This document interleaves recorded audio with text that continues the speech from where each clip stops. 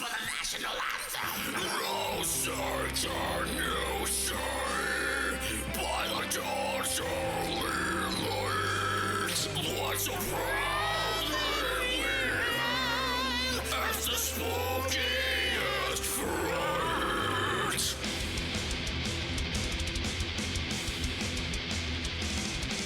Vote!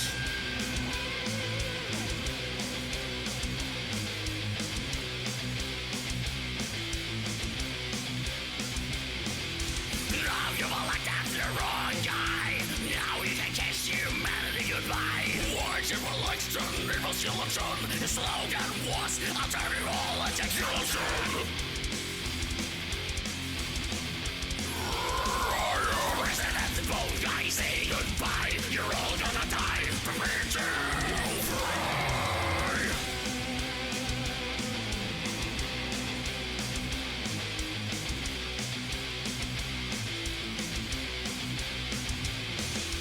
Why did we do this? We knew it was bad. His pain on both has got a shoulder pad. Anyone that's elected and has no eyes shall admit will turn into french fries. United States of Skeletons, broken parts by giant goods.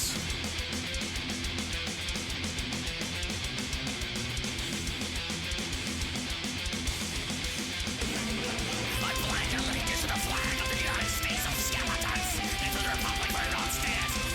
One nation under bones.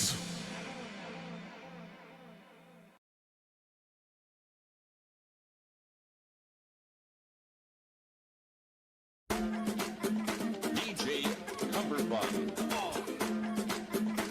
Check it out. Mass quiz for the pump and the price is set. And the price is set. Mass quiz for the pump and the price is set. And the price is set. Mass quiz for the pump and the price is set. And the price is set. Mass quiz for the pump and the price is set. Now test the fireball. Now test the fireball. It's right outside the door. Now test the fireball. Yes, test the fireball. It's right outside the door. The movie ran through me.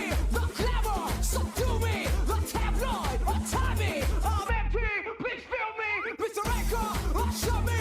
That Baghdad is burning. Your voice it is so soothing. That cunning mind corrupt killing. I need you, my witness, to twist this up so bloodless. To know me and purge me now. I'm not to blaming you. Yes, the car is a wheelchair. My witness, your coffin or at least silence. Fuck the legless. Ones who travel now in coffins on the corner. The jury sleepless. We found your weakness. Now test the fireball. Now test the fireball. It's right outside the door. Now test the fireball. Yes, test the fireball. It's right outside the door.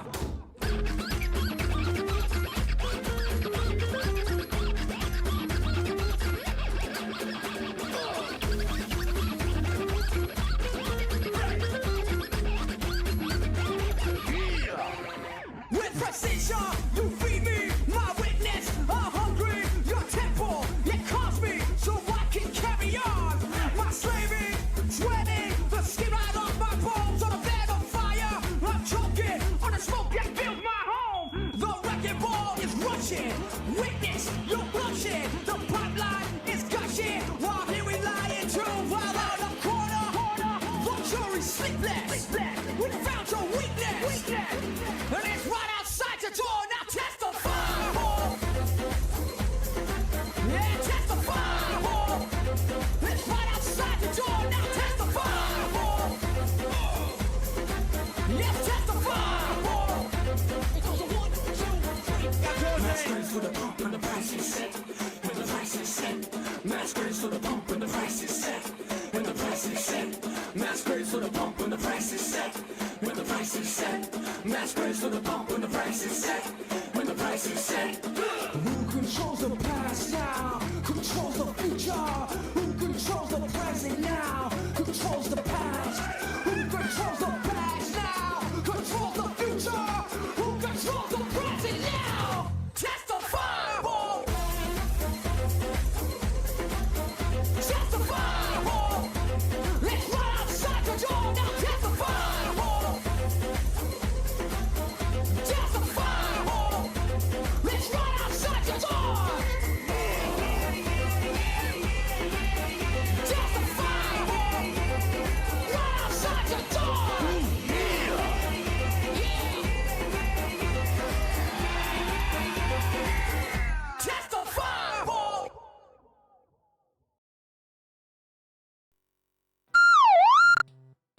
Hi. Hello. It's Sunday. I'm typically not here Sunday. Hi. Ow. Alright. Ow. Ow. OBS already crashed one time today. Ow. Never gonna give, never gonna give. Never gonna give, never gonna give. Never gonna let you down. Never gonna run around and desert you. Never gonna make you cry. Never gonna say goodbye. Never gonna tell a lie. Can't hurt you.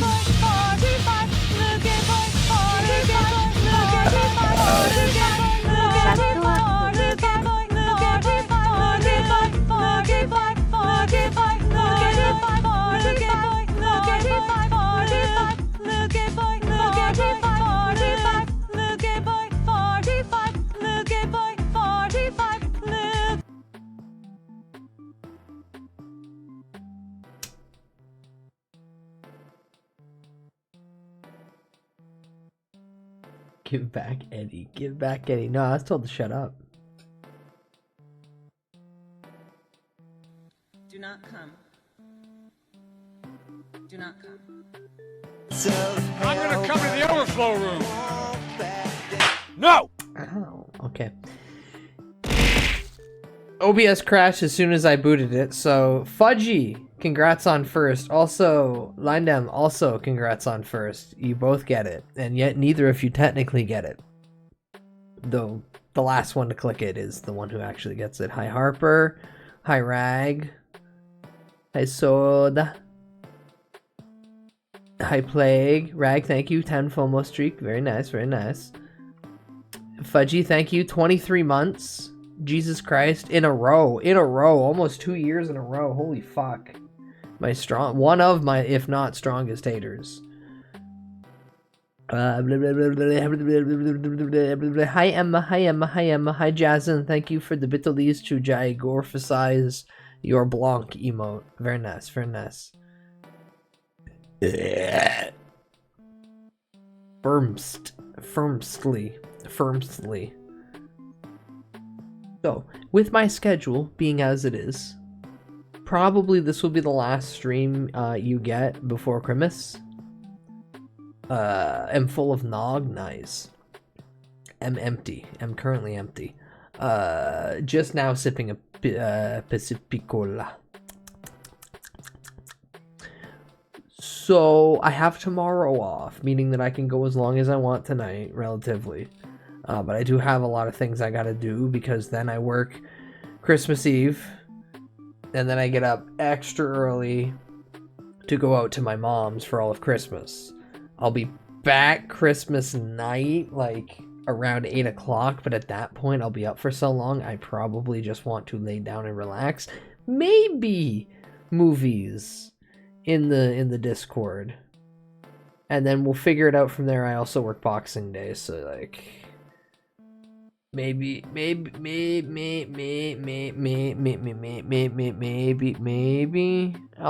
do a stream Boxing Day that night, but we'll find out. I'll let you guys know. And then New Year's is stupid because I got to do a bunch of shifts that are like 10 hours in length, some of them, which I'm like, wow, you guys have been giving me dog shit for a while, and now it's just like, here you go, here's a bunch of them. Alright. Not fully complaining, just confused. Chug a beer for chat. I don't like beer. I'll slam a bottle instead. Over my head. I'm Kim here from watching Tibert and Macing. You better make it good, bitch. You're putting me up against two actual streamers here. This is unfair. I wanna two others you can slide me against. Someone surprised Bud's shop with a robbery.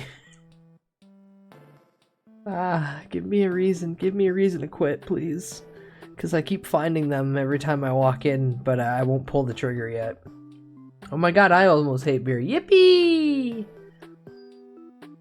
It's okay, they're women, so we're inherently biased in your favor. I know that's not how it works, typically. I hear from Joey, you better make it good. You know I can't. Come on now. This is, again, unfair comparison.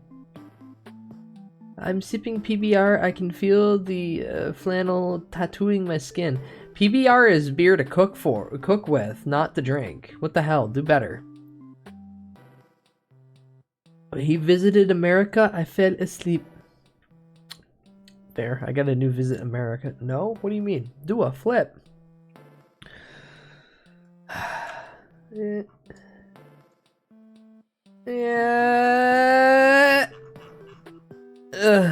Okay, I did a flip.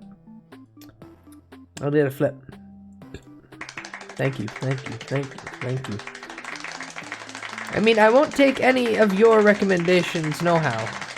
No, I mean, literally, PBR is such low-level beer that it is only for cooking. People who drink PBR hate their bodies and their liver. I'm gonna beat Jazz's belly with a Mountain Dew Glizzy. You're gonna beat you're gonna destroy a Mountain Dew Glizzy off of Jazz's belly? Harper? Damn. I don't... Do you soak that in the Mountain Dew ahead of time? What the fuck's a Mountain Dew Glizzy? You know what does it better? This was average flip. 6 out of 10. Listen, that was my first one. You go shut the fuck up. I think the last time I drank a plain beer, it was a Rolling Rock. Ah, nice. The last time I had beer in excess was a bunch of Alexander Keith Red. I got a draft pour pitcher sat in front of me, and they're like, "That's yours to drink, all of it." And I'm like, "What do you mean? I drink rum and Coke." And they're like, "No, you're drinking that." And I'm like, "The fuck?" So I just picked it up by the handle and started drinking it because I was forced. And then once I finished that, they're like, "Okay, here's your 2 Jaeger shots." And I'm like, "I'm not fucking doing Jaeger." And they're like, "Yes, you are." And I'm like, "Fine, I'll go throw up in the bathroom." 1, 2. Instantly got up, started walking to the bathroom. Waited 20 minutes in line. And then the second that the toilet was free, right in. Flushed, cleaned up. And after I puked, but before I left the stall, a few people are like, "Wow, he's been waiting in line for a while." And I got like a small fucking like applause. And I'm like, "Fuck, what are you guys going on about? Why did Sonny even buy you the streamer deck if you didn't find that flip yet?" No, it was Sammy. Sammy KV bought me the Stream Deck. And I haven't had time to do all that. That's what I'm gonna do with my few hours during Christmas when I'm here, is I'm a monkey with all this. Beer tastes almost as bad as the elf. Don't say that. That implies that you've tasted me, and that opens up a whole other can of worms. Canna made Mountain Dew Glizzies. You boil the Mountain Dew and put Glizzies in there. Yeah. Yeah. That's exactly what I thought. You could just soak a Glizzy in Mountain Dew. You could just pickle it and cook it that way. Don't you want a pickled hot dog? A Mountain Dew pickled hot dog? Doesn't that sound amazing? I was at the local DMV, and right after I left the bathroom after taking a shit, another guy went in there, and then a third guy, who was 90 years old, tried to get in, and was screaming about pissing his pants. And I was glad I dodged being the guy to cause the elderly citizen to piss his pants. I'd have just told him, "Alright, go ahead. Not my fault you're slow." Hi, Ty, welcome in. Hi. So I have two movies to talk about. Chat, do you want the good movie first, or do you want the bad movie first? Because as all things, I always juggle it. Bad movie, good movie. Bad movie, good movie. Bad movie, I got 1 for bad movie. I got 1 for good. 2 for bad. Anybody else? I got 2 for good movie, 2 for bad movie. I need a tiebreaker. Good movie or bad movie? Good movie or bad movie first?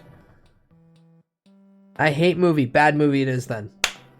So... Craven the Hunter. Sony's last of the Venom line movies. Do y'all get when you're in the row of toilet cubicles and you got that end and then someone always gets the one next to you?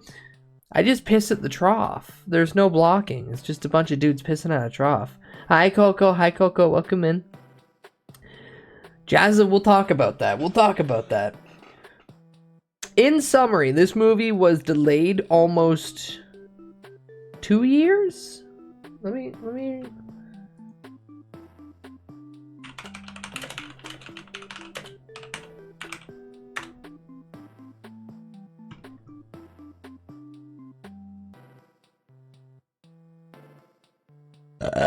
public bathrooms almost as bad as the stream, not gonna lie.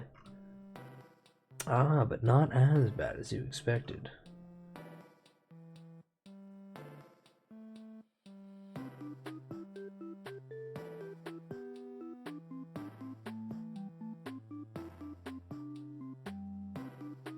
No, I want to see when.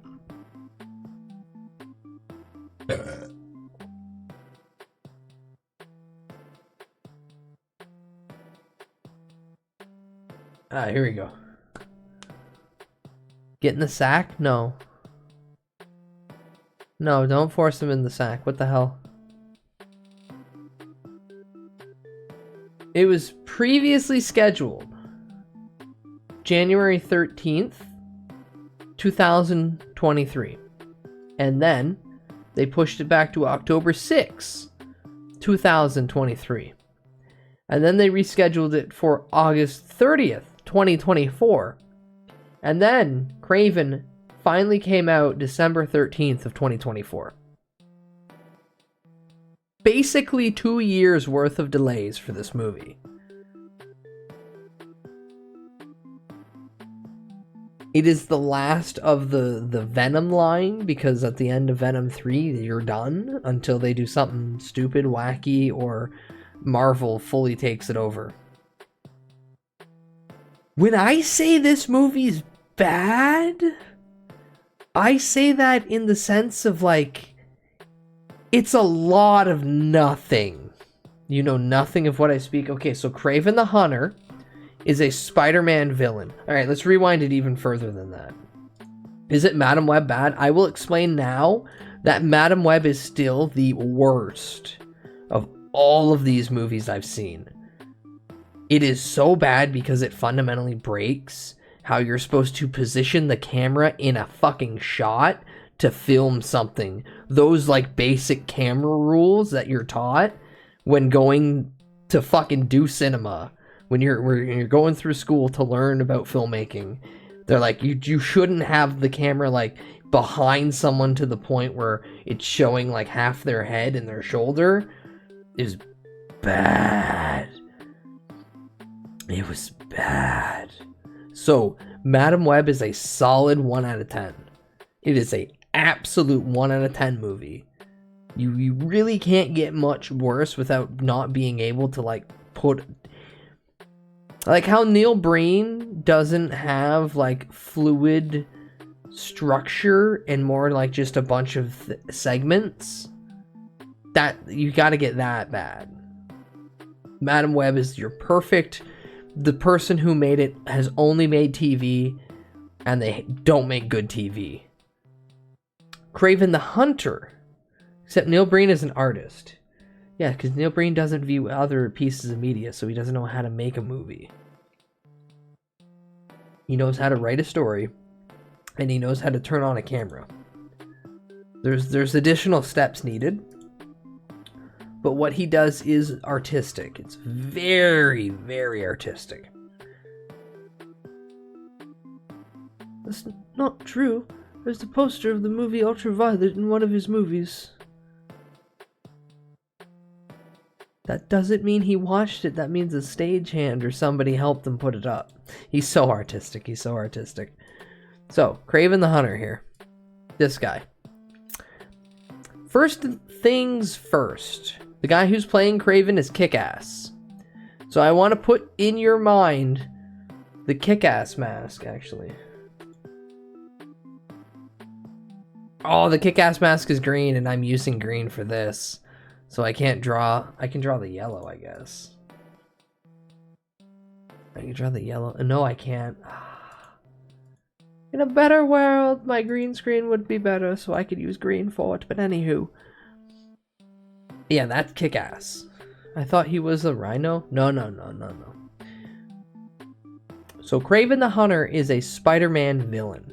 Like most of the Sony properties, they are just villains because Sony did the rights lending to Disney so they could have Spider-Man. But at the exact same time, Sony was like, you can have Spider-Man, but you can't have any of his villains unless we say so. And the ones we use, you don't get any chance to put them in the MCU. We're going to turn them into superheroes. And it's really batshit stupid. So like Morbius, so like Madam Web, so like Venom, and like this movie, the first act of this movie is we're going to give this kid his special powers. But before that, the actual beginning of this movie, with no context, is him at his adult age, present time in the movie, breaking into a Russian prison to kill a man. But none of this is explained until later. So you dump into the movie, and he's just in the middle of Siberia in a line of prisoners. There's no title scene. There's no quick text explaining it except for text popping up saying you're in Russia, bitch. And he goes through the prison system. There is a 1-to-1 shot that looks like Malcolm in the Middle of him out in the yard lifting weights, and two guys walk up to push the weights down on him, and he slips out and they just fall down. Like it's framed and shot. Do not come. Like I was watching Malcolm in the Middle. Do not come. Hi, Ghosty. I'm Hi, gonna come to the Ghosty. overflow room. So 9 minutes goes by, and he finally breaks out, and then he leaves, and then he runs into the same style of... Do you remember the sand wall from The Mummy? Where the face is in it? It almost looks like that shot from Mad Max, the new one, where it's out in the middle of the desert and you see the giant wall of sand. Okay, now imagine that, but it's all white. He runs into that. And then in that absolute tundra storm, there's a plane, and he just hops in it and they fly out of it. This is the first 10 minutes of the movie. When are they going to figure out that you can't do these movies without someone at Tom Hardy levels of ham? Jazza, that's the thing. This movie has so much stuff happening in it, but it has no fucking plot. Ajingus, you shut the fuck up. I'm explaining Kraven the Hunter and why people should not watch this movie. Ajingus, why? Okay, what? Okay, what? Okay. He's gonna tell me to kill myself.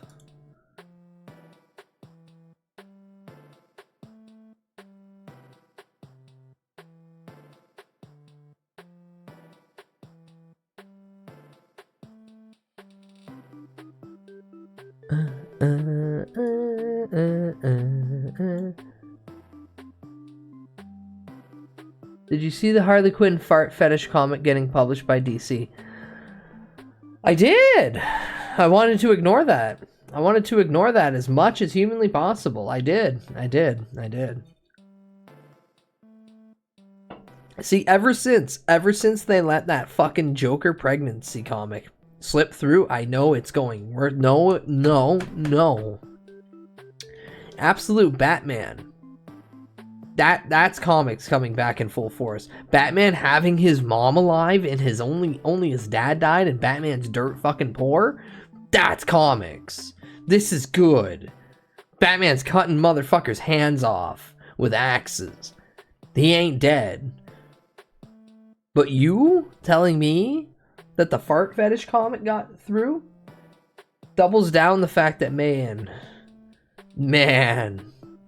No, I think Harley Quinn fart fetish material is comics. You just don't like good literature, that's all. No, yeah. If anyone, they have 3 new comics out. They're the Absolute line. Absolute Batman is the universe where Batman isn't the son of a billionaire. His dad just gets gunned down, like, while they're touring a zoo. And he is genius level smart. He's just got to work his way from the bottom, so he's construction dude. And he knows all of Gotham because he's been in construction for a couple years. And oh, it's so good. Was it the Penguin Zoo? No, there was a lion. And all his core friend group is like Enigma, Waylon, like Croc, Selena Kyle.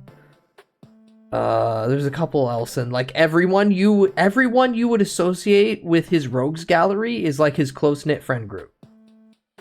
It's really neat take, and his mom's alive, and she's like helping. I think she's like deputy mayor, or like helping out to run for deputy mayor, putting herself in the spotlight and potentially getting assassinated. It's really good. Oh, and Alfred's a fucking mercenary.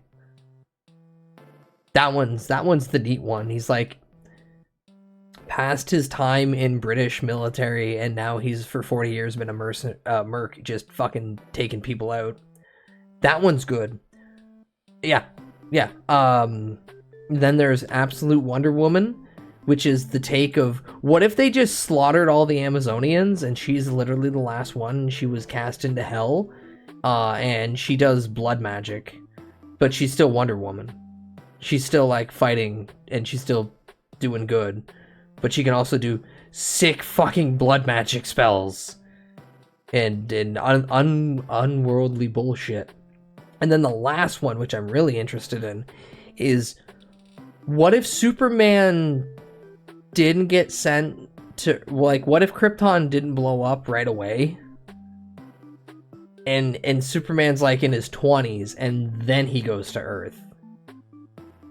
I hope it isn't a repeat of New 52. No, I wouldn't be talking about it with this excitement. So I wouldn't be talking about any of these 3 comics with this much excitement if it had any hints of that. No, like, Kal-El is like in his 20s, showing up to Earth, going around going, this sickens me. You people are treated like cattle to these corporations. Also, Krypton's completely run by like AI. And that also, or no, was it Krypton or no, Brainiac. Brainiac runs everything. But he runs it through the guise of being an AI protocol, and everyone just agrees with the AI protocol. Not gonna lie, that all sounds pretty good. Yeah. Oh, and Soups has like an the way he got there was a artificial intelligence ran suit that is also his spaceship. So the suit itself, like, he doesn't have a cape. He shoots out this red mist that is treated like a cape and a shield at the same time. It's very nice. They did it pretty good. Also, he hasn't fully figured out that he can just go charge in the sun yet, so he still gets weak. So he's not invulnerable. Everything so far has been neat about it. So, oh, and Lois Lane works for Lazarus Corporation, and she's more like a cop than anything else.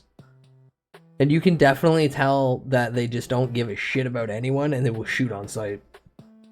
Oh, I found it online. I will definitely read this when I have some time. Big recommend. All 3 of those comics, big recommend. So far, I've read 2, if not 3. Kraven was such a good movie. Oh, yeah. So, first 10 minutes of Kraven make absolutely no sense until you actually get a little bit deeper into the story and figure out, like, his motivations and everything. Otherwise, the first 10 minutes are literally just, why is this some weird prison movie? But it's giving me all the fucking feels of a Malcolm in the Middle episode. Not even sense. It's just shit happening. Yes, that's primarily what I'm trying to say is all of Kraven the Hunter is just a bunch of shit happening with the thinnest little plot. We'll go into some of the characters. They name drop D-list fucking characters just to say, Oh yeah, and then one time Craven fought this guy, you know, Hitman? Hitman was the guy who trained me. Who am I? I'm the Foreigner? What's the Foreigner's gig? What does he do? I am an assassin, but if I look at you with my eyeballs, for 10 seconds you're hypnotized. I don't stop time or anything. I just hypnotize you for 10 seconds by looking at you with my funny eyes. So it's like I have Dio's time stop, but not really? Okay, how does he die? He gets an arrow through the eye? Randomly. Yeah, because he was just a guy. But we're glossing over the best part. Craven gets pulled out of school when he's like a fucking 16-year-old with his younger brother. And his dad's like, I gotta make you men. Oh, his dad's Russell Crowe, by the way. So his dad, with a shitty fucking Russian accent, pulls them out of school and goes, all right, so we're gonna go make you men by hunting a legend. And what's the legend? They go to Africa to go shoot a fucking lion. They've got 7 dudes with them, all with fucking shotguns, and they're just walking through the fucking fields going, oh, you're just gonna find a lion and shoot it. That'll make you a man. So, as the 2 fucking children prodle off by themselves away from the group, they encounter a big fucking lion. And what happens? The main kid locks up, looks like he's about to take it out, and then makes eye contact with it. Yeah, double fucking barrel shotgun. Like, yes, like geese level. He locks eyes with it, and then he puts the gun down. Like he's having like a moment with it, like maybe I'll just let it walk and we'll walk and nothing will happen. So his dad from fucking left field just starts blasting into the fucking lion's ribs, and the lion instinctively jumps on the kid, starts gnawing the shit out of his shoulder, picking him up. His other brother's watching all this happen, like 4 feet away from him. And then the lion, dad's reloading, going to blast it again. The lion just drags him off. So cut to random girl, and random girls with her parents. So random girl, via her grandma, got taught the mystical arts by flipping tarot cards and then being handed a bag and saying, this is a magic potion. Never let anyone have it. This is our family secret. So she just walks into the woods for no reason, like gets out of the Jeep that they're on this African fucking trip and starts walking into the forest and comes face to face with the lion that has this fucker in its mouth. And the lion plops him down, flips him over, and goes, hey. And then the lion leaves, bleeding out from the side. So as this kid's shoulder should be removed at this point, she walks up, hands him the tarot card that she had, which was the strength tarot card, a man holding a lion. And then she gives him the little potion. And then he gets airlifted, and then she's not brought up until much later in the movie. So, the funny part is that when the lion bites him and his dad shoots the lion the second time, a drop of the lion's blood goes into his wound, and then because he drinks the potion, he becomes Lion Man. It's not Craven the Hunter, the guy who can just hunt and like he has a funny little... He's got a funny little herb thing that, like, he should be like 110, but he just looks like he's 45. No, he is now actually a superhero, and he will hunt the poachers. And then anything else that you translate or, like, look at in the character, throw that out, throw that out, throw that out. In the comics, he was just roided up. No, he has this, like, special herb that he gets from deep, deep in the African jungle. And that makes him all, like... But it's literally just funny magic herb potion. There was also a random scene with a grandma. Yeah. Exactly. It wasn't roids. It was funny mushrooms and shit. Yeah, it's riveting. It's riveting. This movie's 2 hours long. And the first 30 minutes feels like I'm like gouging chunks of my leg out with a fork. Yeah, Black Panther. Black Panther is closer to canonical Craven than this guy. Bro got that super weed. Fuck, I want that. I want that super weed. So yeah, like the comics, his brother does end up by the end of it turning into Chameleon. That's never shown at all. He just does that. Like, that's my most annoying part, is that his brother Dimitri, who's supposed to be an actual, like, infiltrator, high-class assassin, is just some twink little fuck who plays the piano, and his dad hates him for being gay and playing the piano. And by the end of the movie, he just is able to do the full, like, Mystique transformation. But he can't change his height, which is the funny part.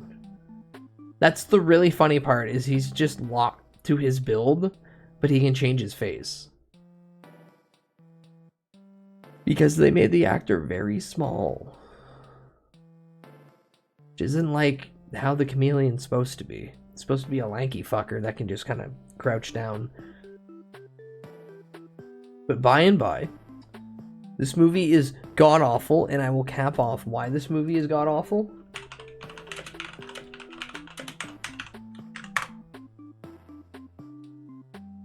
It's the Rhino!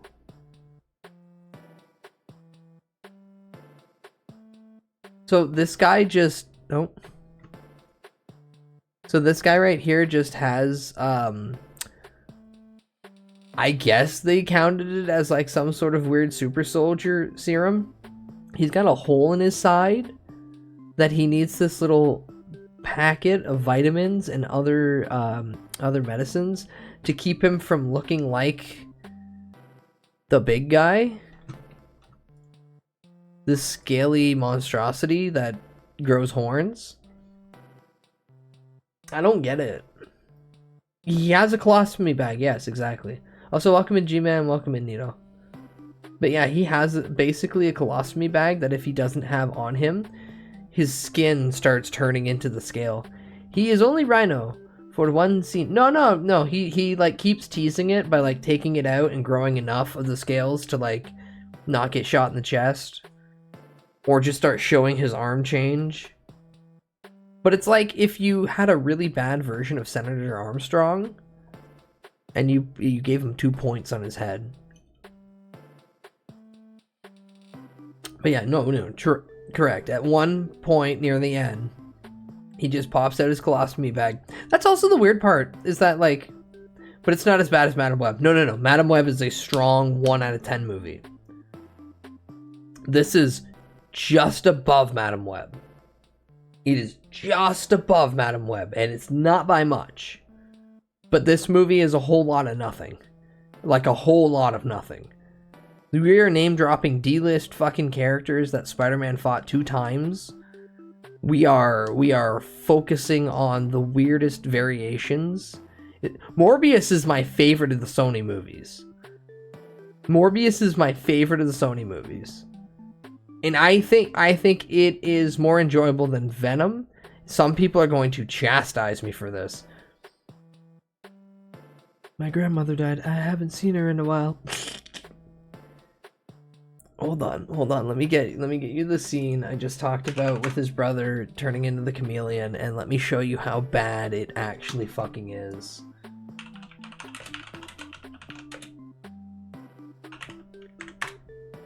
It's not even an end credit scene, but it keeps popping up when I type end credit scene.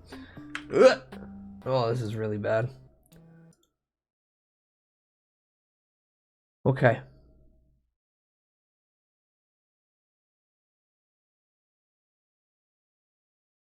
So the guy in front is his brother, and the guy behind is Craven.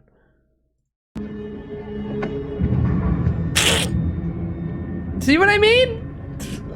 All he can do is change his face. But he's still that short little guy. You should see the look on your face. Now wait for it. This is the greatest line in the movie. Also, damn, he made some distance. Hey, And no one noticed him do this? No one at all. Dimitri. Dimitri, I seen know you me. just turned into me. I've always been a chameleon. Dimitri. You know me. I've always been a chameleon. That's why I turned into chameleon. It's not... At no point in the movie are you shown him, like, being undergone any experimentation, given any drug. Fucking, that just happens. What are we, some sort of Craven the Hunter? Yeah. Yeah. That's the whole movie. There are fucking scenes when he's in the middle of buttfuck nowhere. And there are rockets shooting across 4 fucking RPGs shooting across 4 fucking football fields that perfectly land. And when I tell you that action's so fucking dog shit boring, whew, there should be a love interest and she should say that she's craving the hunter. Plague. I feel like 35 to 45 minutes of this movie got cut out, and it was already 2 hours and 7 minutes long, not including credits. Thank you for suffering to give us this info. I will always watch Slob, because this means dog shit movies like this make me appreciate the good movies so much more. If you only watch good movies, if you only eat good steak, you're gonna get tired of good steak. You're gonna not think the Kino you're watching is Kino. You gotta balance it out. Oh, this web was meant for you, madam. You truly are the Madam Web. Where Madam Web's fault lie in the fact that the director was handed something that A, they did not care for, B, was told is more of a vehicle for other IPs that will never get made, and C, did not have any of the credentials to actually make a movie. That's like a perfect storm.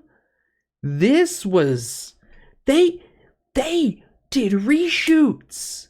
They did reshoots 6 months ago to, quote, tighten up the narrative and expand on characters. When I tell you that I did not fucking learn anything from any of these characters, and there's like 5. There's Craven, there's his brother Dimitri, there's the Rhino, there's the Foreigner, there's his dad, there's Calypso. They fucking wasted Calypso in this movie. And I feel like there's one more character I'm missing, but still, 6 characters I can name off the top of my head.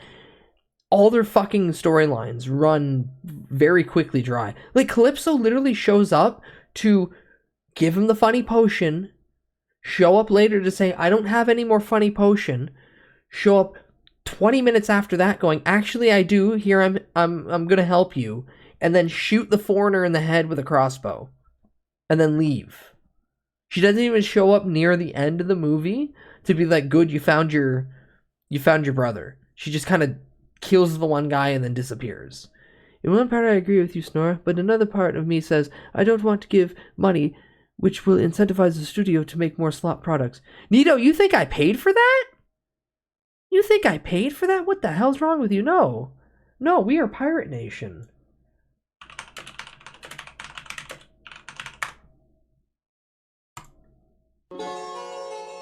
Reichtum, Macht und Ruhm.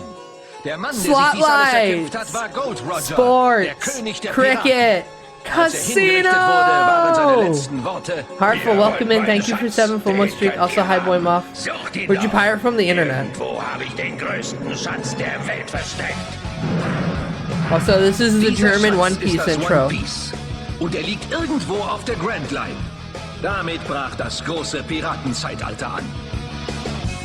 Immer den Wolken hinterher, einer Legende auf der Spur, führt dein Weg dich übers Meer. One Piece, Ah, this goes way harder than it ever needs to. One Piece. But as of right now, Craven Craven costed anywhere from $110 to $130 million to make, not including any of the marketing and the fact that it was delayed for 2 years. It has at this time made $42.8 million. It won't even make base. But where I'm terrible at finding places to pirate from that won't give me Vetus's. Where? Publicly, I cannot assist on this. I can just simply instigate. You need to lurk harder, lurk stronger. The German version of Do the Mario. No. Sony has been king at hemorrhaging money lately. They recently claimed that they actually didn't lose money on redistributing Morbius. Okay, so Boymoth, the biggest tip I can give you is just don't download, simply stream. Also get a VPN. 2 of these things I can say. You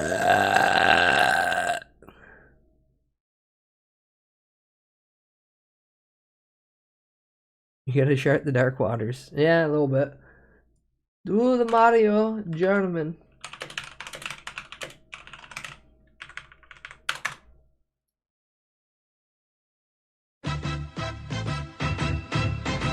Macht den Mario, schwing die Arme auf und ab, setzt euch jetzt in Trab. Super Mario, ein Schritt vor und noch einmal, hey, tanzt den Mario, meine Freunde, ja! Hi Dizzy Boy, welcome in. I shit for Mortal Kombat. Setzt euch jetzt in Trab. Super Mario, ein Schritt vor und noch einmal, hey, tanzt den Mario. Yeah, no, yeah.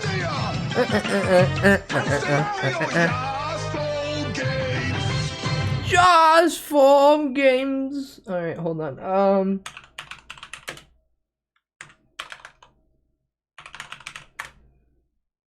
Is it this one? Is it this one that's good?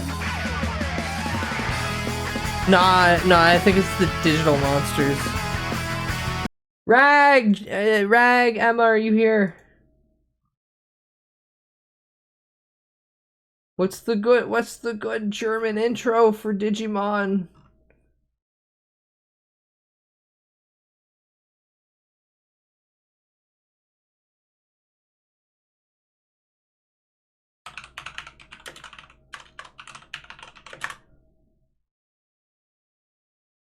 No, not that one. No, not that one. Oh, this is gonna drive me nuts now.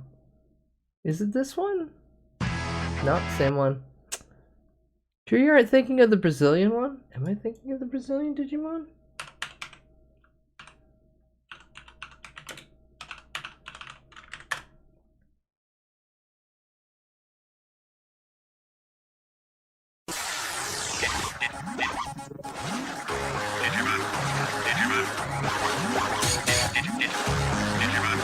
It was this version, but I distinctly remember German. Yeah, no, not this one. This one's so... I hate to say weak, but in comparative to the one I'm thinking of, it's actually it's weak. All right, fine. We then go with the classic.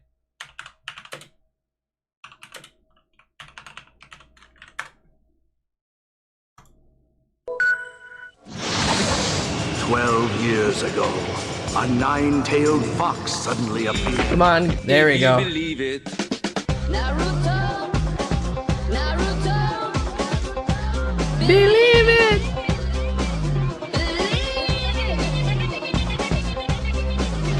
Here I am with my ninja clan, here we stand. Naruto, I'm on my way. It's so fucking stupid. I love it. Getting ready to fight on sight. Got my best friends by my side. Sasuke, Sakura, the beautiful.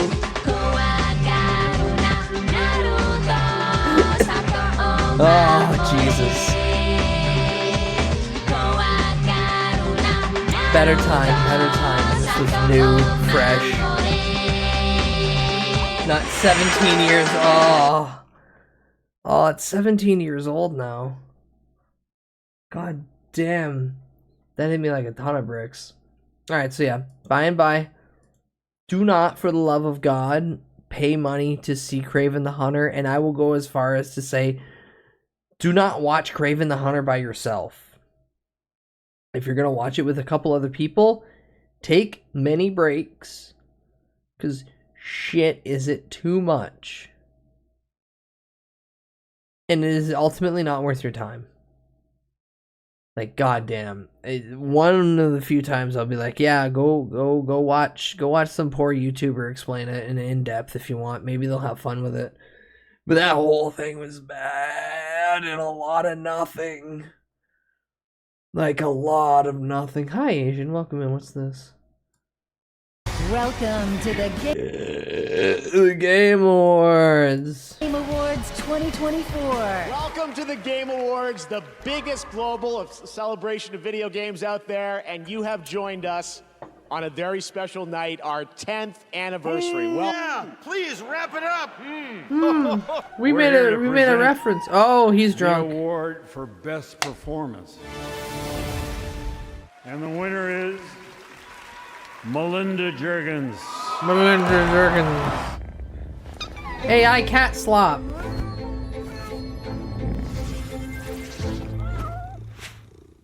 Please welcome an industry icon, Hideo Kojima. Not only does Aaron it celebrate Setzer the achievements of those Jason involved in the gaming Feinberg industry, movie. but it has also I evolved can into survive an anything. event that Damn. brings together Resilient. industry's professionals from around the world. I don't think Ford has been sober since Star Wars. I don't think Ford's been sober. Volatro. And the Game Award Yay. goes to Volatro. Congratulations again. Yay! And the Game Award goes to Volatro. Yay! Congratulations again, Local Fun.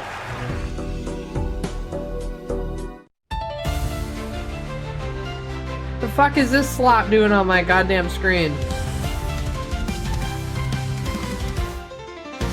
Asian, what the fuck? What is this slop doing on my goddamn screen?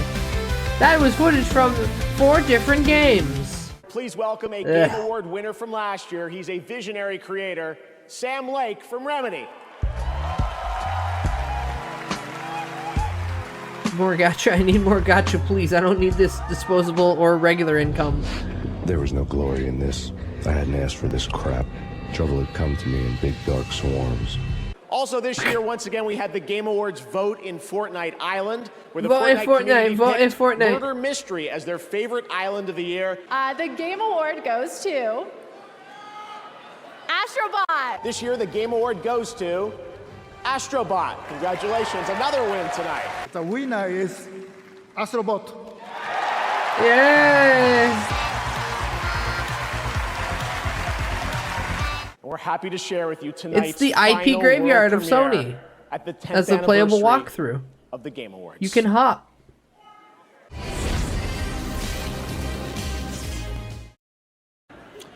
And the game of the year is Astrobot.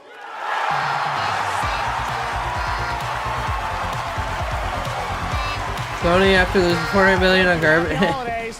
Have a good night. Yeah.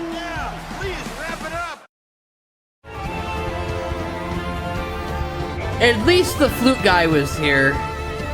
I'm happy the flute guy made it back.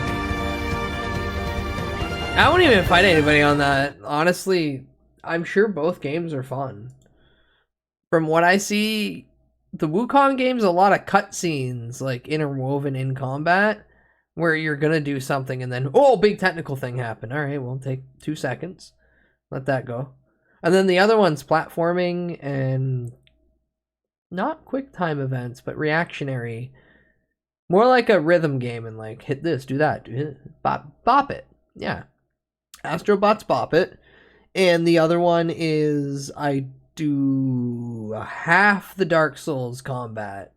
And then I get to watch really nice cinematic pieces in between my boss fight when shit changes. Hi Bean Curds, welcome in, enjoy lurk. Astrobot had something a lot of modern games lack, actual fucking soul. I believe it, because it is high tilted. It is a walkthrough of Sony IP graveyards. It's a bunch of IPs from Sony that will never see the light of day again. But you at least get to walk up to tiny little chibi robo versions of them and go, hi. Get in my sack now. It's just Sackboy 2.0. You can't change my mind on any of this. I'm not saying it's bad. I'm just saying all the Game Awards it was everyone who owns a PS5. They did something. They voted. I think Balatro should have won Game of the Year. That card game's great. Also saw this maybe mid-minute.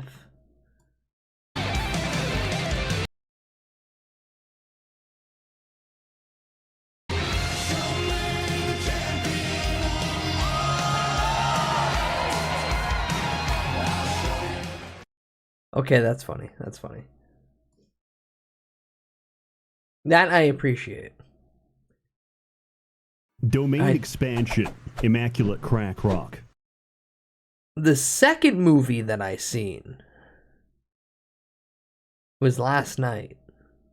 He hit that yoinky splunky. He did. The second movie I got to see was Sonic 3.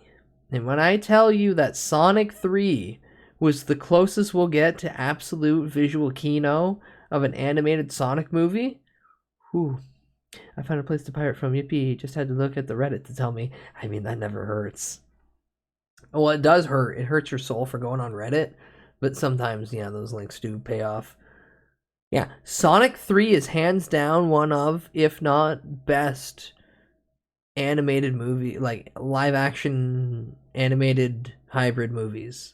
It's the best video game movie next to the original Mortal Kombat. That's not a good fucking no. That original Mortal Kombat movie sucks. But sucks good. It sucks good. My gripe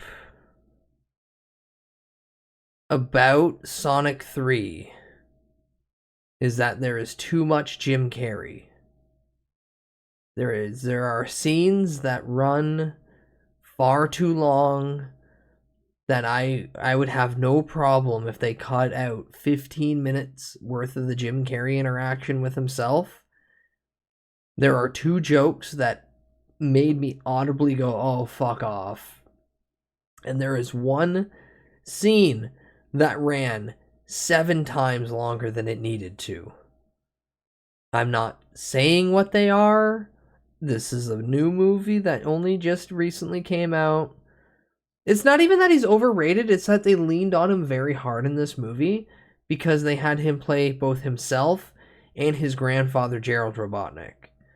So you have a 110-year-old man and his grandson, but it's the same guy, and they just filmed them twice. Give me the scene where Maria named Shadow because a shadow helps you find the light. Give me more scenes with Gerald and Maria. Yeah, the Maria stuff, unfortunately, was just kind of like... There's 2 Maria scenes. There's Maria and Shadow hanging out, and then there's the scene. No, you're never getting BioLizard. Knock that off. Knock that shit off. Oh, there's ads. I will give it a... We did. Super Mario Bros. Is the best video game movie ever created. Luigi Mario. Mario, Luigi Mario. You guys, what the hell's wrong with you? We're brothers. No, you look like you're 50 and this kid's like 18, 21 at most. Yeah, Dad kept firing him off. That's the most insane part about that original one is... Alright, boys, I'm on Christmas break. Let's get fucked up. There you go. He was on the Movie Monster. He was the Movie Monster? What the hell? What? Oh, true. Oh, yeah, true. Actually, hold on. Yeah, no. Okay, yeah. I didn't realize that. Now that you say that, yeah, okay. But yeah, by and by, Sonic 3 is a solid 9 out of 10 for me. If they would have trimmed and held back just 15 minutes, just cut out 15 minutes worth of fucking Jim Carrey hamming it up with Jim Carrey and doing unnecessary fourth wall. There's one unnecessary fourth wall moment that just felt really out of place. Like Jim asked for it and they just went, of course, it's Jim Carrey. But past that, very good movie. Keanu as Shadow was my top pick. My next one was, I forget his name, the guy who played Punisher in the Netflix series. I wanted either of them to play. No, not Hayden. God, no, not Hayden. No. Oh, Hayden? Fair. Hayden was yours. No, I want Hayden to stay away from any of those roles. I want him to do something serious and be I want him to have the Brendan Fraser moment. I want Hayden to do his own whale. Him coming as Shadow, it wouldn't work. But John Wick becoming Shadow is like, you get the full force of the John Wick notoriety, and then everyone goes, fuck yeah, Shadow. Fuck yeah, Shadow the Hedgehog. Hi, Widget, welcome in. Dustin Hoffman, when he was in his 20s, playing a 111-year-old man. Turn that thing on. I beg your pardon? I said turn that thing on and shut up. Put the head wobble. Now you just sit there and you'll learn something. I knowed General George Armstrong Custer for what he was. And I also know God, that voice is so the bad. Indians for I'm what also on they Christmas was. break, but I have nothing I want to play except the bazaar, so I'm ending up doing productive stuff when I get bored. Good. And 11 years ago, when I was 10 years old, So he's 120. my One. family and There was crossing no the Great bio-lizard, and I Plains can't understand why Jeff Flower didn't want to include it. He's been trying was his wiped best to out. balance convenient storytelling that appeals to general audiences and the batshit over-the-top elements that diehard fans are used to. No, Nito, remember the scene where black and white monster movie. Bio-lizards in that. Hi, Corum, welcome in. It's that Dustin Hoffman movie. But yeah, all in all, if you can, watch Sonic 3. I seen it with a cam rip and a bunch of fucking gambling ads all over it, and it was still absolutely Kino. If I go to the theater, probably bumps it up to a 9.5. But even still, actually, no, I think about that, and I'm thinking about seeing Jim Carrey that big and doing all that shit. No, firm 9, maybe an 8.5. No one has ever made it to 120. That has been scientifically confirmed. Your science is based off of relative information and not all human knowledge or history. We currently only know that with our recorded history, there are buyouts. But I don't really take most of what people getting paid by sugar companies to say. I don't trust them. Hi, Loaf, welcome in. I like how a hedgehog is an apex predator and killed Mufasa. Good. Rightfully deserved. I saw it on Friday night and I regret nothing. Fair. 116 years old is recorded, so 120 could definitely be possible. Yeah, it's all dependent on diet at that point and just making sure that they're not ill. But do we still have the funny Rochelle's wedding scene? No, that was the second one? That was the second one. You do get to see, forget his name. He was on, oh god. Yeah, but the human couple's sister and their husband, they do make a cameo. Mike Penis, yeah, that's the guy.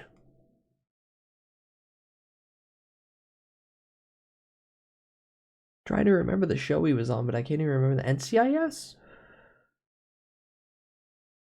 Was it NCIS? I think so. Anyway. Kraven the Hunter gets a 2 out of 10 for me. Actually, no, a 1.5. It was so fucking bogged down. It was a whole lot of nothing. A bunch of shit happens in that movie. None of it matters. None of it is relative. And to hear that they reshot quite a bit of it to try to tighten up character arcs and story, and it's still 2 hours long of nothing. Sony's really good at taking a bunch of money, throwing it in a barrel, and then just setting it on fire and watching it burn. They're really good at that. They are fucking... It is impressive how good they are at just pissing away money into flames. And then that Sonic movie? Fantastic. Very good. I think all 3 Sonic movies are very good fundamental movies. What bad movie did Sony make? Oh, Woozle, Kraven the Hunter is 2 hours and 7 minutes of pure, bogged down garbage. It's like if you took every chunky, fatty Who is Braven? Oh, Braven's the robot. I'll teach you about Braven. Braven. Here, Kraven.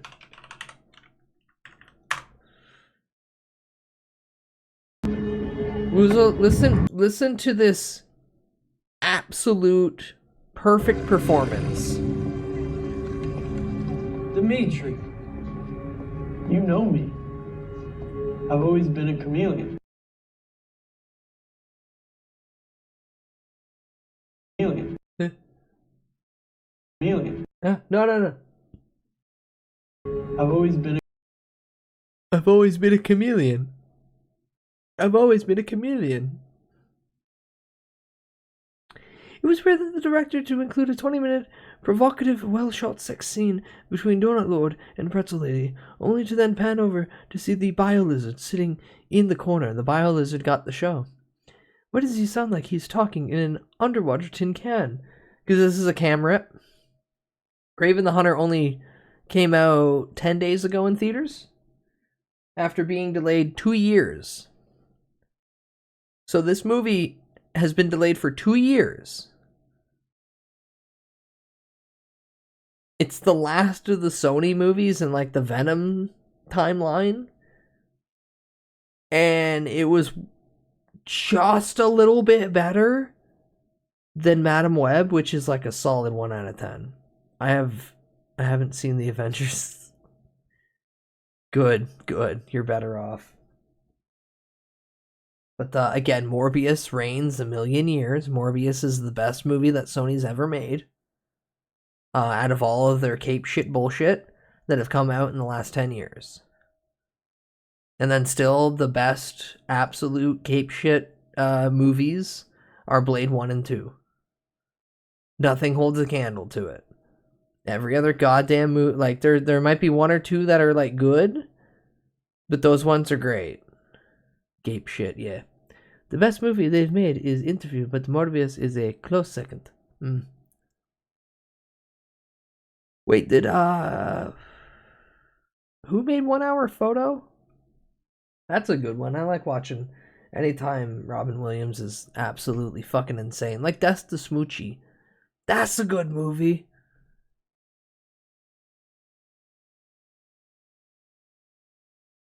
Now there was another thing I wanted to pull up and show. And no, it's not my penis.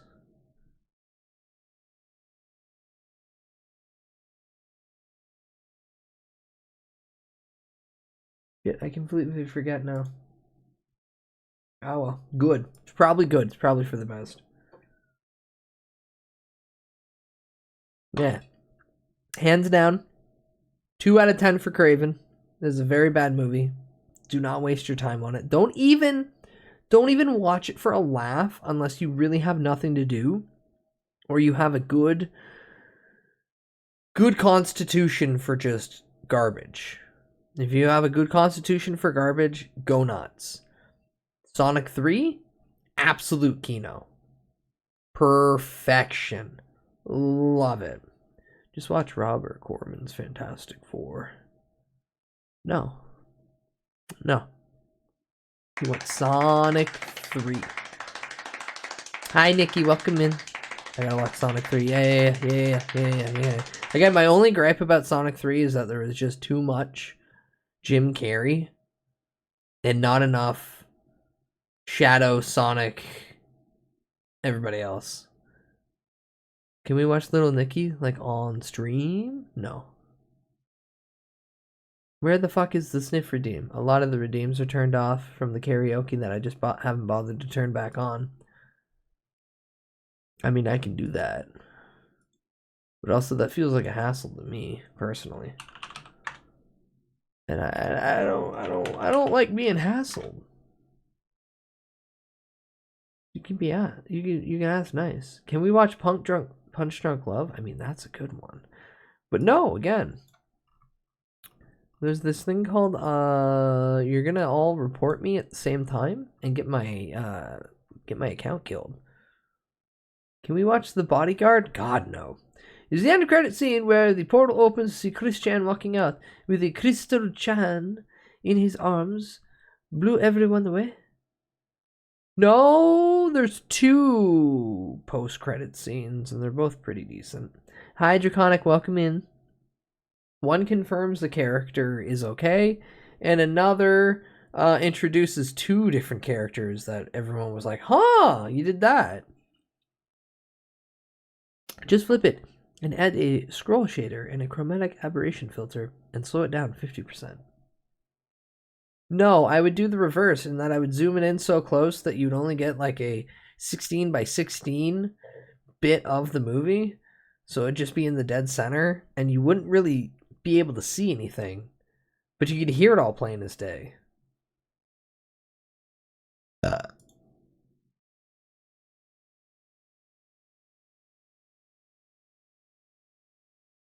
we watch Shrek Reanimated? Oh, that would be a good one. Be a good one. Here, you get some of them back. I let you keep Little Gay Boy 45. You should be happy about that.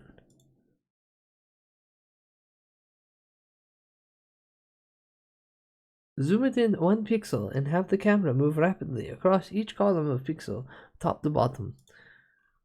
That would require some sort of program. Or something to allot me this unadulterated power. To which I, sir, do not have. So no. No, I will not be doing that. Having a watch along for a movie that is copyright bots don't like? Ooh. I'd have to do something public domain. Who the fuck wants to watch a public domain movie? Those things are still black and white. No, instead I'll just go through all the recommendations and links that other people have provided, including the Massive Transformers the movie. Isn't Mickey Mouse public domain now? Not Mickey, Steamboat Willie. It's different.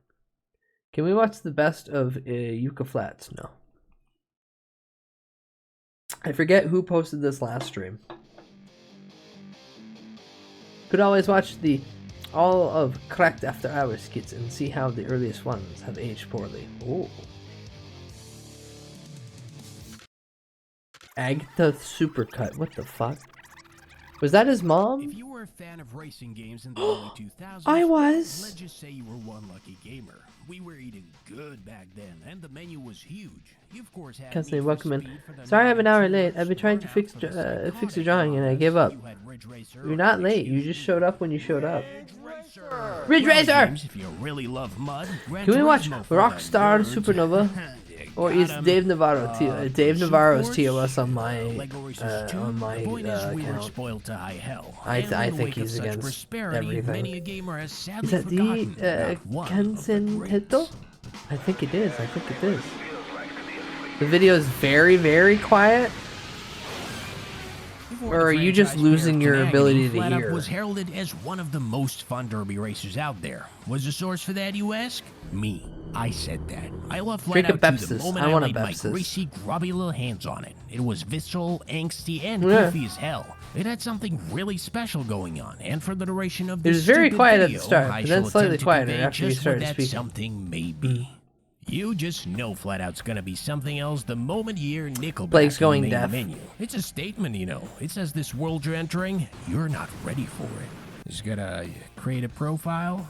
Nah, it's too obvious. How about Gas Guzzler? No? Well, Gas Guzzle? Gas Guzzle it is. I feel like there's a story to Snackbug, it. what's your recommendation for Christmas video games that aren't Flat Out, obvious? you can choose from a variety of freaky events. You got a career mode, also known Is this as for day someone job, regular-ass that you'd race, want to throw have the a good guy, time, or is special this someone stuff, who you'd and the want great to American suffer? pastime of These are important. These the are career important. split into 3 classes based on car. As The worst you are poor, you the gotta worst start time in possible. the derby class and get f***ing dirty with the hugs in the pit. When you start the derby class, Library. things are nice and easy. The ice chill, just a few love dabs here and there. But as we know, Foxy becomes active on Whoa. the second night, and level Whoa. 2 lets you have it. The ice faster, stronger, and more unhinged. Goes flying Going through everywhere. my You list. better pray No, it no, no, doesn't no, I want my whole include you. list. But no matter how hard you try, you will have to play dirty eventually. Making individual drivers unique is something of a tough nut to crack in racing games. If one no. decides to crack it at all. And Flat Out 2, well, they get it right. Unique cars, backstories, different racing styles to match, just enough personality to fill the blanks. And boy, oh boy, are they Home easy to Defender. hate. This game's AI works to actively shorten your temper and promote malice. And every crash, every act of free from the likes of Jack Benton, Katie Jackson, and especially Sophia There you go. Martinez nudges you There you go. closer to the boiling point. Give him And Home you Defender. want to get back at them. You need to make them suffer. Destruction and Flat Out is You're welcome. palpable, You're welcome. dude. The thrill of T-boning another car at top speed is barely comprehensible, Ugh. let alone describable, but I'm gonna try. Wrong. Jorking aside, what Jorking? ingredients do actually make up this unctuous stew? Let's start with what's underneath. I'm not going to pretend I understand video game physics. What? What is this? This is magic powers. What I do know is It's that a Flat cube Out's with got a it circle going on. inside of And it. much like Stacy's mom, there's a real heft to these murder machines, while the soft body deformation ties it all together with a neat little bow. Aw, so cute. Despite being equal in age to a legal adult, the game has some pretty sweet graphics. The tracks fuse. Why are you pretending your wrong take is correct? Can you two stop fighting? Golden fields give Flat Out some of its most memorable vistas. The character models are a little polygonal, but you know, there's charm to it. Alright, enough with the geeky nerd stuff. We all know the real reason why. Do you want Flat us Out to will make out remind instead? the- Quit acting like DJ and Suey. Oh, the soundtrack in It's like this you're game baiting me to is say I'm gonna put you in the get along cage. perfection. This OST's got everything. Nickelback, Wolfmother, Nickelback. Rob Zombie, Fallout Boy, Papa Roach, and even Yellow Card. Yellow card. Yellow The card? music is integral to Flat Out's identity. Hashtag We're not talking judging. Skyrim levels of atmospheric significance. It's that important. You know what? Just try and turn it off mid-race. There is a straight-up goddamn hole in the mix where the song should be sitting. And the sound design is good, don't get me wrong. The crashes are downright excellent, but the music just Hi, Kago. Hi, Kago. Welcome in. There is only one feeling, one sensation that supersedes it. Woo! Wolfmother was a rip-off of Greta Van Fleet. Oh. I remember playing Flatline. I'm on 2 weeks of vacation, so I am Devin. Hell yeah. Nitro in Flat Out, you can feel it in your freaking chest. The sound cuts through the noise like you wouldn't believe. And the visual warp, dude, don't even. Use just a voice, pal. You don't know a damn thing about racing. Boosting's just really good. You Oh, get a that bunch of it looks if you really crash good, too, actually. so Oh. you can regain your speed in seconds. Shiver, can we Flat watch Out's Redline probably got the sometime? most forgiving recoveries I've seen so far, but the AI uses them too. So Can we just watch the first 10 minutes of Redline, which is incredible, and then I don't care about the rest of it? Can we do that? I'll do that right now. Better graphics, more drivers, and All the of new carnage Redline? mode. Oh. First 10 minutes of Redline? Yeah. I More don't want to like spend too much midline. time on this because listen. And I'm not saying that I don't but like this is not an Redline. improvement it I'm in just my saying book. I What's with really the like UI? that Why first did they 10 change the minutes. driving? What's with the color grading? Where's the atmospheric lighting? I can't hear Okay, I finished my anything. soda. What is this music? You know, When this this whole is thing done, feels like I'm some gonna sort go of a get mod a big overhaul tall showcase. glass of Like, I ice installed with soda, 200 plus mods for Flat and Out then we'll 2. put on Now red everyone line. has Meaning that when realistic this is done, you have reflections. enough time to get I snacked. will. My graphics card. It's like Saving Private Ryan. You only watch it for the opening scene. I mean, to upgrade your ride, which you will need what? to do. My otherwise you'll my be left only in the reasoning dust. is I have Full watched or it. not. I have enjoyed it. Still, Ow. Stunts. Do they require But it? because I of don't my know. Some autistic of them are brain, easy as I hell, got a but lot of others seem to movies operate just in some up form of here gas that once I magic. start watching Simply them, put, you unless I gotta launch really your like driver all the based on the movie, event's rules. Lots of them are pretty it's clever and already they're up there, and my fun, brain but just goes. me, That's I all the tear scenes my and the hair plot out and over everything that select happened. few. Luckily, you can have And now I'm just plenty sitting of fun here, just seeing a guy slowly breaking watching it modes. happen when my Anyway, brain's already winning all the recalled cups all in a of it. class unlocks the I fight. disagree on Red Line, but I Unfortunately, agree you on don't get Saving much by Private winning, Ryan. except this cutscene and a bunch of money, which, I mean, I like money. That's why I make so many videos about old niche video games. Having Fair. considerable funds, we enter the race class fully decked out, and boy does it make a difference. I'm just plowing through these clowns. Where do you think you're going? The Japanese Blu-ray. Red Apart Line from has the English stunts, subs, Flat so Out's I own it. also Fair. got special tracks like figure eights, speedways, and this goddamn hallway of mayhem. They're a welcome change, but I do wish they were a bit more creative with their gimmicks. Last but not least, on the activity roster are demolition derbies. Ooh. These function how you'd expect. You have to balance going on the offense and evading damage, the weight and strength stats being especially valuable here. Different feats Niku in score different Fortnite points, for and real. staying Also, proactive is the key to Godzilla in victory. One Fortnite. thing I will give Ultimate Carnage Godzilla is in that its derby Fortnite, very power-ups do pog. help with the pace, but at the cost of thematic coherence. Personally, I still enjoy Flat Out 2's Derby the most, because it rewards calculated risk and working with what you got. Oh my god, can you believe this guy calculated risk? I don't care about geometry, I want to wreck some yeah. Race finals were a walk in the park. Now it's time to take to the streets. Out of my way, losers. I'm going for the gold, and none of you can do a damn thing about it. Street class. Oh is yeah, when the that's gloves true. They got really kicks come off. and Everyone's going so like fast, you they're actually getting get wrecked all the goddamn shoes time. as like an At this point in the game, the lack of track customization variety option. starts to become apparent, accentuated by the length of some of the individual races. God, I Like, gotta at make some point Goku you have wear to some ask Nikes, yourself, that'd be is funny. it really necessary to have this many laps? I haven't talked about AI rubber banding up to this point because I think it works fine in Flat Out. but it's Heelys! perfect I want when it Heelys! overshoots Where toward the fuck end are of a my long race Heelys? and costs you the win. Yeah, I seen You that might the not like have actual reached heels will be reach. coming Reaching in, level but I 3 want finally Heelys. unlocks the Road King, the poster I want child shoes of where all once I Flat Out start 2 running, and he the just one pops vehicle up and he I've just always starts aspired letting to the owning fucking all wheels throughout my go. childhood playthroughs. Let me tell you something. At this point in the game, I was Oh, downright Kago. arrogant, and this was I the actually have final nail in Vegeta. the I just humility refer to him coffin. as I knew I Goku. was fast and heavy enough Just, to take on it's anyone, the same so reason took why I to intentionally bullying the AI. replaced Oh, then it and was then. messed up. Also very Just for funny. one person The to last notice third it and of get the street upset, and I class was smile and go, honestly yeah, a bit of a victory it's lap. Goku. And while I don't say this too often, I would appreciate a bit more challenge towards the end. The street finals were fun, I but am nothing but a out shit. of the ordinary. I have Completing Goku the and aforementioned leaves but Fortnite. one last gauntlet to run. The Grand Finals. Now, this Whippy. is what I'm talking about. The Grand Finals bring much needed variety, starting off with a derby match, followed by not one, but two special tracks. Race number I 4 wanna is get yet another Skibbity derby, Toilet. this time I in the need parking Skibbity lot, while Toilet. number 5 is a nighttime speedway. I don't The want to have ultimate to buy event is V-Bucks, none but I other kind of than want a Skibbity speed Toilet. bowl, a fitting marriage of I swear Bud has racing and Goku too. destruction No, to no, I have finish Bulma. everything off. The AI fought hard, and the tension was at an all-time high. But I got the alas, best power despite all couple. their trickery and all their aggression, Whoa! in the end, none could best me. It was Hi, then, NetJet, presented welcome in. with the ultimate glory, that I finally understood. All this time, I was being tested. Now I am the 8th member. Well, more I like am Cat Heavy the sits very Road comfortable King. around the campfire. I with all am strips. the demon speeding. Oh god, he's gonna play Rob Zombie.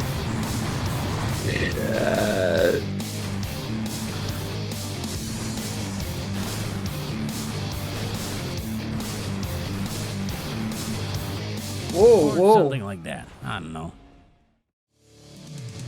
Hey, hope you liked the video. Here's another one. what's Flat And if you Out like my 2? work, check out the special stuff on Patreon, like all these Rob wonderful Zombie folks is my already favorite did. Look how Dracula. fast they are. That's it, and I'll smell Mine's you later. her. Mine's Grandpa Monster because he owns the fucking car.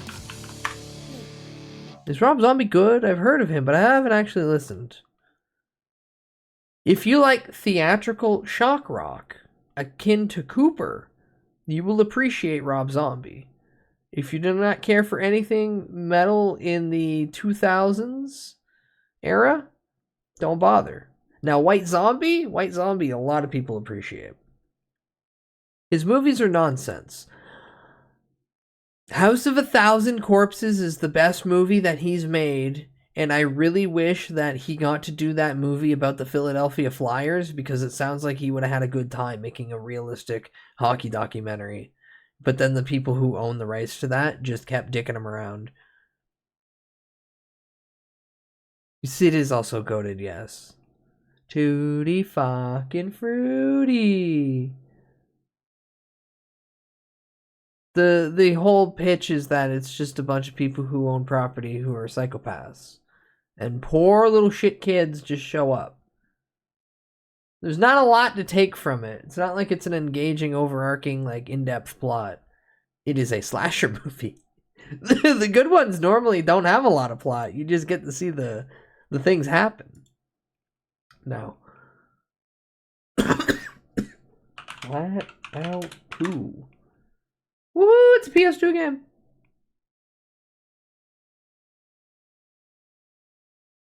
Damn, that's too big. I'm gonna play that on my. I'm gonna download and play that on my off time.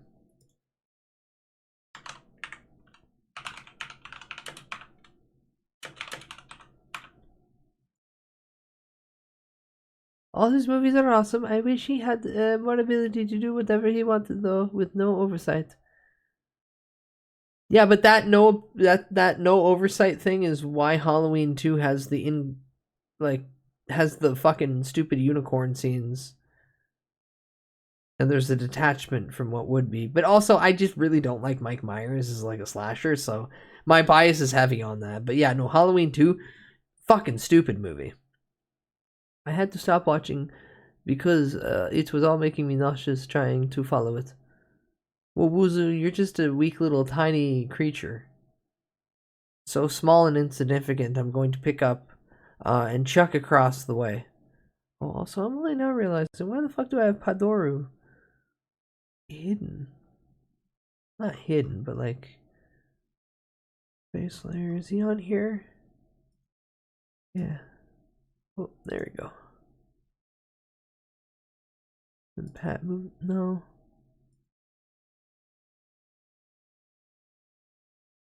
We bring him up.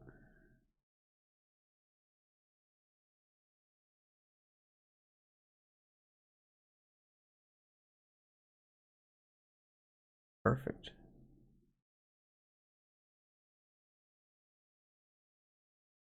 Red line.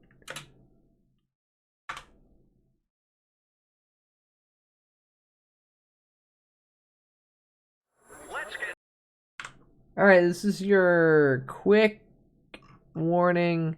I am putting on the first 8.5 minutes of red line. I am getting up. I am getting a soda. This, if you want, get snack. Ugh. Haunted World of El Super Bisto. Should have won an Oscar. Oh yeah, I forgot he made that. Is that good? I don't think I've ever watched it. I heard animated Rob Zombie feature and I went, this is either going to be dog shit awful or it will be just entertaining enough. And then I don't think I ever got around to watching it. I don't know. Fair enough. Ooh. Alright, I'll be back in a minute. I'm just going to get a quick thing to drink. And do I have chips? No, I don't have chips. Okay, go get snack if you want it. Bye. Full Metal Malcolmist. Sorry, Sonic. There's no scenario where this man lives. No, listen. I've got chili dogs. It's buried out here. 80 million chili dogs. All you can eat. And all you need to do is to let him go. How about it, Hank? Should I let you go? My name is Asac Schrader. and you can go fuck yourself. Hank, you gotta tell him that we can work something out. Please. You want me to beg? Sonic, you're the fastest guy I know, but you're too slow to see. He's made up his mind 10 minutes ago. Do what you gotta do.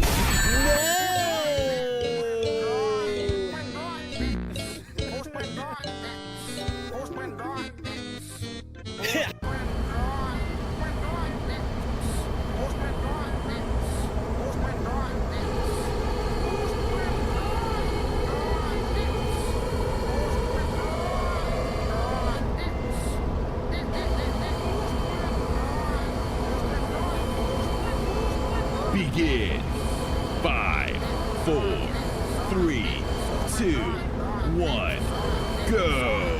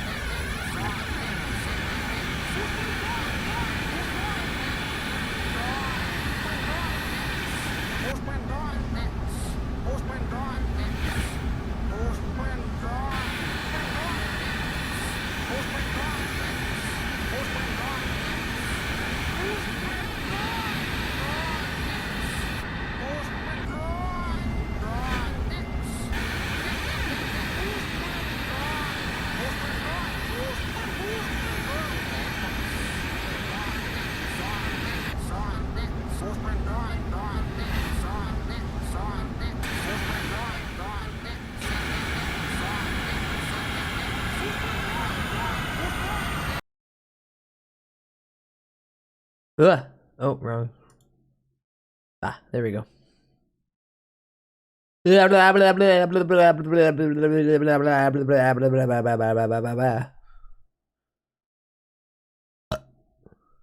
I return. I too, Boy Moth, like bad movies because they are funny, but there's a certain level of bad that's like just it's not humorous. It's just frustrating. Anywho, time for the 8 minutes and 26 seconds red line. Let's get back to the race and see who's got the lead. Hold on, I gotta give this the respect it deserves.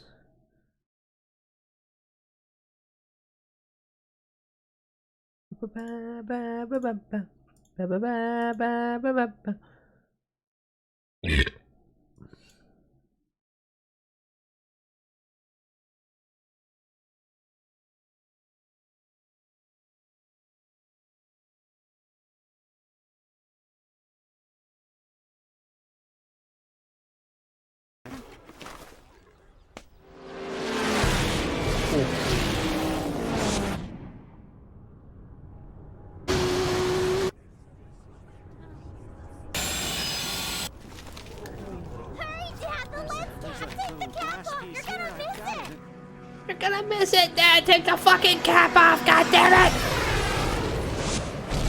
Yeah, true, one of my top movies of all time is Killer Clowns from Outer Space, but that's a good movie. With fantastic practical effects. Red line. This is the first 8 minutes of red line.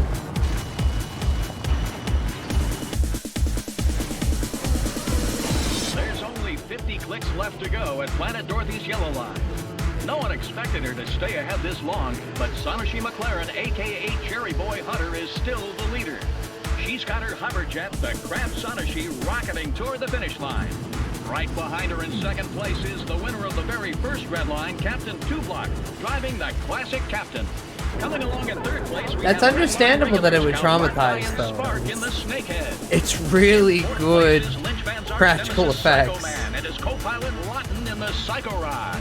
And Psycho closing in Rod. on the leaders with only a 14-second gap, the second group of racers. From Supergrass, a planet ruled by a princess with magical powers, Degwan leads the pack in her Firebird. And right behind her is Planet Dorothy's own Bones in his missile EP4. Bringing up the rear in 7th place, we've got Sweet JP driving his Trans Am. The other racers are so far behind I can't even see them. So at the end of this leg, it comes down to these 7. At this point, I doubt JP's going to be able to pull ahead. He's good. Someone's having doubts, huh? Hell, I'm just trying to keep this thing interesting. You can't write me off like that. You're just a voice, pal. You don't know a damn thing about racing! Oh, I'd love to own the vinyl of it.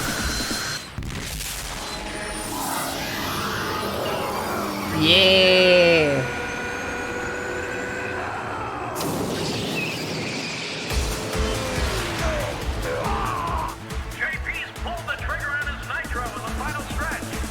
Making a break for the lead on a rocket ride as he pulls away from the second group. Grab Sanashi riding hard, holding her position at the head of the pack. She better watch out though, because JP's Trans Am is coming up fast on the tail.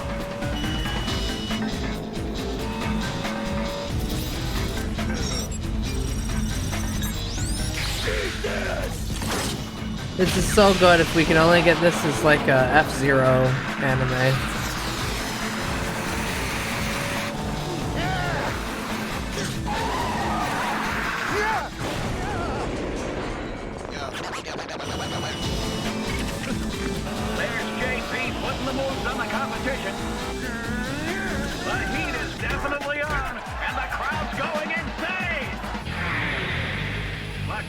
Captain is coming up fast on Crab Sanashi.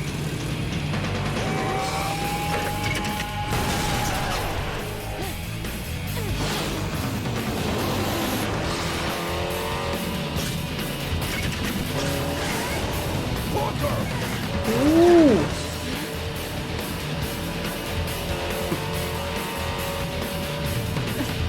Man's flirting mid-race.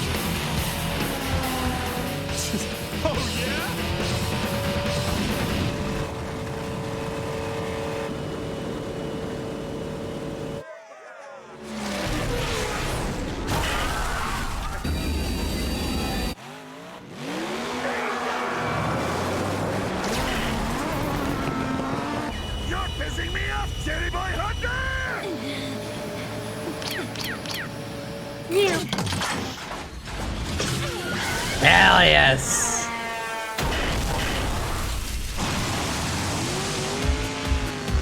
Crab Sanashi took a dive in the river and is once again moving into the lead. You're not getting away.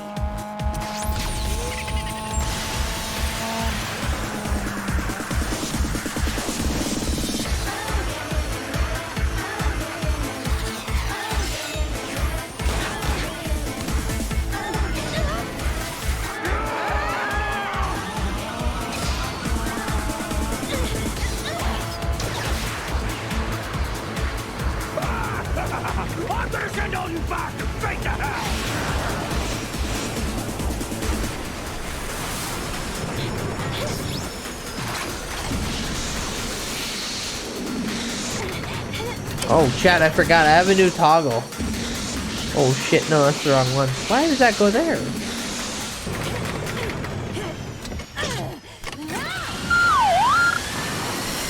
That shouldn't have happened. Oh, I have to rebound that then. Shit. Unless. Oh, it's both. Fuck. Yeah.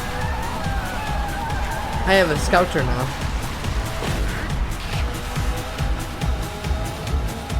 I want it blue. Yeah. Yeah.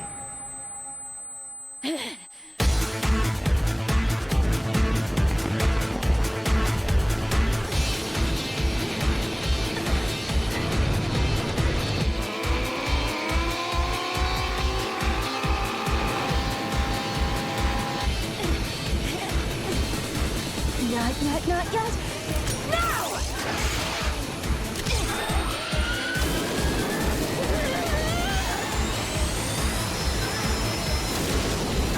That thing's barely holding them together. Time to punch it.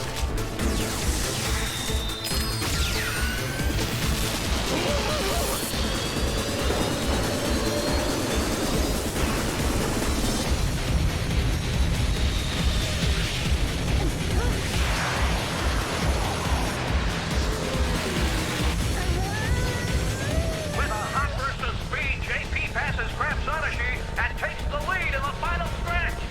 Nobody can catch him now. He's charging toward the finish line on a nitro kick.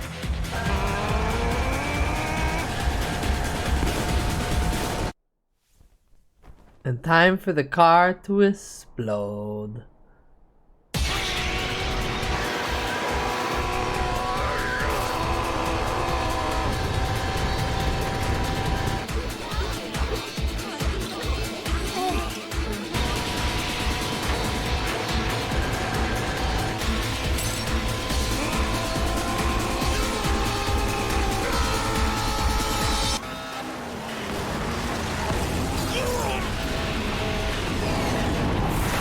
Ooh.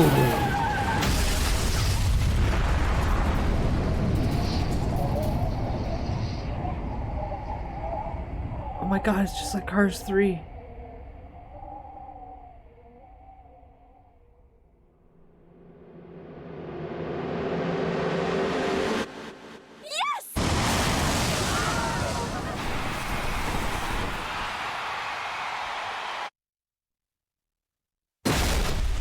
He doesn't even get second.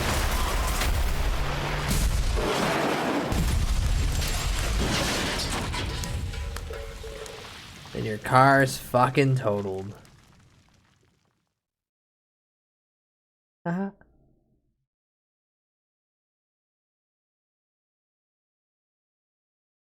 Oh no, now I have to fix all this shit.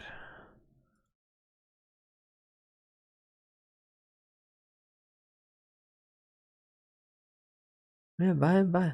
Very good movie. I like Redline. I like Redline a lot.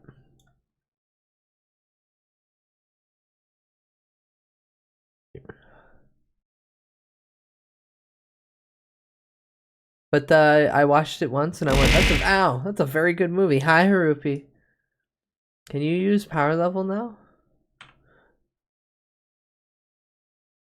Average. You there. Average. Hi, Harupi. Hi. What else do I got on here? Ooh. Redline is a mustard piece. Because yellow car, yes. Hi, Glenn. Welcome in. And I know you meant masterpiece. Domain expansion. Immaculate crack But mustard rock. piece, red, yellow car. It goes together. It goes together quite well. Which one do I want? Ooh.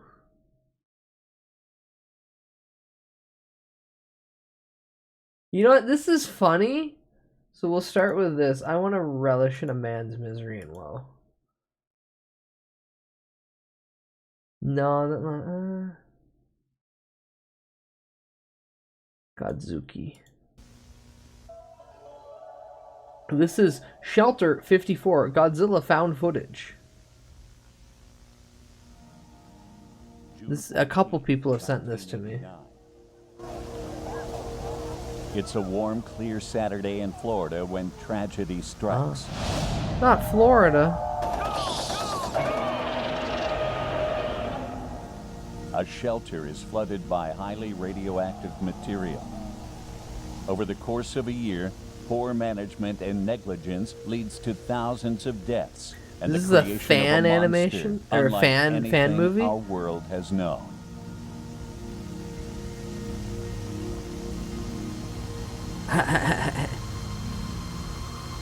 Well, too bad you're watching it now. The Florida Everglades, days before the Shelter 54 incident. The genetic engineering company BioMajor has a pipe burst underneath their facility. Oh shit, it's just like the USCB The contamination USCBS? reaches I parts forget of the what Everglades the acronym and is, causes but a mutation in a small mosquito population, Oh no, that's where I causing live. them This to is the grow scariest to news I've ever extraordinary heard. size. Dr. Nico Totopoulos first observed the mosquitoes while monitoring the activity of Subject 17 in Mexico. Ooh. That's a worm. His research team followed the swarm to the sites of several other superfauna as they fed. They named the invasive species of mosquito Skeetera. Skeetera. Skeetera. Come on. The Skeetera swarm returned to Florida, where it attracted the attention of Subject 16. Was that Zilla? Is that Zilla? Couple of these. Oh my god, it's Zilla! Holy shit!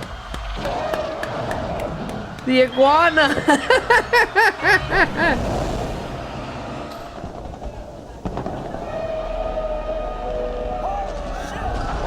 Damn, that's really good for...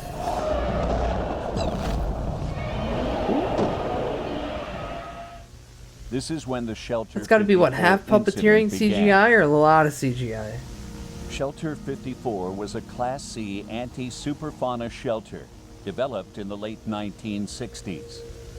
Like most coastal shelters, it featured an underground hydroponic system in case of extended stay. Is this actual Being a Class insanely C accurate shelter, to what Florida its is like? contamination protocols required I manual believe it. operation. Civilians were taking cover in Shelter 54 when Subject 16 landed a fatal blow on the large female Skeetera. Oh.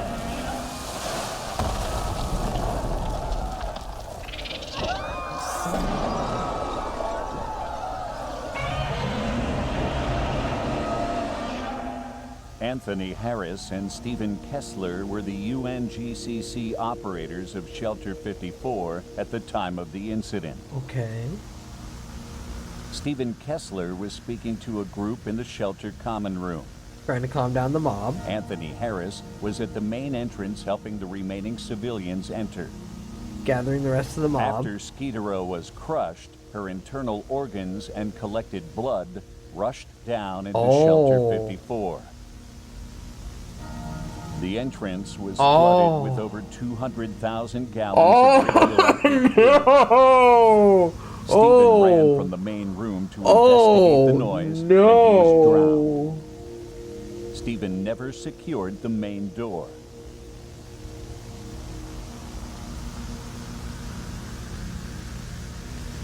The following phone call is the last known communication from Shelter 54.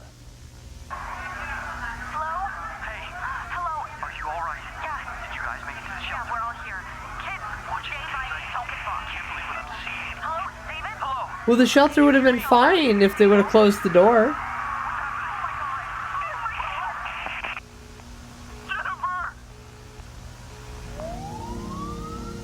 Due to the intense radioactivity, Shelter 54 wasn't properly explored until 5 days later. Ooh. It was considered a complete loss of life.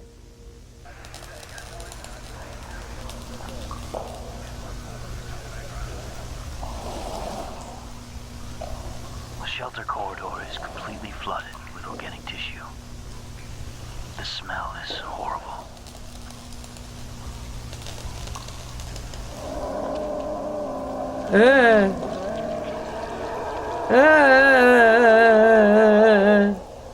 The implications from that alone. Tendrils are growing from the shelter door, plant-like in nature.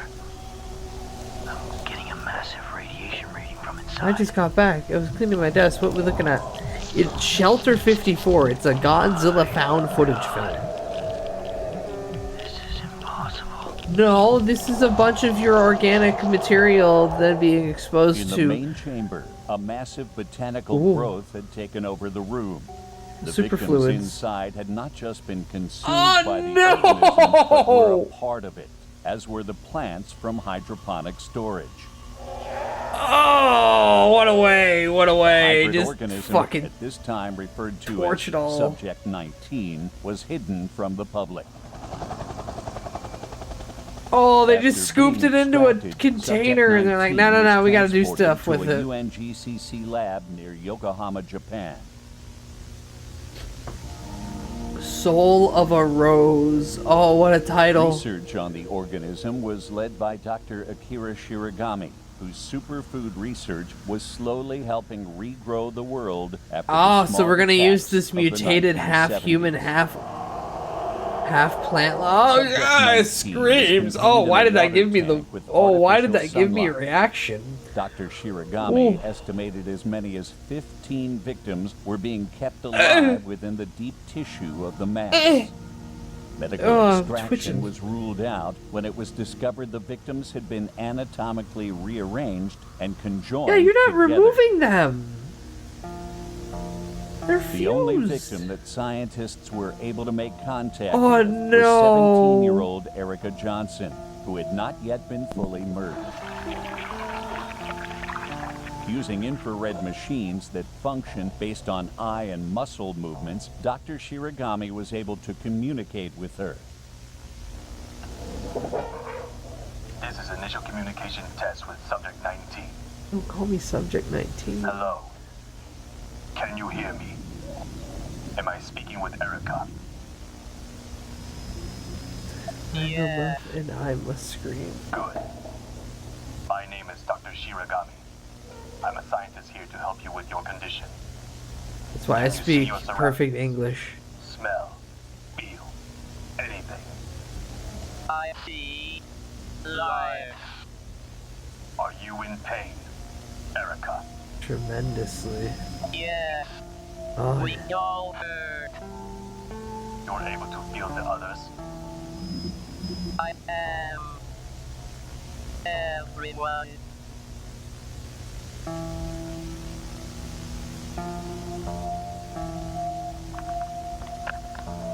just take the flamethrower to it. I believe the mutation has become unstable. For the sake of the victims, this may be a blessing. But why do I feel so conflicted? Because you're fucked up and evil? I thought the world could never recover after the smog attacks. But now in my possession is the solution. I've spent my career strongly opposing the use of Godzilla DNA. But it may be my only option. On October 22nd, Dr. Shiragami began transfusing the organism with Godzilla cells for their regeneration property, G1. You're giving the plant Godzilla hormones, minerals, phytonutrients. Subject 19 had taken on the form of a rose and grew beyond expectation. Biolantha! Yeah! Are you there? Yeah. This is already a kaiju ghosty. Responding less and less. This is a base way to introduce it. I have an idea to help, right? Yeah. Hi, Kim Kriller. Welcome in. Leave. I'm sorry, Erica. Unfortunately, you must remain under observation a little longer.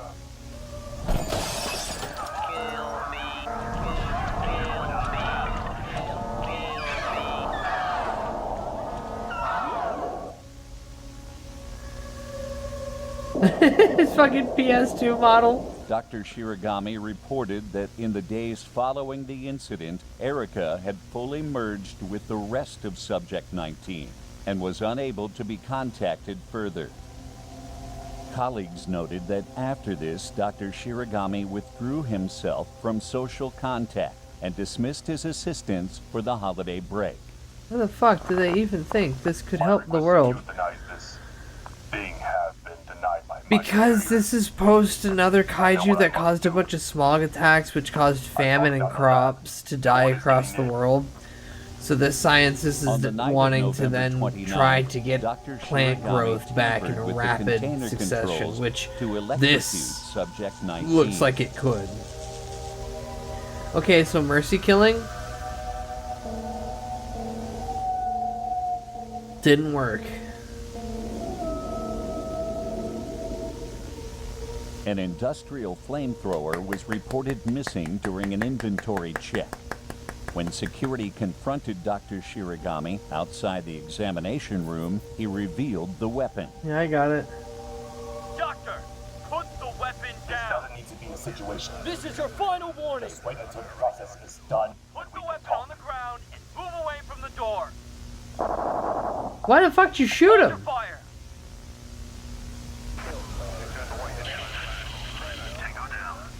I'm not really familiar with this side of Godzilla. I've only seen Big Monster, no effects of Big Monster.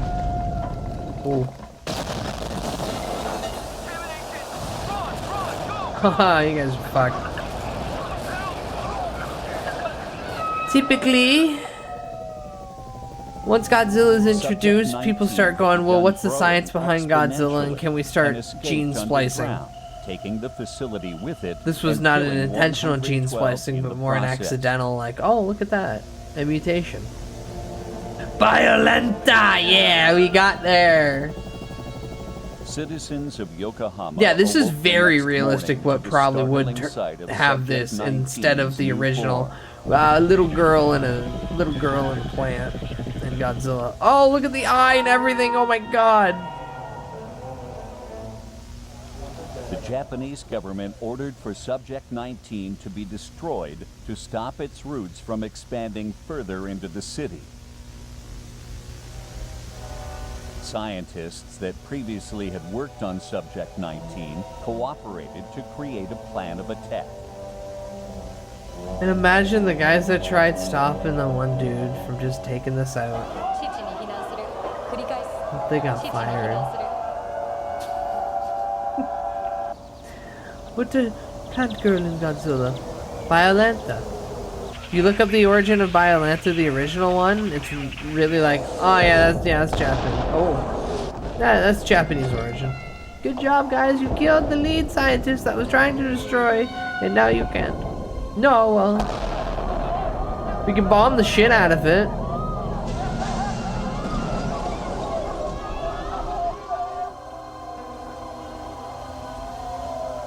After the flower's collapse, aerial photography revealed that not only was Subject 19 still alive, but mutating.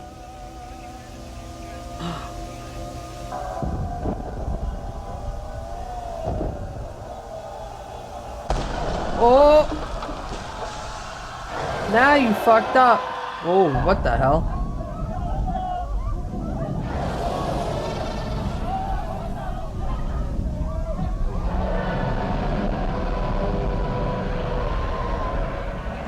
This time, Subject 19 took on a Godzilla-like form as it became mobile. The UNGCC debuted the MBT-92 Maser Cannon, the newest arsenal in fighting super fauna threats. Big tank. Big laser cannon. Okay, I like this. Can you open it? Oh.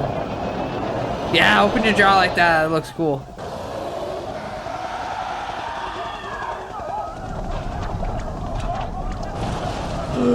He got that venom tongue.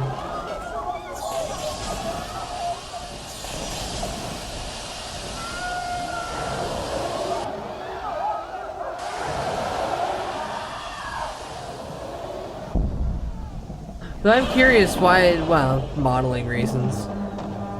It's like, okay, yeah, they just, and then it just looked exactly like Godzilla. It went from, oh, there he is. Oh, there's the good boy. In a rare instance, Godzilla's immediate reaction was curiosity instead of aggression.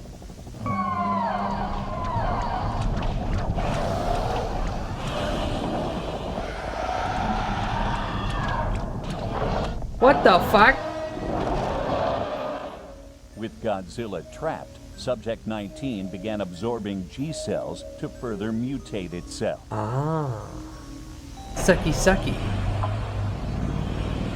This is uncomfortable.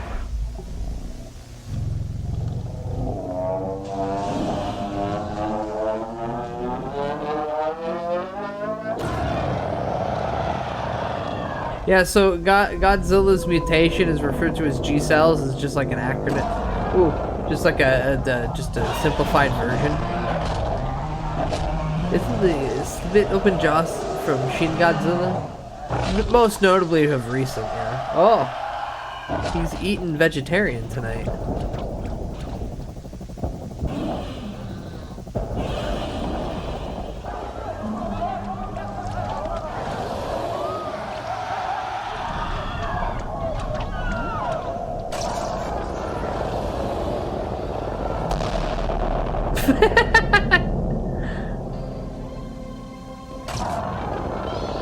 I like how I got pushed back and then fell over into that stock explosion. Hit him again. Hit it again one more time. Military units organized in the Aokigahara forest to reroute Godzilla back to the ocean.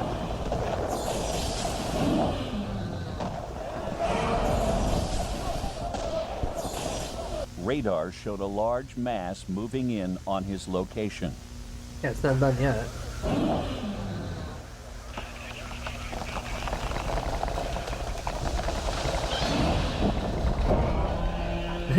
Thanks for the help. Zap! The door's that way. Zap!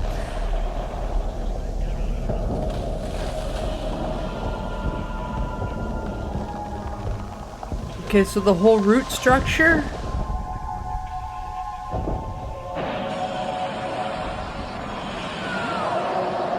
Ooh, it's a big worm.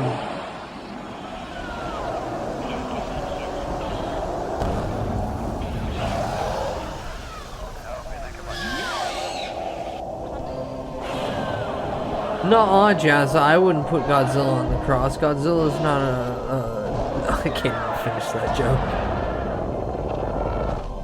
Oh yeah, kick his ass. Oh shit, actually no, hold on, no. Oh. Damn, they went really tried and true with this. I'm just watching a better Biolantha movie.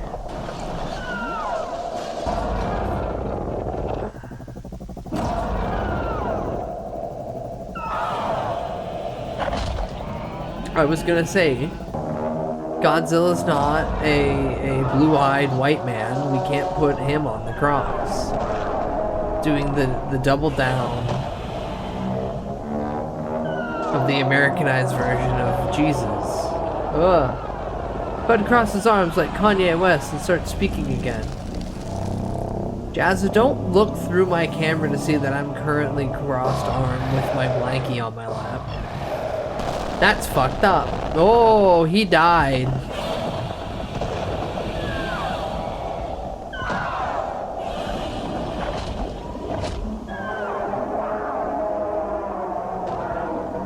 Jesus-zilla.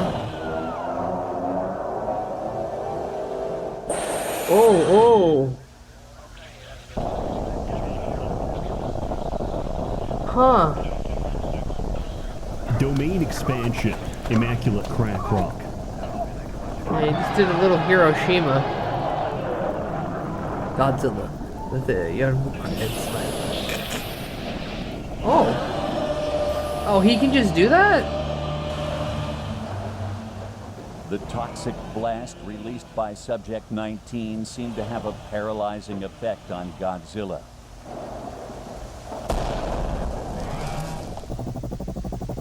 That guy's a cyber character. He's not real. Jizzler? He was unconscious for 4 days before returning to the sea.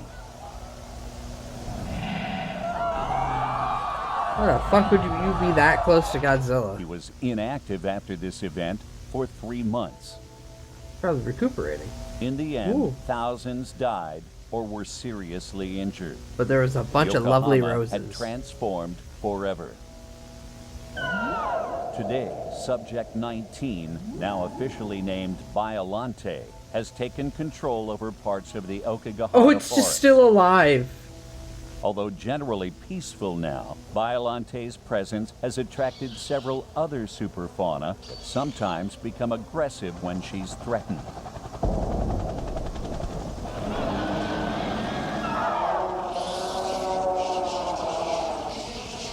Oh man, this is so cool. Due to this incident, This whole world's the like, use yeah, of no, we have to T-cells deal has with all been these made kaijus. illegal They're just in here all now. experimental research. Additionally, most sea level shelters have been updated appropriately for automatic decontamination protocols. Yeah, you didn't make it. Door shuts. What can we learn from this incident? Simple mistakes can have deadly consequences. Whether you're Doing operating a shelter during a GAG crisis or notice a colleague not doing well, always refer to the safety protocols provided by the UNGCC. And Interrogate, speak with a then supervisor. shoot.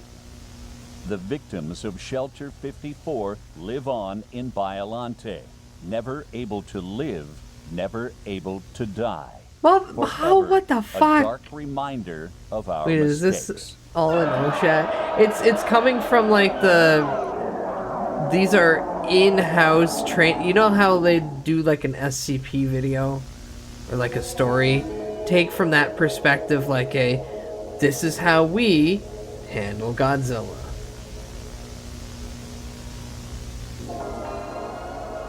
That was nice. That was nice. Ben Mayer. Ow. Hi Nana, welcome in. I would love to narrate some of these vids.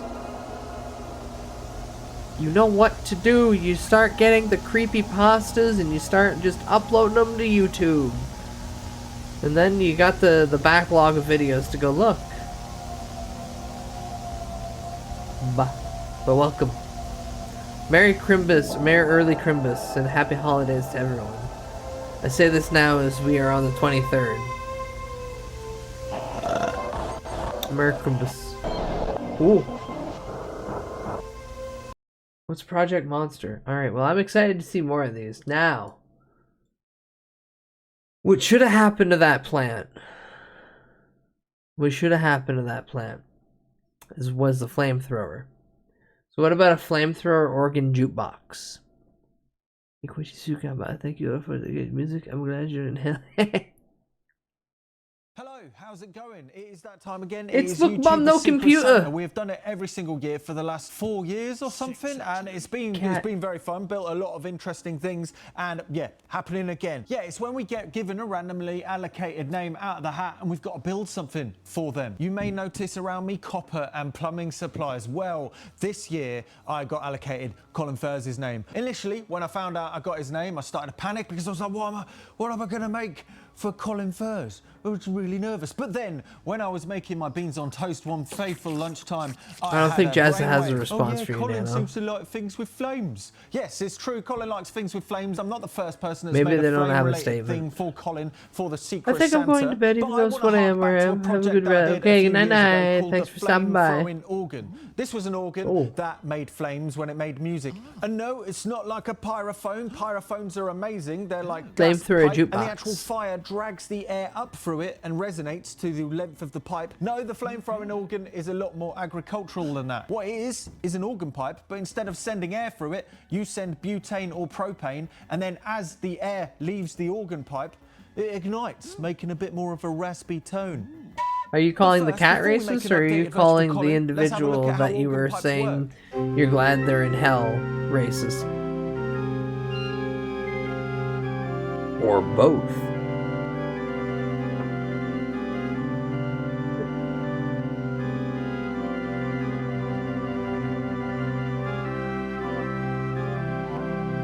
We're at This Museum Is Not Obsolete, and this is Jones' organ. I've done about 20 videos on this Ooh. organ, from recovering it from Bristol all the way up to getting it up to this point. There's a playlist linked below if you're interested. But let's use it to have a quick look at how organ pipes work. Each one of these pipes makes sound when you send air through it. It could be both, but mainly the Dragon You Quest can guy see the was light lit up right-wing whenever I fascist. did one. But if we get in there and we get one of them, let's grab a wooden one because you don't want to be putting your mouth on a metal one now. Lovely. How an organ pipe works is it adds turbulence to the air, and then there's a resonant chamber where the turbulence goes a little bit like... When a positive pressure of gas is put into the pipe, you can hear a sound. The air travels up the pipe and it hits this blade type thing, which is called the upper lip, and that slices the air and causes it to go a lot of the air escapes out the front of the pipe, but it causes turbulence that causes the air inside the pipe to vibrate at a frequency that is in relation to the length of the pipe itself. You'll notice that this one actually has a stop in the top of it. This, in essence, doubles the length of the pipe. The vibration goes up, it doesn't get dispersed, so it goes back down again and then gets dispersed. So without anything in the top, the air resonates to the length of the pipe. But if we put a stop in the top of it, it will double it because it will go there and bounce back.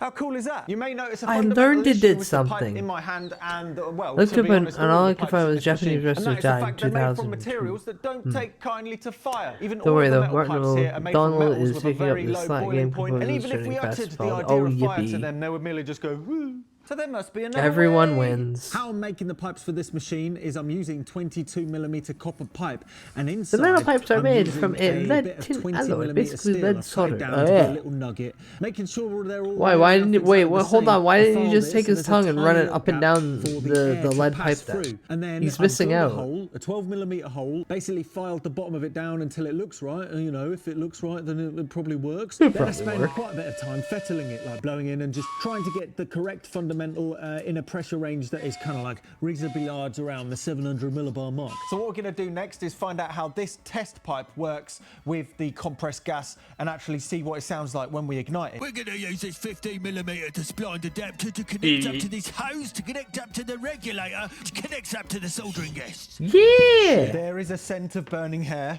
Okay, right. Let's pop this tube onto it. Yeah, you probably shouldn't have done that. But, all That right, is whoa, good. perfect. Right, just quickly like... Wow. Oh, it's so good.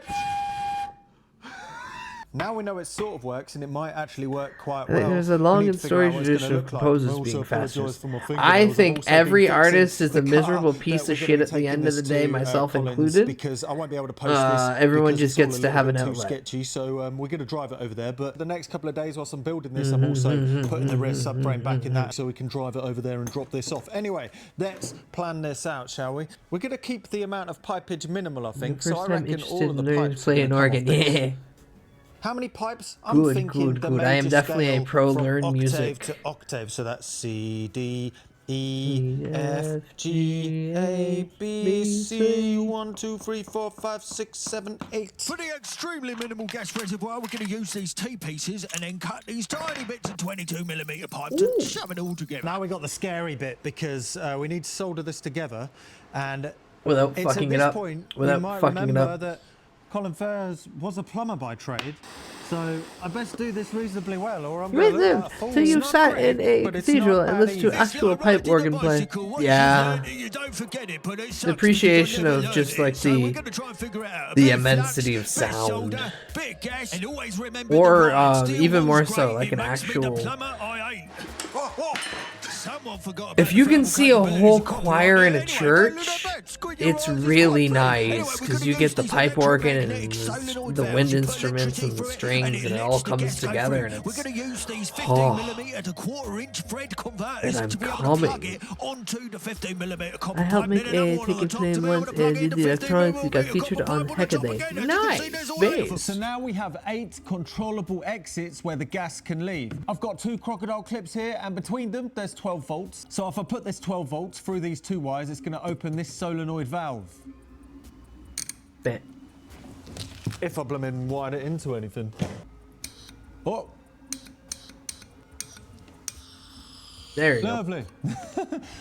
Oh dear, we have ourselves a bit of an issue. We're no longer getting the pressure we need for the pipes to actually make sound. It's firing flames, all right. It's just no music. Yeah, I had a really low pressure regulator. I tried modifying it and completely broke it, so we're going up a step. And if there's anybody in this world who's probably got there you go, whole propane tank. Somewhere, it'll be Colin. Oh my God.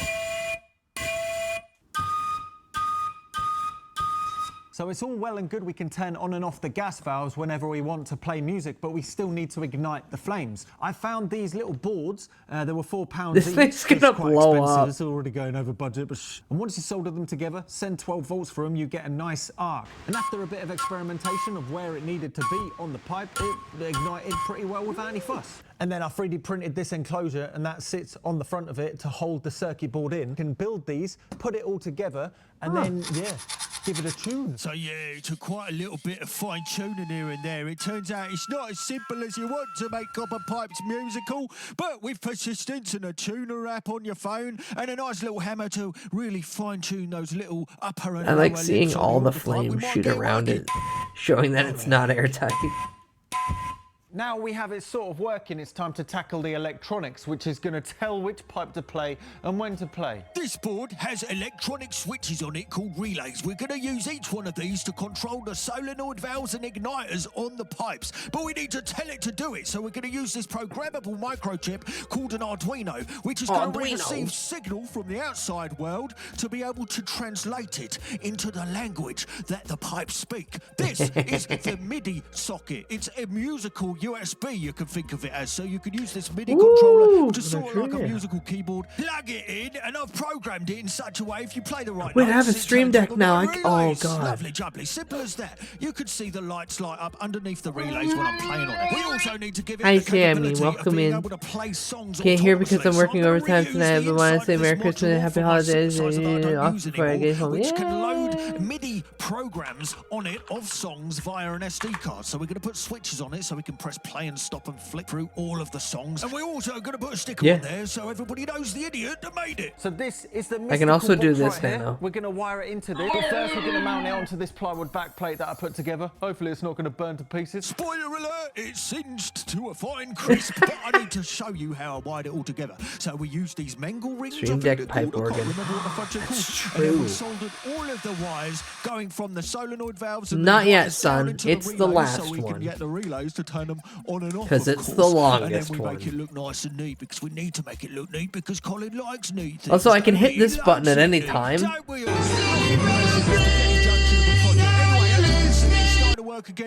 And play you one of the worst renditions of that song ever. Took donkeys years. Come on, Sam, come on.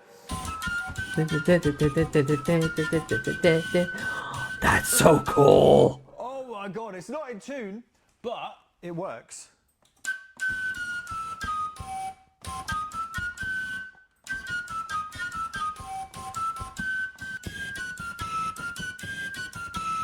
How we tune it is we add or remove pieces of copper pipe Play using the Megalomania. copper fittings.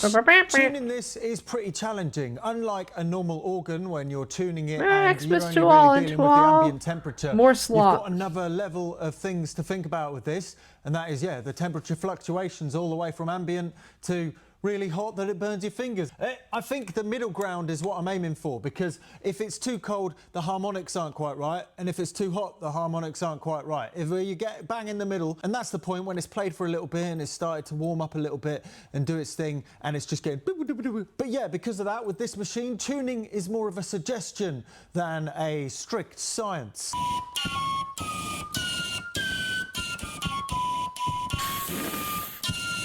I mean, he's That one not needs to be wrong. longer. When I say hot swapping, That one needs to be wrong. I literally mean hot swapping. They get a little bit sizzly, I must be honest, but let's extend He's this getting one because it's a good. little He's bit getting. flat. He's gonna have the good, We need nice to tackle a couple of problems. We've got a CG backplate and yeah. the power isn't sufficient to trigger more than one at once. So let's take it off the back. I was kindly gifted this offcut of steel that happened to be exactly the right size. What a beautiful piece of stainless. We Ow, came down, God, we ow. gave it a bit Sorry, of a brush. We something's in my sacrificed eye the as I was stainless trying steel to blood speak a because I sentence. picked it up when it was sharp, when it was came down and forgot it. What an idiot. Anyway, let's put it back together. Oh, it's starting to look lovely already. I was also getting sick of this pipe, so I decided to build it again. It just wasn't playing in tune in the right fundamentals. So we're going to build a new one, and beautiful. We then cracked out the 3D printer again to build this front for the switching power supply, which is a 12-volt 10 amp. Should be enough power, fingers crossed. It's cold today.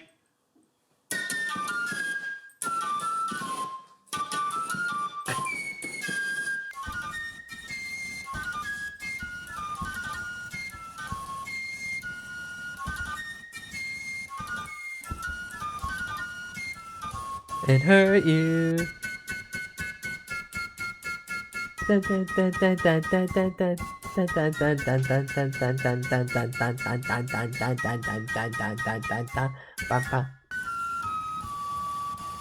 tuning is a nightmare. Listen to the low C and listen to how it drifts as temperature and gas mix fluctuate in the song. Oh, that's so good. Thank you, thank you. 999. Above average. The tuning of that one drifted like mad. Right, here's the doorbell song. This is the Fucking pipes just becoming black. Blooming heck, this thing gets hot. It's only been running for about 10 minutes and we got a sizzler on the go. See that the image is now a little bit smoky? Yeah, that's because I was accidentally filming it a little bit too close to the machine and now I think I might have ruined my lens. There's a few obvious oversights which I'm going to have to overlook now because it's a little bit too late, and that's the 3D printing. Obviously that was never going to work. I want to build a bigger and better one. I want to try and solve the mounting of the spark gap using CNC parts, but it'll do for now. I'm just going to tell Colin not to run it all the time. But that's the thing, it's a doorbell. It's not meant to be run all the time. So I'm going to connect up the doorbell. It's a doorbell? Test, and then we're going to have to send it off before it's a doorbell?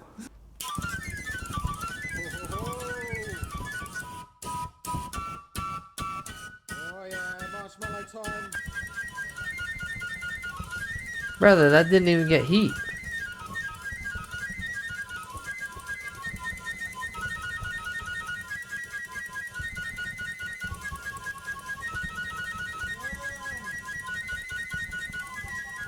We've also got this doorbell, which is on a really long cable with a jack cable on the ends.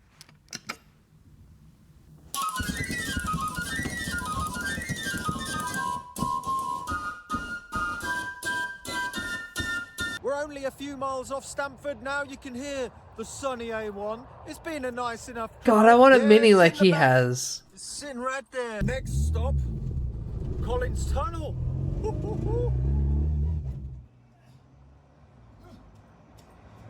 Hi Colin, I doxed you with my video. I helped automate a home pipe organ. The entire third story of the house was pipes and chests. They had to have the house reinforced with steel because all they added... In other news, look what just Jesus came Christ. in the mail. Ooh. Is it time, I think. I have a feeling It sounds amazing, but It'd also be funny if we terrifying just if, open it up and it's you an know, eBay order of some second floor switches or gives something. Ooh, it's Controller. a multicolored. Nice. I actually need it. Oh no! Oh, there's a hole. There's a hole. There's something going on in here. What the hell? Okay. Oh, that might have smashed off. Okay. Okay. There's no description of what it is. Okay.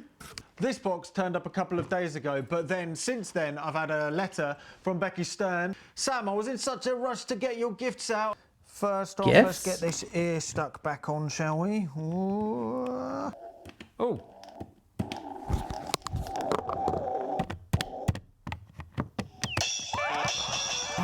Oh.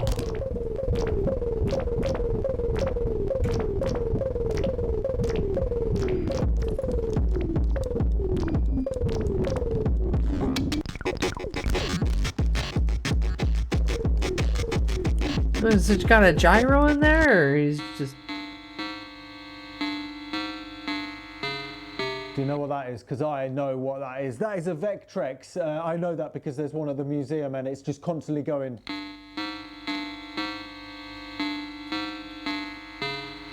Loop.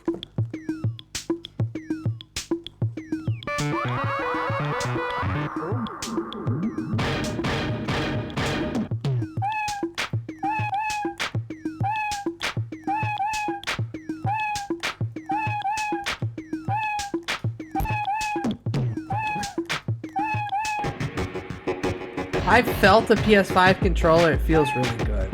But I've not played with a PS5 controller.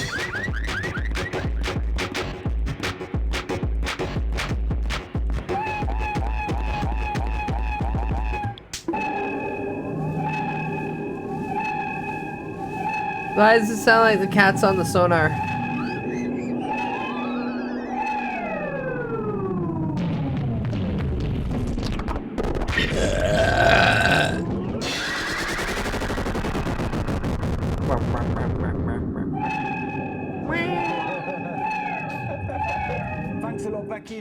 really cool. I'm going to be watching the video on how you put this together, and if you want to watch it, you can as well. It's in the 2024 Secret Santa playlist. The link is below if you want to see where the flamethrower organ went in Colin's place, and also how these went together, and all of the other videos on all of the other Secret Santa projects. Anyway, I'm Look Mum No Computer. These are the musical game controllers, and that was the flamethrower organ. I'll see you soon. Yippee, he gave it to that man. Success, apart from the fact that it is a fundamentally flawed design because you've got to deal with different gas. He gave it to that man to be used as a doorbell. That's insane. The temperatures, but I'm still going to try and build a bigger Mark II. Anyway, go watch the rest of the videos. Merry Christmas and a totally good night. Bye. We got Skippy. I hate you. Hi, Rhubarb. Welcome in. Look, Cat, when he launches the torpedo at a nuclear submarine. The fact that you're even living. You make me sick. You should not be alive. You should not breathe the same air I breathe. No. You are scum. You are below me.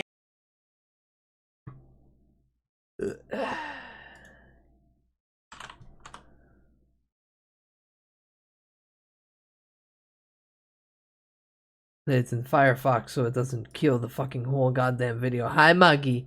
Hi, Muggy. Welcome in. Audio Jungle.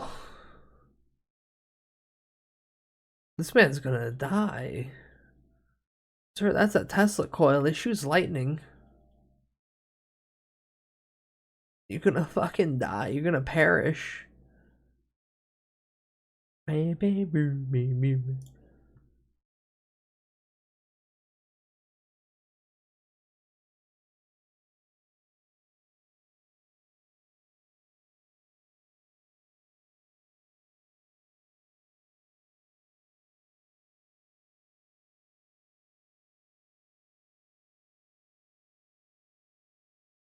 Oh, and he's got a robot drummer back there.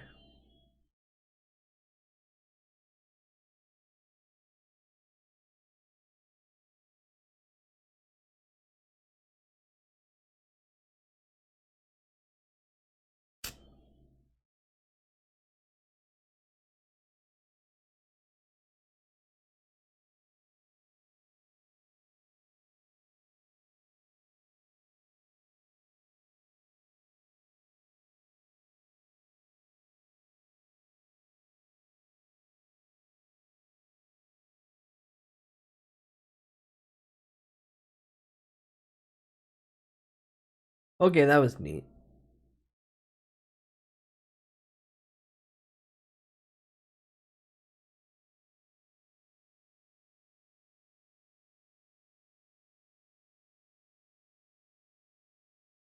Alright.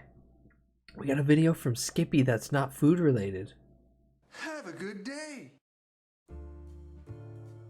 Oh, hello. LA Beast here. And as 2024 is coming to an end, at least for this video, I've decided to give my body a break. You know what, even though my hands are probably going to hurt, we're ripping open packs of sports cards today. Specifically, 1994 action-packed WWF sports cards. Now I can guarantee these packs of cards are He's got the cardboard crack addiction. Such as Andre the Giant, Razor Ramon, and Bret the Hitman Hart. But that is not my goal and focus today. I am specifically on a quest. There's only 500 of this card, and there's only 500 of this card that exist.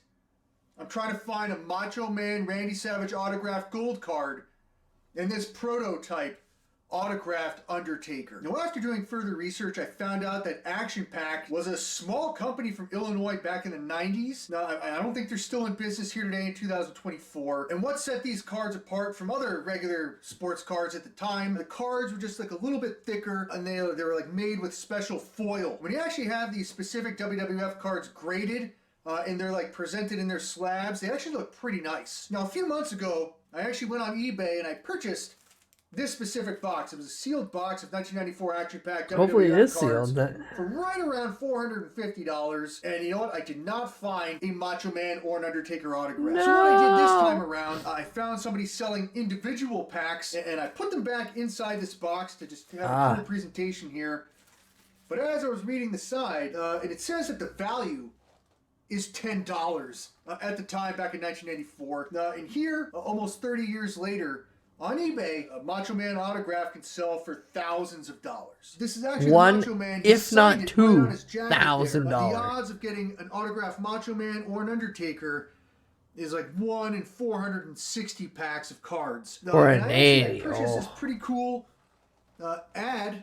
I guess this came from like a wrestling magazine back in the day. No, that was And definitely a I noticed comic in fine book. print here, there are exclusive autographed prototype cards in every case, and one 24-karat gold card in each box. Honestly, I don't know how many of these boxes come in a case, but I guess with each case there was an autographed card. Did I just repeat myself? Yes, I did.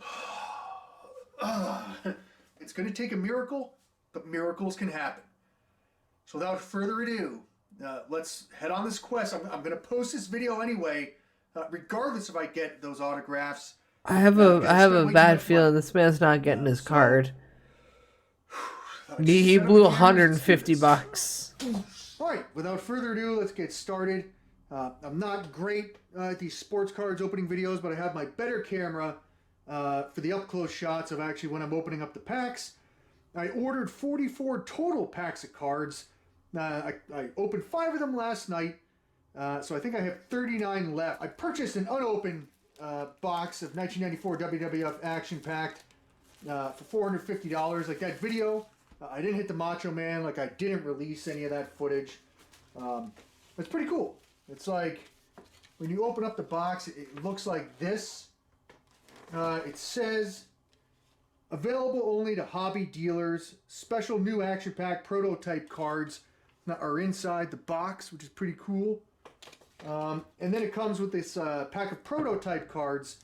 I thought they would be wrestling, but I received like a Joe Montana and a Jeff Hostetler prototype cards. Pretty simple set, made by a simple small company. Let's go. I was worried like a lot of the newer age, it was like, yeah, and that those rare cards that we refer to, those are just on top of all of the packs. You can't get it from a pack. Let's see if I'm in. We've got a Razor Ramon, not bad. We're recording oh god, on they're just stuck together. Cards off to the side. Colossal Crusher, a nice Andre the Giant, Lex Luger. Oh, Luger. Lex Luger was pretty big in 1994. Headbangers, and this guy, Ludwig Borda. Okay. 38 packs left to go. Oh boy. And you know what? Before we speed this up, it's either in these packs or those autographs or not. I spent way too much money. Let's speed it up. I kind of want to put a bet on it. Doink! Doink, brah! You're recording. Oh. We have a Macho Man at the top. It is not autographed. Damn it. See, one thing I've noticed is when you send these to PSA, it is very rare that there are any perfect examples, like a PSA 10, on any of these 1994 Action Pack cards. Yeah, probably because the cards themselves get stuck together. A nice Yokozuna. I'll put the nice ones off to the side. Good old IRS. IRS is the dad of Bray Wyatt and Bo Dallas.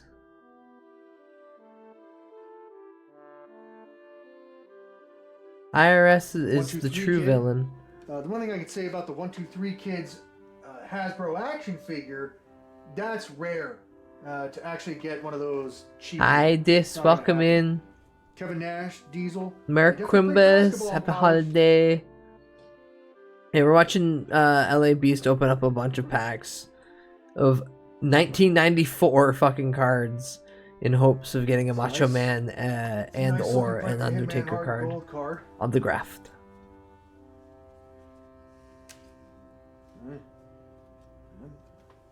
Another Andre the Giant. Can't go wrong. 1-2-3 Kid. Hi, Fridge. Welcome in. Oh, man. Oh, you got Taker. And then I was like, oh, could this be the autograph? Undertaker? No, it is not. This no is autograph. Face Undertaker. His autograph would be right there. Doink Bra. He got Doink Bra. He got another Doink card. You know, I like Shawn Michaels. $1.25. Got a nice Yokozuna.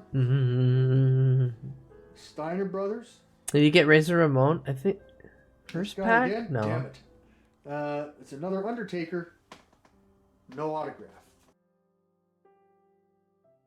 I think the first pack you opened up, you got a Razor Ramon in it. Come on, you keep slowing it down.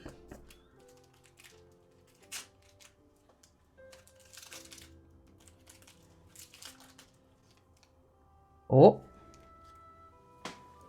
How cool would that be? If we open up, it's definitely Macho Man. Quit putting your hopes so high. With the autograph. Ric That Flair would be insane cares are right now. either worthless or expensive now. Could it be? Could it be? Could it be? Could it be? It's so true. No. No. Damn it. Hi, Sunny. Hi, Sunny. Welcome in. Yes, it's Gambo. It's Gambo with LA Beast. We gamble with the cardboard crack. Oh, the fact that the cards stick together. Damn it. Darn it.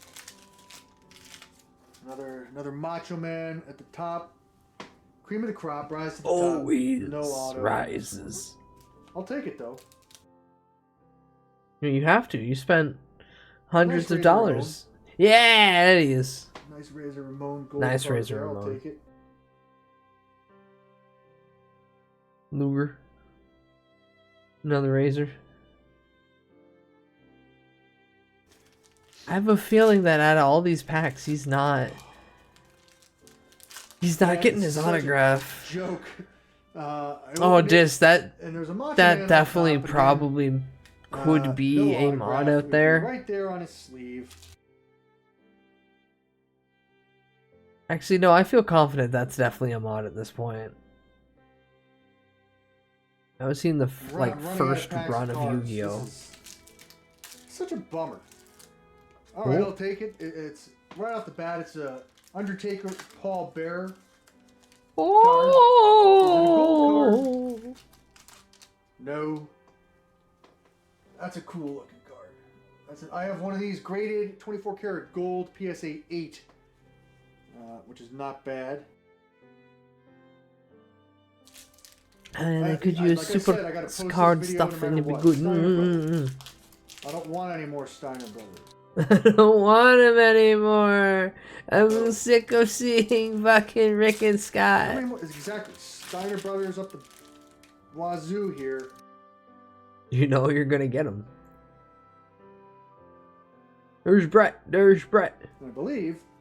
Any Benoit cards? This is Shawn from Michaels 1994. screwed over Bret the Hitman Hart with the So Canadian this is screw well, job. the series is from 1994, so it's a bunch of stuff from previous years. So 91 onwards, I would assume all these So, shots. Put the box.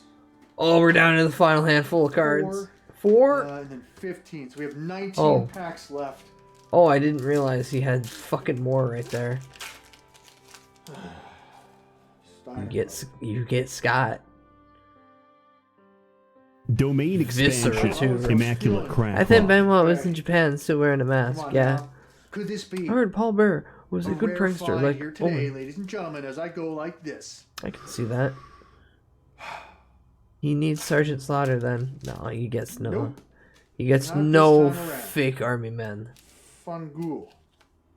Nice looking card. Not the auto. God, I want to see at the end. He's like, these are all the cards that I got out of this. It's a nice Owen Hart. Such a bummer. $4. Not over to the front. Lady sings. How many Steiner Brothers do we need? You get all the I guess Steiner they brothers. Overproduced on the Steiner Brothers. Could this be the Undertaker autograph? Could it be? One of the many things I see thumbnails for an Undertaker podcast thing. Are you serious? Nope. It's just Doink brah. not a prototype. It's just a regular, stupid Doink brah. Undertaker. These are nice cards, and these are wrestling legends. Yeah, like Doink. And the Steiner Bros. It's like Looks like I need to keep my voice down. How many Steiner Brothers cards? You can never have enough Doinks and Steiner Brothers. God, it keeps slowing down to points like he's gonna get the card he wants. Could this one be the Undertaker autograph? And then it's just disappointment. No. How many of these did they freaking produce, man?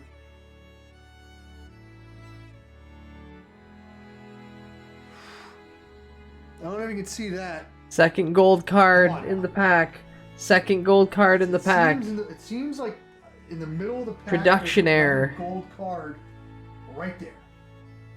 Like what? I've not seen two. I saw one of the videos recently where he threw shade at Hogan for how shit he was at running the ropes. He was. The man's fucking hips were already breaking. Oh. Steiner, bro! Oh, god damn it. Come on, come on.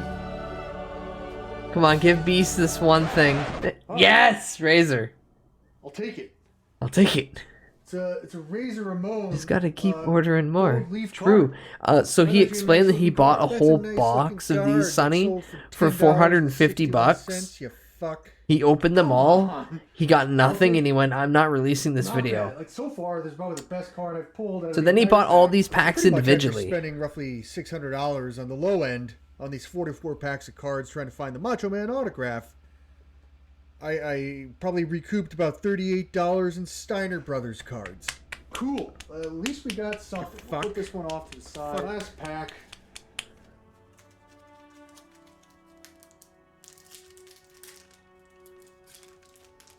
It's probably not going to happen, but Miracles, 34th Street. Nice Bret the Hitman Hart. So disappointing. Tatanka, blah blah blah, blah blah blah. No. 600 bucks flushed down the drain. All right, so as the battery's about to. It's always the last packet that has the card worth $1 million. But he did not get the last packet. But this Razor Ramon, 24 karat gold card. I think one in every 24 packs, you receive one of these. I'll take it. There you go. A little bit bummed out. Am I going to go on eBay and purchase some more packs? Questionable at this point. There's your answer, Fridge. There's your answer. I appreciate everybody. You know what? Back to business. Regular LA Beats True. video up next. To finish off the year strong. I appreciate everybody. I spent way too much money. This is the LA Beast. I spent way too much money. Have a good day. Dig the hole deeper. You'll get him next time, little buddy. I believe in you. Someone reseal a pack for him. Give him the card he wants. Reseal the pack. Send it to him in the mail. Alright. And now the thing I've been excited for like a month and a half. Pointless Hub reviewed the Transformers movie. Or well, like, did a video on it. Pokemon. So Pokemon. Everyone likes Pokemon. Everyone knows their attacks can only knock each other out. Moves like lightning or flamethrower don't really hurt anyone. True. You know? Well, imagine if in Pokemon the first movie, every Pokemon attack now had brutal, devastating consequences, resulting in these little guys getting horribly injured, or worse. Worldwide, audiences of children watch in terror as Squirtle, Charmander, and Bulbasaur are killed off in seconds, all to make room for the new starters. Imagine if Pikachu flatlined on a hospital bed. Huh. That's Transformers the movie. Very accurate. Shockingly accurate, actually. Also, I have watched Craven. It is a 2 out of 10. It's just barely a little bit more. It's not as bad as Madam Web. Madam Web's still the bottom of that barrel, scraping into the wood of the barrel itself. But Craven's real close to it. don't waste your time. Don't waste your time. Even seeing it less than civil sense. Hey, konnichiwa, bud. What's up? Don't pay it anything. Hi Blackout, welcome in. That was such a fucking slog and a complete waste of over 2 hours of my time. Like between Madam Web and Morbius. Morbius is the best movie they've made out of all the slop movies that they've shitted out. Craven's just not as bad as Madam Web. Madam Web is so fucking bad. But Craven is also complete and utter dog shit. And the fact that it's 2 hours long made me at some points wish to claw out my eyes. Ugh. Transformers. The movie. I've talked about every live-action Transformers movie. It was a long That's road. true. A lot of Michael Bay shenanigans. Many explosions, robot dismemberment, perhaps even a state felony or two. This God, was a the series that laminated crashed and fucking burned. law. It's Ooh. only now slowly making its way out of the ashes again. Where Transformers Yay! goes from here, Transformers I can't 1 say. is so Maybe good. they'll make that Transformers 1 sequel. Please, Hopefully. for the love of Perhaps God. there's that G.I. Joe crossover one day. But those won't really be tied to where this all began. The real focus of the series, Michael Bay. And when it comes to Bay, his journey here is over. He might be a producer, but he'll never make a Transformers movie again. So what else Thank is there God. to do when there's nothing else to talk about? Big Potato, welcome it's in. simple. You look back, way back. Back Way to the movie back. that started it all.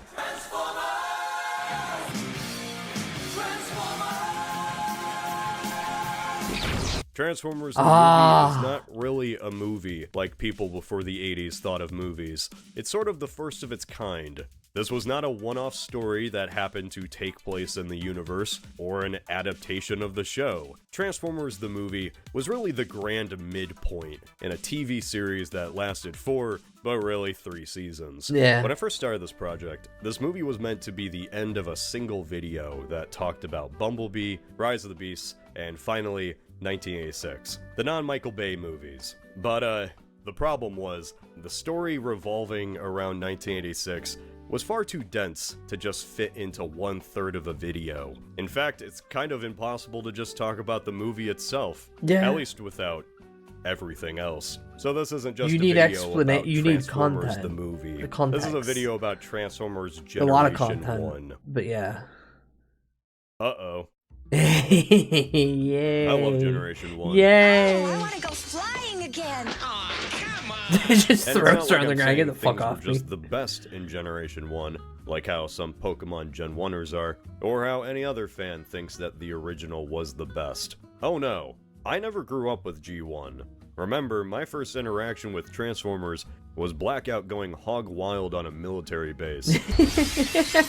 I love Beast Wars. Beast Wars is Transformers Animated fantastic. is basically Ben 10 combined with Teen Titans. And who doesn't love Transformers Prime?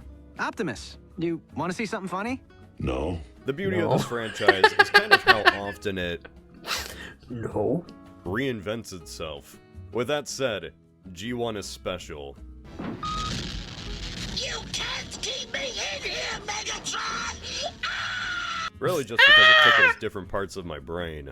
The blocky character designs, the throw anything at the wall storytelling, the sound design, both music and effects. I shouldn't have done it! Please don't shoot! I gotta say, it's kind Wow. of strange for me as a millennial man who did not grow up watching this series to fall in love with it Oh, it's as I'm pushing fantastic. 30.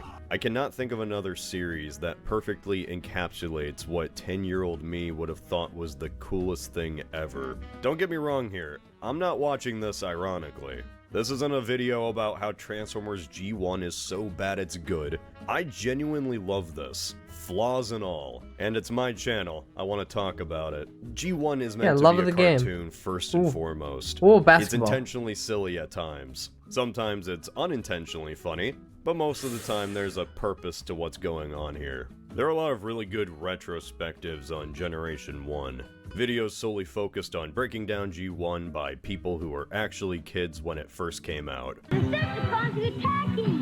But that means that you have bias of liking it who originally as a grew child. up with G1. Think of this video as a retrospective from someone who grew up with the Bayformer films. Sounds like an absolutely terrible idea, but that's what I'm doing.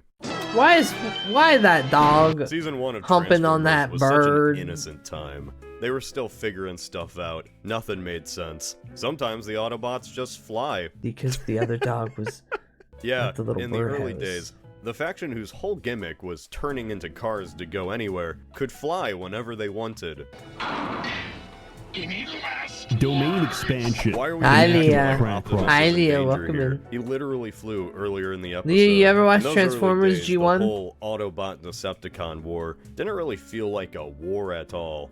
It was like two groups Yeah, it was of a kids scuffle. duking it out on the playground. Punches were thrown, knees were scraped. They made up bullshit rules on the Have them all spot. on DVD. Optimus Prime has been defeated! All Autobots must exile themselves to deeper space! One side always broke said rules, because they were jerks like that. Hell, you even had one kid always trying to take charge of the gang himself. Season 1 is really Okay, enjoyable shut the fuck when you Star- picture shut it the as fuck up, just a Starscream. stupid recess fight. My side has dinosaurs now. Grimlock! Dinosaurs are cool. Oh yeah? Well, my side has construction vehicles, and they combine together to beat your dinosaurs. It's truly art. Compared to truly the is size of art. Season 2, Season 1 is like one Yes. long pilot. Each episode laid the groundwork for the characters and their assorted dynamics. Quality may vary. Sometimes the best way to do something is to just do it. Take off even if you crash into the ground. Storylines were very basic. Just the main conflict between the Autobots and Decepticons, like Season 1 of Red vs. Blue. Decepticons try to take Earth's energy and bring it back to Cybertron, and Autobots have to stop them. The conflict wasn't really what made the show special. What made this show special were the characters. In the pilot three-parter More Than Meets the Eye, Optimus Prime sounds a bit different. You destroy everything you touch, Megatron! Less stoic. More like a bruiser who's gonna kick your ass. Peter Collinus told a He story sounds like about he's how his trying brother to do was a the John inspiration for Goodman Optimus's voice, impersonation. and how, before he started voicing the character, his brother gave him this advice. Peter, if you're gonna be a hero, be a real hero. Be strong enough to be gentle. Strong enough to be gentle. It's such a heartwarming story. It's a great Oh, quote. that is really nice, actually. embodies everything Prime would come to be. But I can't help but laugh thinking that he heard that advice and then immediately recorded this. You're old, Megatron. Yesterday's model, ready for the scrap heap. Imagine if they had stuck with that voice. This version of Optimus Would would be Autobot or 100% call Decepticon? Megatron a bitch. After the pilot, Prime mellowed out. Not too much, though. I'll get to that later on. Season 1 and 2 Prime has some spunk in him. He isn't above throwing out some one-liners here and Shadow there. the Hedgehog's bike. A booby trap that actually catches boobies. But the He's the Autobot's chopper. big dad. Not the Sure, he's not stoic the and not the can get ninja. serious at times. He might even beat up the other kid's dad. Wherever if need that be. lands That me, doesn't that stop him from lands me. playing some hoops, showing interest in what his boys are doing. And just what does your doohickey do? But if I Or get a hell, pick, even catching a wave. This version of Optimus is my favorite. Now I like all the other versions of Optimus too. He's Optimus. No, I wanna in be a every one, Dinobot. But man, I just really click with the original. No, I wanna His be design is Dinobot. classic. Everyone loves blocky Optimus for a reason. Yeah, but what I hell love yeah. most about this design is his face. He doesn't have one. 2 blank eyes, a mouth guard, that's it. So many moments in this show just work because of Optimus's blank stare. You don't need to see a character's mouth to get what they're thinking. Yeah. You know? So much can be telegraphed. Yeah, with the otherwise smallest Kamen movements, Rider and like or a lot of just no Sentai wouldn't movement work. at all. And his mouth guard moves up and down every time he speaks. I love it. It's kind of Yeah, a it's lost part of fantastic. his character. Now, after going through like 100 episodes, I see why nerds freaked out about Optimus having a mouth. It's kind of like Chief removing his helmet. But with that said, I get why Bay gave him a mouth. You see, mainstream audiences, especially in the 2000s, like to see a face. They just do. Sadly. Sure, the mask can convey emotion, but it's a lot easier for your average Bayformers fan in the late 2000s to get the scene if they see Optimus frown. Plus, it's not like the mask actually went away. It's simply saved for the moments where shit goes down. Who would you be without me? I got so used to him having a mouthpiece thing from that cartoon. Funnily enough, that always transforming happen. mask became a staple in the series going forward, all from something the Bayformer films introduced. They also made another change, like how Bumblebee can't talk. His vocal processes were damaged in battle.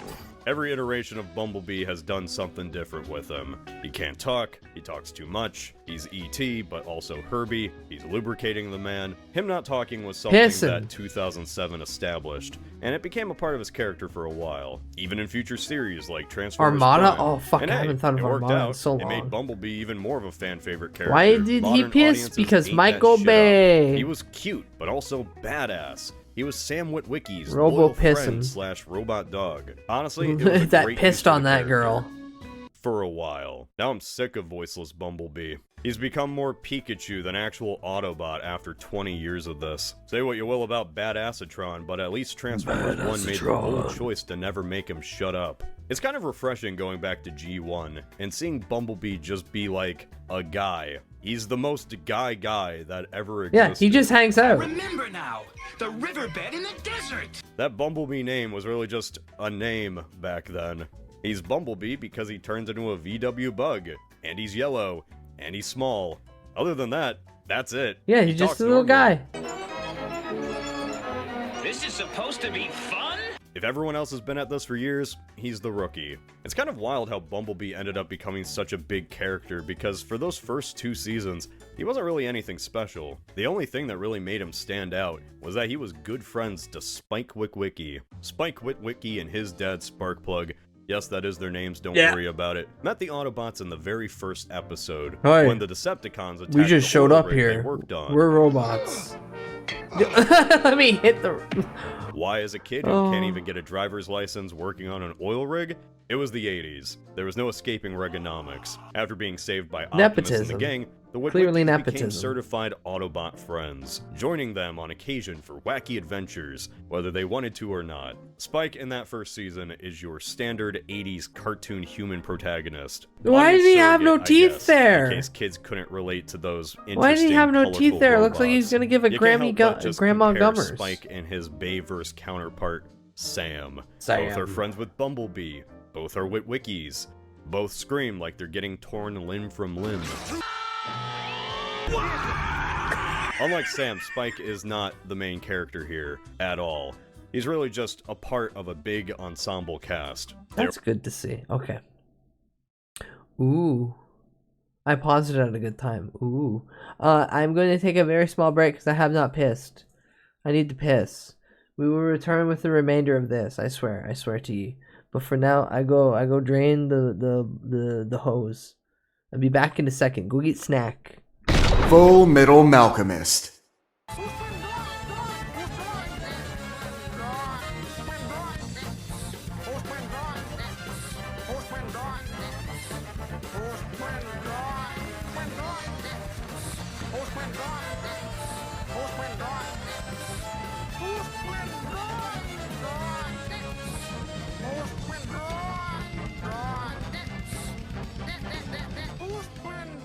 Questo momento così.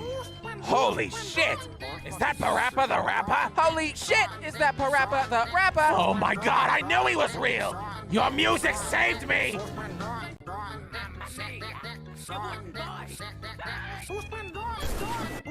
Haha, here's the toasters.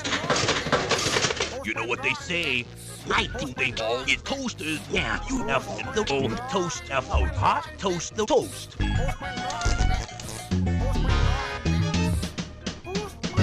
What the fuck?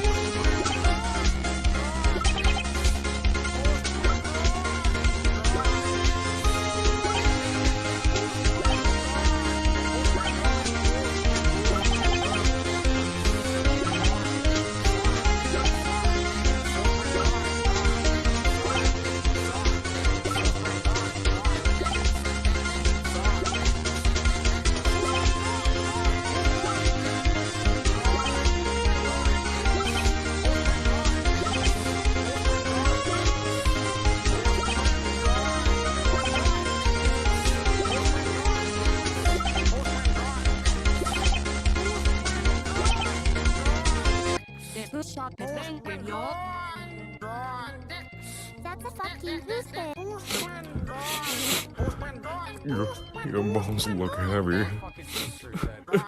Let me give you a hand. To the town of Opry, who rode a straight to one fine day. And a hard-fought battle on both ends. Each team, well, they have their differences, but they're showing good sportsmanship here. Is never mind. You are coping and seething. You just can't accept what you're seeing. Yes, you're coping and seething. The truth it is scalding, and now you are molding and coping so hard.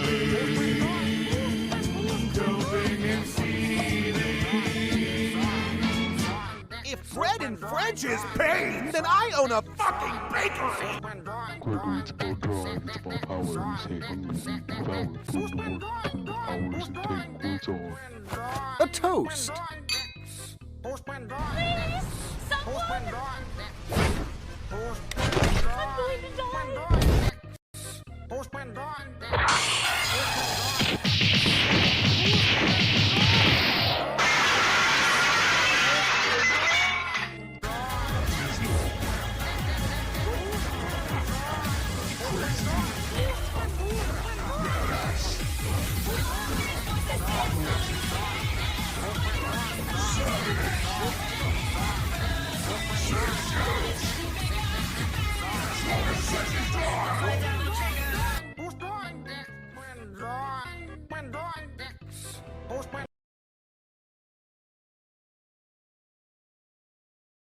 Ah.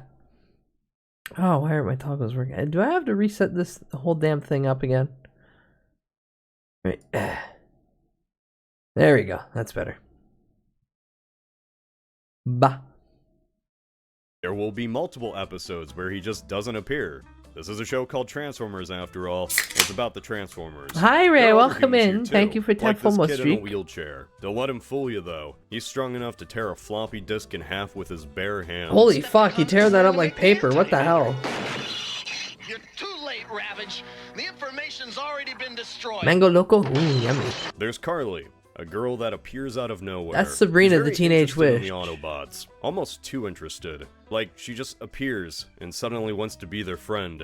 Isn't that a little suspicious? Is she like a spy or something? Nope. She even helps Ironhide sneak into the Decepticon base at the bottom of the ocean. When did the Autobots find out where the Decepticons were hiding? I don't know. It's never brought up again. After this, she becomes a series regular and Spike's girlfriend. Yeah, if that name sounded familiar, it's not a coincidence. It's Oh my- funny that oh. despite being the second love interest in the Bayverse, Carly's always been here since the beginning. Finally, we get to the most useful human, Spike's mechanic dad, Sparkplug. What a name. Unlike Sam's useless suburban boomer dad who has to chase down his addict wife, Hey, Professor. His addict wife. Sparkplug actually contributes to the story. Being a mechanic and engineer with knowledge of 1980s level technology, he can somehow repair these advanced alien robots. The man's a super figured it genius. out. That helmet he never takes off must be to hide his gigantic brain. Sparkplug is so important, the Decepticons brainwash him for their master plan. But I'm getting ahead of myself. Just as Spike teams up with Bumblebee, Sparkplug teams up with Wheeljack. And Wheeljack rocks. If you walk away from Hell this video yeah. with anything, it's that Wheeljack is an S-tier character. I think you're gonna eat those words on a silicon wafer. That first season, he carries the Autobots on his back like Atlas. He's the tech guy. And since he's a robot, in a group of robots, that ability, unsurprisingly, goes a long way. Jesus. He Wheeljack is fucking literally died. the Jimmy Neutron of the Autobots, with all that comes with that association. Yeah, he'll create an invention that might help out and literally save the day. Hi, but he Sam. also might make some doodads. Hi, Sam. Kill everyone on accident. Sometimes whole episodes are dedicated to Wheeljack's fuck-ups. He made an invention that froze matter in place forever, which Oh. of course was captured by Megatron and used against the Autobots. He Why would turned you do Spike that? into a robot Frankenstein. Sometimes his creations just explode. There was this one time he went to a museum and saw a bunch of dinosaur skeletons. So his first thought was, I'm gonna make some robot dinosaurs. So he made robot dinosaurs. Allow me to introduce Me Grimlock, me King. Slag and Sludge. I imagine if someone only saw the Bay movies, this might be quite a shock to them when I say that the Dinobots, one of the most popular characters in the entire franchise, were invented on a whim by Wheeljack, in his garage, because he was bored. There have been many explanations and other I seen a Dinobot, or I seen a dinosaur, and went, that should be a dinosaurs, robot. And their origin kind of changes every time, but my favorite is the original one. Why are they dinosaurs? Because dinosaurs are cool. In classic Wheeljack fashion, even that idea backfired horribly. This switch real rad. Gonna pull. Grimlock, no! Oh boy, the Grimlock, me Dinobots. king. Arguably the third most recognizable Autobots behind Optimus and Bumblebee. And for good reason. They're awesome. And hilarious. For some reason, Wheeljack Oh my god, hold on! Stupid. They're awesome. And hilarious. I need that. I need that as a PNG. I don't know what frame of this I want. Maybe that? He's got a little bow tie. He's lit. Oh my god, why does this look so good? Because he's like, he's got his knee still kind of raised. Oh my god, this is peak artwork right here. I won't get a better one.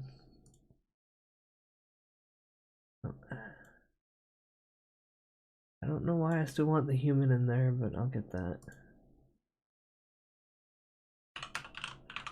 Grimlock serving.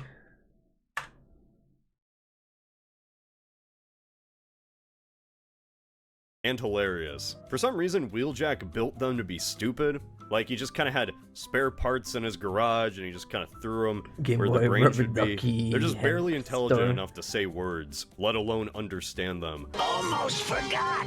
Me swoop can transform. The Dinobots are the wrecking ball for the Autobots. Big, dumb, and they hit hard. Yeah, just like a wrecking they're ball. lovable. Sometimes they mindlessly swing back at you. Ooh. They're not harmlessly stupid. Like, these doofuses can be very much a detriment to the Autobots. Like this one time, Megatron just convinces them to betray the Autobots. He tells Grimlock that if he's the biggest and strongest, then he should be in charge. And Grimlock's like, oh yeah, shit, you're right. fucking right. Grimlock must lead.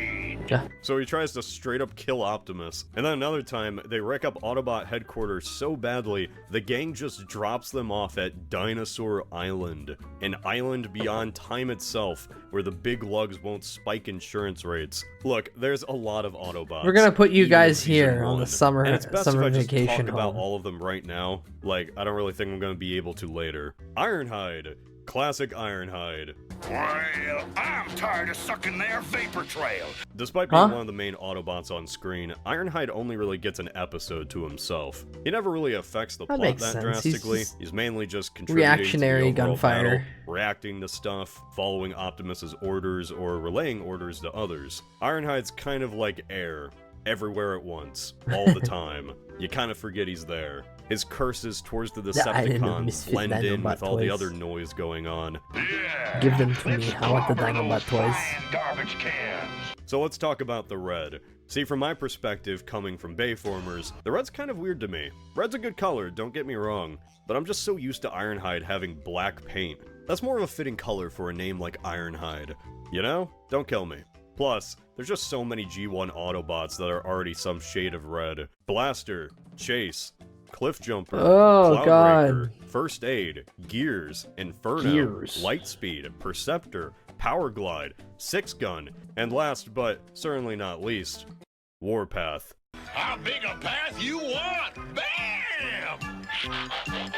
Okay. Though he's kind of a burgundy. Transform and zoom! Move out! Because so many characters came out after him, Ironhide's design to me kind of became the generic Autobot, in a way. Like, it's not a bad design, it's just not as memorable. Now, the opposite can be said for Ratchet. I think his original red and white design is far better than the modern ambulance we got in the live-action movies. The yellow and green just looks off. There's a reason he sticks with the white and red in every other iteration. Jazz is jazz. But with all the weapons she has, why would she steal your laser rifle? Design-wise, the Michael Bay movies really didn't change him that much. Not really. How can ya? No, Megatron, don't.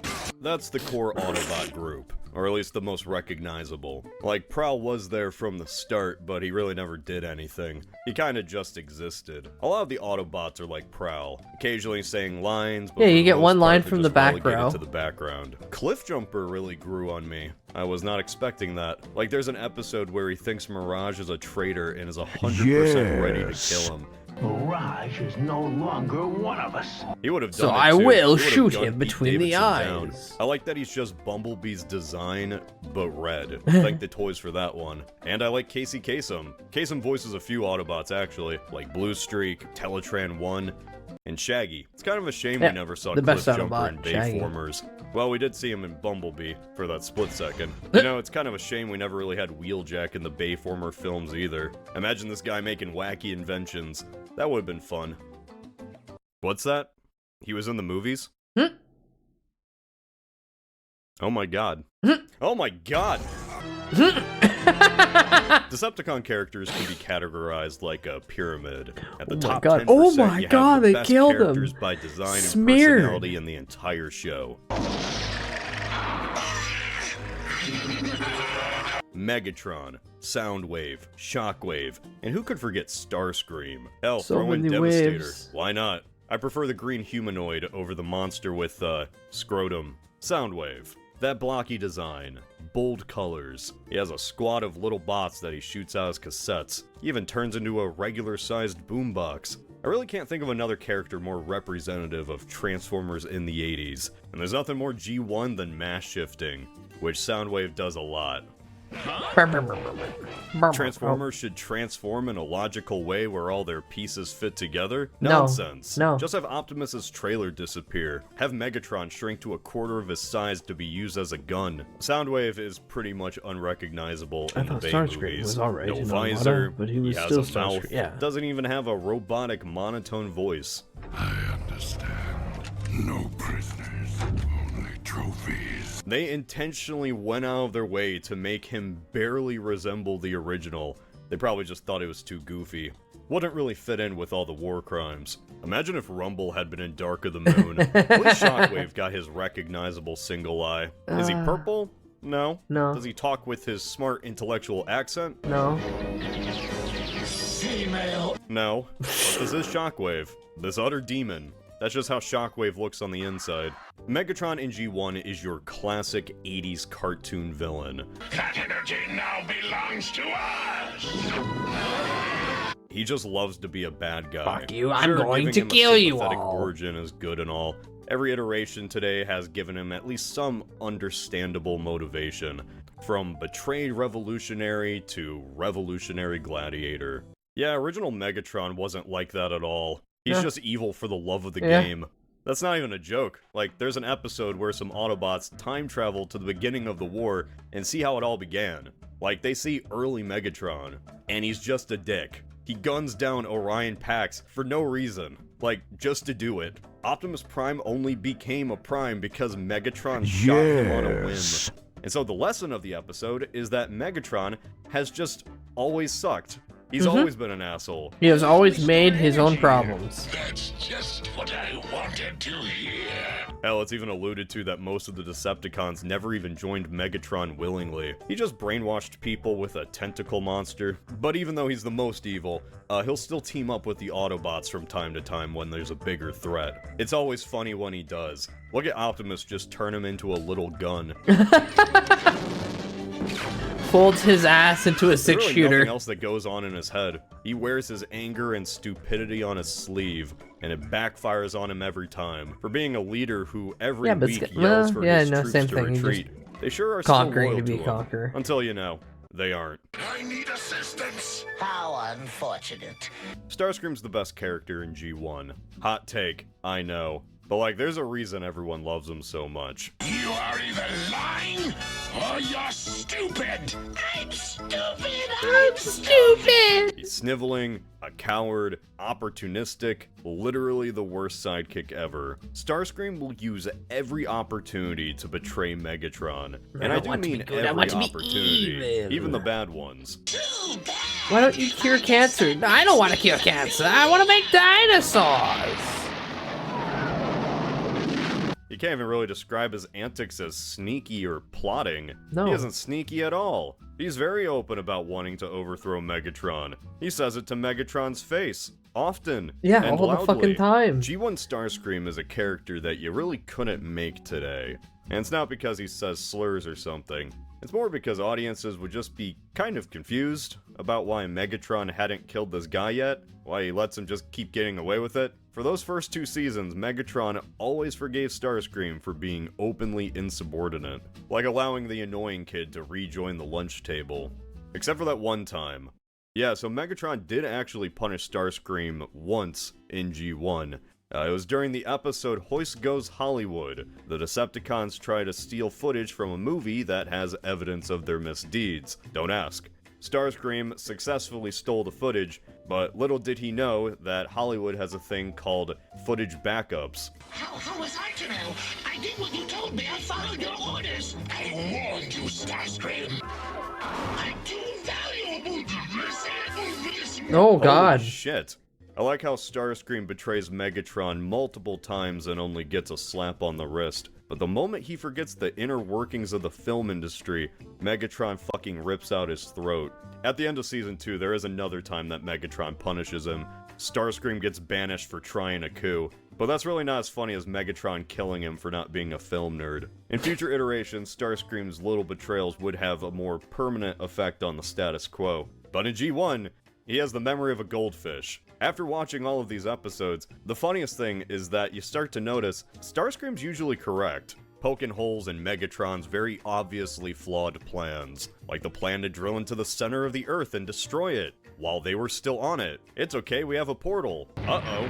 You kind of come to realize that even though he's cowardly and deceitful, Starscream he's is smarter intelligently than Megatron. cowardly. But intelligence is really not what Decepticons care about. All they care about is power. Like our mighty Starscream, at least he kept his desire to betray him a little more guarded. The G1 Decepticons are a faction stuck It's always together it's with always duct funny tape when they're and string, actively fighting and each that other. duct tape is Megatron. Because you see, without Megatron, they all go at each other's throats. They've done it many times. In Season 2, they decide to just overthrow Megatron and Starscream, and it's really funny. Well, fooling him was easy. After doing this, all of them want to be leader, because of course they do. And the Autobots just sit the whole thing out. They don't care. I never get involved in domestic squabbles. Hey, why you're... Let them slap each other around. Just get the launcher First out. We can watch basic it. Stuff. Decepticons try to steal the Energon and suck this. Planet dry. Autobots try to Sucking the stop Earth them. dry. Decepticons have a space bridge. You gotta find the space bridge. Decepticons try to take energy from a factory. Gotta stop them. And then Megatron fucking teleports Cybertron over the Earth. Remember the climax of Dark of the Moon? That was inspired directly by a 3-part arc called The Ultimate Doom. Megatron did the exact same thing in G1. This apocalyptic level event that capped off the Bayformers movies. I wonder if was that's ever episode considered a 11 of cartoon or season anime, 1. because that would be There very are important to 100 where to find the episodes of website to this. watch this. There was an episode with mermaids. Funnily enough, the G1 Probably episode cartoon. was actually more disastrous than it was in live action. Like, yeah, in Dark of the Moon, Chicago got destroyed and all. Yeah, but in who the cares, cartoon, Chicago. Everything gets destroyed. A planet teleported in front of the Earth. There's horrific and realistic gravitational consequences from this. Worldwide tsunamis, massive earthquakes, volcanoes going off. Why did they make the 80s version scientifically accurate? There were long-lasting ramifications here too. It's an 80s cartoon, so of course they're not gonna say if anyone died. But I kind of suspect that it's Megatron highly, killed highly, millions of people. highly Top that implied. Bayformers. To your average casual person, they might see Transformers and be like, I get it. They're robots that transform. Pretty easy concept to understand. But that's when I take you aside and I say, no, No. you don't get it. You see, Season 1 is pretty tame. Stop Megatron, save the world, that's the goal. But then we get to Season 2, and the show loses its fucking mind. I'm going to just name off some episode summaries. So, The Dinobots get shipped to Dinosaur Island, a land trapped within a time portal. Yay. More time portals open, so What? the Autobots have to fight cowboys and mammoths. What? Megatron creates a fake replica of Prime that he remotely controls. Also, he can infiltrate the Autobots and convince them to collect some crystals that would explode and kill them all. This leads to the classic Who's Who dilemma, where they figure out which Optimus Domain is real expansion. by having a Immaculate race. crack Megatron rock. steals the Empire State Building. While trying to get it back, Optimus gets disassembled by the Decepticons and turned into a gator, thus creating Croctimus Prime. Starscream Oh my gets god, I never knew transported to the Croctimus days of Prime King was the Arthur, thing. where he tries to take over the kingdom and rule it as his own. He gets defeated by Merlin, technically making the last night the second time that wizards appear in Transformers. While fighting during a baseball game, the bots are transported to a world where everyone is giant, and they're the size of toys. It has some of the worst animation mistakes I have ever seen in a cartoon. What the fuck went wrong? There's a little electric gremlin named Creamzeek that takes over technology and nobody can stop him. He constantly says his own name like a Pokemon. Optimus gets so sick of Creamzeek, he abandons his moral principles on preserving life and straight up murders him. Even this does not work because you cannot kill Creamzeek. He is probably the most powerful being in the entire canon. Powerglide gets into a toxic romance with a rich girl and has to save her after she gets kidnapped by the Decepticons. They try to read her mind, but they can't because she's just that stupid. This is one of the best episodes. Megatron teams up with the actual Atlantis to take down the federal government. Atlantis is never mentioned again. And that's like 10 episodes. There's so many more. They really played fast and loose with the whole Transformers concept for most of Season 2, throwing everything at the wall to see what stuck. And I'll be honest, I love it for that.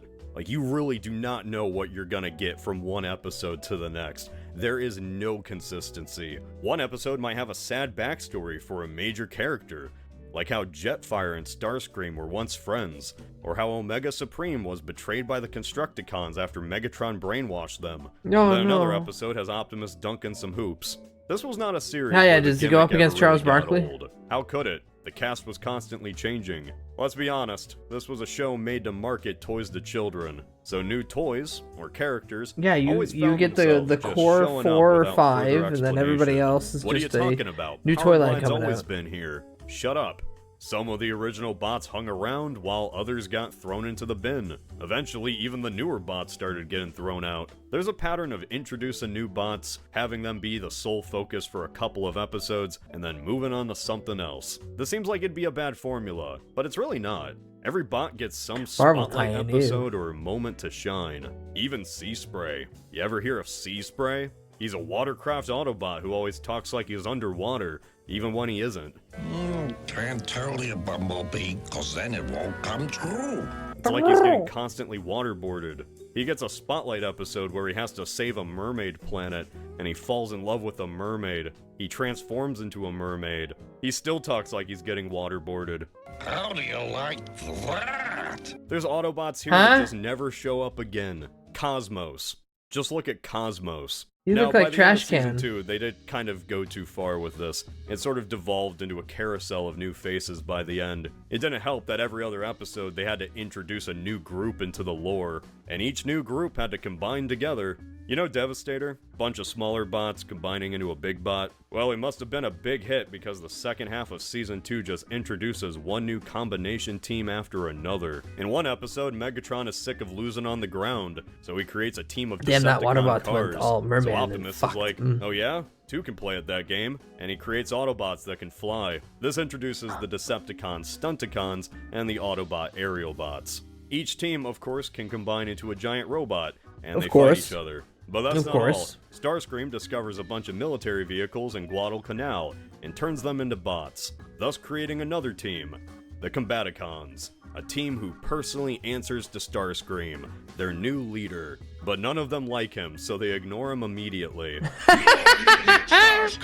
Imagine literally creating new friends, giving them life, and they just hate you. What a sad existence this man leads. They also combine into a giant robot. Hell They yeah. almost take over Cybertron.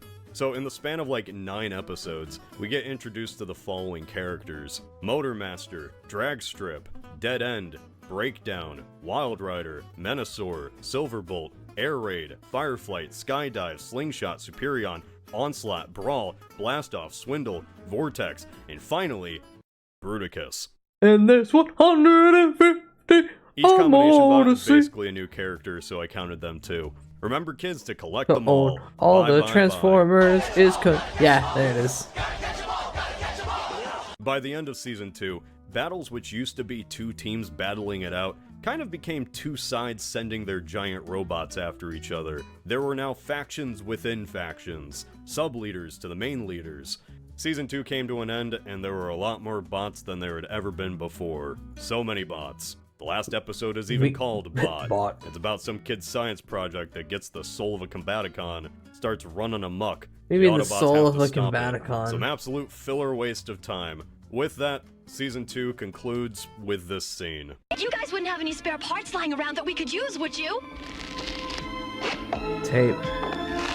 I'd say that about wraps it up. Yep. The very last moment we see all these beloved characters together is them watching these two guys duct tape a girl's mouth and drag her away. Huh. Anyway, on to the movie. Okay. One shall stand, one shall fall. After 2 seasons Oh, of silly fuck. shenanigans, Transformers the movie hit theaters to the cheers of all the little Dewey. kids who had grown so accustomed to the family-friendly antics of the Autobots. If Yeah. you watch all of G1 in order, we end the last episode of Season 2 on a story about a wacky robot causing a ruckus around town. And then we begin the movie with a scene of an entire planet being devoured by a cosmic horror. This series' death count went from 0 to untold billions in 2 minutes flat, all before the opening credits. I love Transformers the movie. It is probably one of the most fascinating films to ever exist. They couldn't just simply make a silly kids' toy movie. No, fuck no. We gotta scar these little That would be bastards. too easy. They had to just complicate things. This movie is like demolishing a building to build something else in its place. They kind of threw away everything from Season 1 and 2 to make the most transformy Transformers thing that ever existed. This is often thought of as the pinnacle of G1. It's referenced on so many occasions throughout the series, and it probably will be until the end of time. It introduced concepts that would become fundamental to the franchise going forward. It's a movie that became the core memory for an entire generation of children, both for good and bad. And it's a movie that I can say with 100% certainty we will never see the likes of ever again. So before talking about this whole thing, let's do a quick rundown on the plot. Makes things easier for me, makes them easier for you. When I first watched Transformers 1986, I did so years ago before really finishing the series. I watched it to really just see what the movie was like. And hey, I liked it. I was a little confused. There were some characters I didn't exactly know about, except for RC, so I figured that once I finally watched the series, then I would have more context about who these characters were, and that did not happen. No, it does Apparently, not. just like One Piece, there's a time skip. You see, the original series took place in the modern day, which meant 1984-1985, and the movie takes place 20 years in the future, in the far-off year of 2005. Wow! Ooh. In that span of time, the Autobots have made Earth even more of their home, with the old base of New York being replaced by Autobot City.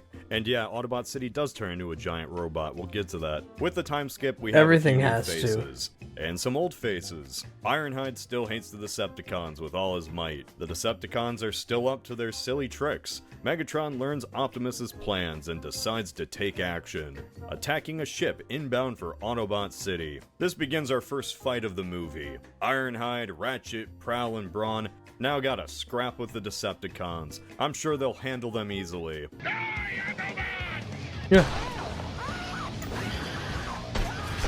Yeah. After seeing those longtime fan favorites die horribly, we cut to a tranquil scene of nature. This movie has kind of a tonal problem. Here we meet the only canonical proof that Spike Witwicky ever got laid. His son Daniel, hanging out with his Autobot Little friend Dan. Hot Rod. A new Little character Dan and Hot who Rod. will surely be accepted and loved Surely. by Transformer fans everywhere. Daniel's sad that his dad is in space instead of spending time with him. Gee, kid, get over it. You're not the center of the world. Sounds like my kids. Pay child support, daddy.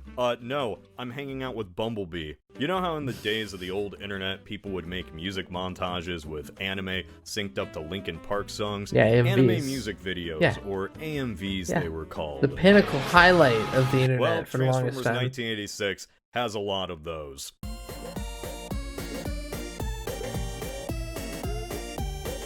Like, just ingrained into the movie. Scenes with straight 80s rock played in full as the action happens. And that's not even a complaint. More movies should do this. To greet the incoming shuttle, Hot Rod and Daniel go for a drive, thus giving us AMV1. I can't really play copyrighted music, so here's a taste. Wow, thrilling. Sadly though, this sunny day is ruined by the revelation that an aircraft has been hijacked. Man, it really is the 2000s. When Hell people yeah. talk about Transformers 1986, they're really just talking about the first 30 minutes or so. A majority of the callbacks you ever see in the future are just calling back to this one battle. And when I mean this one battle, I really just mean anything that Optimus does. Fuck, could have just that for karaoke night. Well, there's always the next time. Optimus and Megatron have one final fight. Megatron is defeated. He Bang. begs for mercy. And instead of just shooting him Sentinel style, Optimus instead waits for a split second. Just enough time for Hot Rod to help out. No, you don't, Megatron! He sure does help out. Oh. So now Optimus is fucked. Hi, Cal. dead. Welcome in. I guess he couldn't handle a piece Thank of you, wood thank to you. the stomach. Megatron couldn't handle falling down 3 flights of stairs. In the first 30 minutes of this movie, the leaders of both factions are dead. Yippee. Optimus flatlines on a hospital bed. Megatron gets jettisoned out of an aircraft and turned into Leonard Nimoy. Chuck him I out love into this scene space. so much. They chuck all the injured bots out of Astro Train to lighten the load in space, and then all clobber each other to find out who's the new leader. Police on a roll. Soundwave superior. Constructicons inferior. Yes, we have Really 2 just bots sums for up that everything the self-part Decepticons joke. He's are. not your buddy, After drifting guy. through space, I'm Megatron not your is guy, found by friend. I'm Unicron, not your friend, and buddy. Unicron forces Megatron to do his bidding, turning him into Galvatron. So we Galvatron. lose Frank Welker's classic voice for Sadly. Leonard Nimoy. Now with a fancy Sadly. new body, Galvatron shows up to Starscream's wedding and guns down the bride-to-be. Megatron? Is that you? Here's a hint. Jesus. Straight up dusting him from existence. My god. And then the rest of the movie is really just about defeating Unicron. I'm not gonna keep going through this beat by beat. Like, Unicron wants the Matrix of Leadership, Galvatron tries to get it, the remaining Unicron Autobots are gets scattered and have to exploded. reunite. There's some more AMVs, Thank you. and Hot Rod becomes the new leader of the Autobots, Rodimus Prime. Rodimus Unicron explodes, the Autobots win, the end. So yeah, the weapons the robots were carrying for 2 seasons actually could cause damage this entire time. Who knew? Not me, apparently. Like, after watching so many of these episodes, you just kind of forget. They might as well have been shooting cat lasers at each other.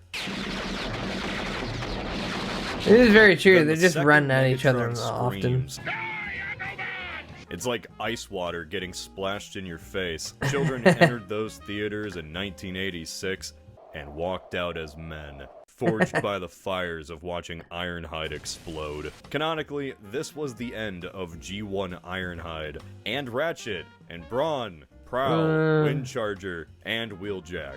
Wheeljack, the inventor of every Autobot doodad, the creator of the Dinobots, and a core member of the cast, was killed off screen. At least in the American version.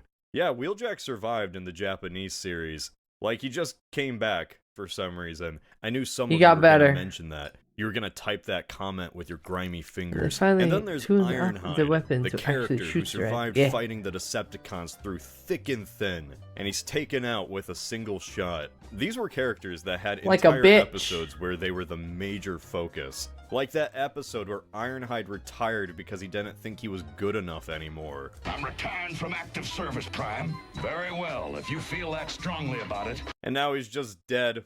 Oops.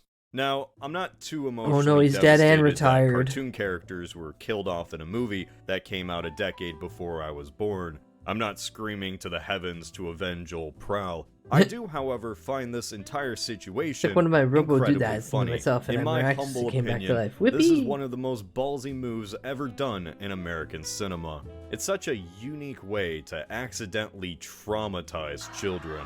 Like there's a story of a kid that locked himself in his room for 2 weeks because Optimus died. Kids were crying. Wow, they got hit with the autism to debuff just hard. introduce realistic death into a children's cartoon that had no Sweet previous Jesus. ramifications without warning, and then make those consequences permanent. Oh man, I'm still geeking out about it. We truly will never see anything like this ever again. It's like if the Paw Patrol movie killed the cop dog.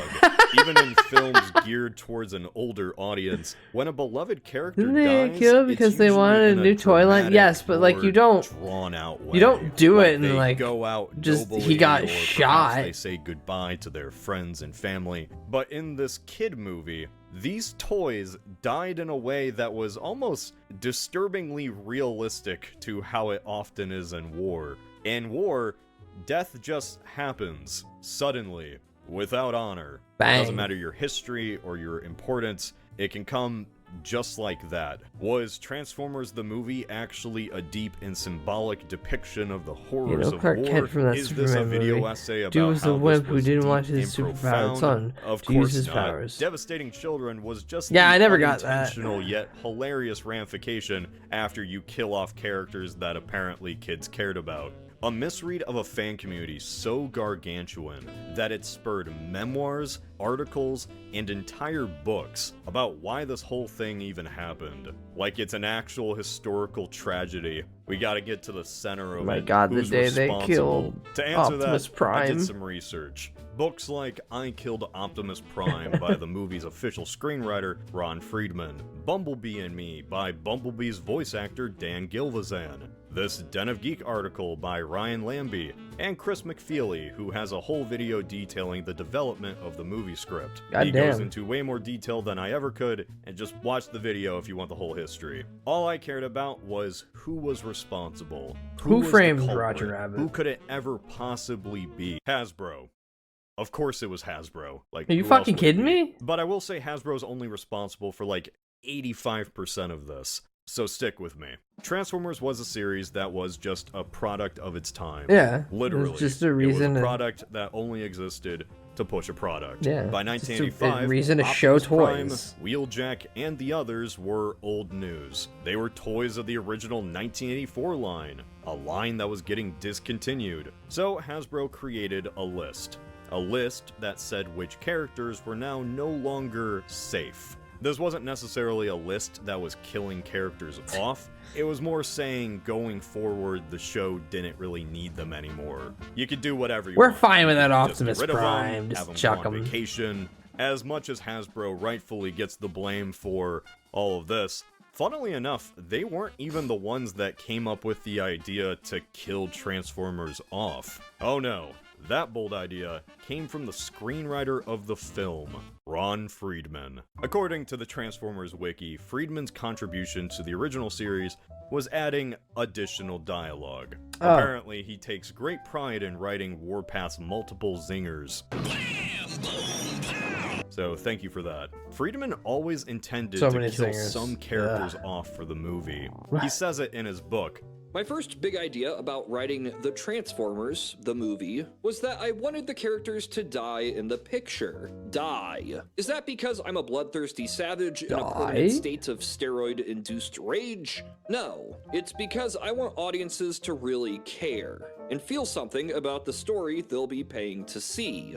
Death adds consequence. It adds drama. It's interesting to write that In the characters comics, are in yeah. actual danger now, and not just shooting laser beams For, at like, each something other. that's Might considered make a the plot of gigantic your cash film more cow. engaging.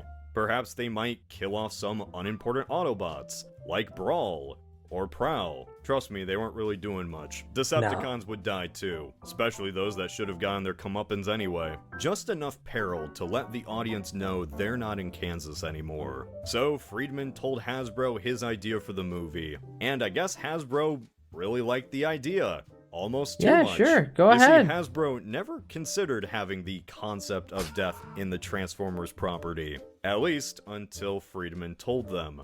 Friedman just wanted to add stakes to the story, but it seems like all Hasbro heard was we should kill Optimus Prime. Unfortunately, I think my presenting the somebody needs to die notion started the corporate thinking that led to Hasbro handing Optimus Prime a death sentence. That was a bell I couldn't unring. But the last thing I wanted to do was kill Optimus Prime. What was Hasbro's original plan for these toys? We'll never know. Perhaps Optimus would have just walked into the sunset, passed the torch to someone else. Was it Friedman's suggestion that made That's them insane, realize though, they could like, go out with more of a bang? that is I actually don't like know. killing In a way, Goku just and like letting the title of his book says, Friedman did letting kill Gohan Optimus replace Prime. Goku, It was just but on instead accident. of Goku having an Also, honorable side I note, sacrifice this book myself, is he completely shows back up fucking and someone insane. just shoots Half him of in the it is head. written in all caps, like he just left cap Oh. locks on. It reads more like a Facebook rant, if anything. He even has an entire chapter which is a fake interview between him and Optimus Prime, and it just deteriorates into Optimus talking about where he was during World War II. What the fuck am I reading? Why Hasbro thought killing off Optimus was a good idea, kinda wanna read that we'll now. never know. Maybe they thought killing off a major toy would force kids to go off and Someone buy the does not replacement, want to see like the the mindless Gohan consumers peak. they were. This was clearly Buy it? a No, bad I gotta pay idea. rent. And according to Friedman, he protested the decision to kill Optimus, said he didn't want to write Optimus dying, but write Optimus dying he did. It became a part of Christian the of earliest draft of the Transformers? film. It was quite the controversial idea. Optimus but is not my friend. everyone He's right was here in the dragged room with along me. kicking and screaming. Goku which just leads shows us up like, to hey our guys, I third teleported culprit, out to the King Guy's pen. And he's like, the greatest sin of shot all. by a super One thing I perfect love cell. learning about G1's development Right is in the really pee-pee. how, at the end of the day, this was just a job for people. Writers got bills to pay, man. That shitty apartment in San Bernardino isn't gonna rent itself. Mhm. Things that nerds care about, like consistency, or lore, or story blunders, was not at the top of anyone's priority. They took pride in their work, sure, but if the decision was made by Hasbro to kill Optimus Prime, well, you're gonna kill Optimus You're Prime. gonna shoot him. You wouldn't have to worry about man-children dissecting your creative decisions on the internet for a few more decades. Despite getting sole credit as writer for the movie, Friedman wasn't the only contributor to this film. There were a lot of writers, apparently, more than were even credited, but the one who was the biggest voice was Flint Dille. Flint Dille Dille? was credited as story consultant on the movie. His job was more fleshing out the second draft of the screenplay Friedman had already made, and collaborating with Vegeta others would until just we got the be final like, product. it should have Dille been you, just wanted to Trunks. get the job done. Yo. In fact, he openly jokes about today. It was a You're different not my time. son. This was a show for children. A fan's You're greatest from another input to the writers timeline. would be the single digit they Ooh, contributed bye, to the Nielsen bye, ratings. bye. So when Dille had gotten the script that killed Optimus off, he just went with it. Who cares? You should have seen the stuff they cut out of the movie. What we got was tame. In the original storyboards, Brawn got split in half after getting shot. Jesus. Ultra Magnus was going to be drawn and quartered. Dille was gonna end the movie with, quote, the charge of the Light Brigade, where the entire 1984 line would die off in a single final push, leaving only the new toys being the ones left alive. These guys were kind of just writing action that they thought would be interesting, regardless of whether children were going to be watching it or not. They were going all out, and I'm gonna be honest, I love that. They just made what they thought would be Now cool, I want this. and Hasbro certainly didn't Fucking understand Zero what they were should doing. have put that The idea as that a kids what would if, think not of these really. toys I like as the ones they alive gave us. characters was not really I hear some of considered them by very Hasbro, entertaining. because that never really existed before. Or at least if kids were attached to some Yogi. cartoon characters, they weren't gunned down right in front of them. Imagine if the Smurfs But they had need carpet to be. bombed as a finale. Probably wouldn't have gone over too well with ages 7 and under. This was a TV show that was able to finally leave TV restrictions. In a way, G1 was finally able to show what it was always supposed to be, even if it kind of retconned the canon of the show. Here's the thing about introducing death into G1 Transformers. The last 2 seasons kind of now make absolutely no sense. Wow, what a shock. The cartoon that had cowboys coming out of a time portal has inconsistencies. Who would've thunk it? Mind-blowing information. Think about every battle. Not me, every not at fight. all. Every exchange of gunfire. 0 casualties. Lasers just They're just bounce lucky. off. Explosions do nothing. Bro, This if is I how saw things Yogi were Bear for just get gunned down by the 40-ish Ranger, I'd be episodes. rolling. Then we get to the movie, and a single Half laser his head beam just gone. is fatal. It's such a drastic change. It kind of forces me to ask a question. Did any of this actually happen? No. Like in the canon, did Megatron They fall finally down a hill, grinded their get combat lit up by skills to actually Optimus, do something and finally then for once run in the away? movie. What about that time Laserbeak literally shot inside Optimus and he exploded, but still managed to survive? Or who could forget when Optimus was disassembled piece by piece none of and this is real. rearranged into a crocodile? If the movie is canon just like the show, wouldn't they have died in all of these situations? Is the show even canon compared to the movie? Did these silly situations just never happen? Did they happen Yes. differently? Maybe we just need to accept that this and this did still happen, just on a chronological timeline. Somehow the bots fought each other for millions of years without ever dealing a fatal blow. It's like a fighting game where both sides have infinite health. And then everything changes The because US in reports 6 2005, million car crashes a Megatron year, finally and said somehow the none word of them die. were Transformers. Alright, so I guess now in the movie, they can die. It turns out Better you just handling. can't put bots back together like they Woo did in the woo, TV just show. like, hey, yo, Like in oh, the movie, what the Ultra fuck? Magnus doesn't Blood get drawn and everywhere. quartered, but he does get gunned down by the Decepticons. No, I want to It's see him get drawn and brutal. quartered. He straight up explodes. Had this been the show, he probably would have survived, just simply put back together. But as the movie establishes, bots just can't be put back together. Then they put Ultra Magnus back together. So, all the They other stuck 'em bots together can be shot once with glue. and fucking die. Yeah. Optimus can be shot a few times and slowly Fucking die. flatline on a hospital bed, and there's nothing anyone can do. But Ultra Magnus, the brand new toy, can explode into pieces, be dead for hours, and then be put back together. So anyway, the music's pretty good. At the end of the day, Yeah, the Transformers music is the movie fantastic. isn't Hi, about Dank, welcome life or in. death. It's not Optimus about the was story.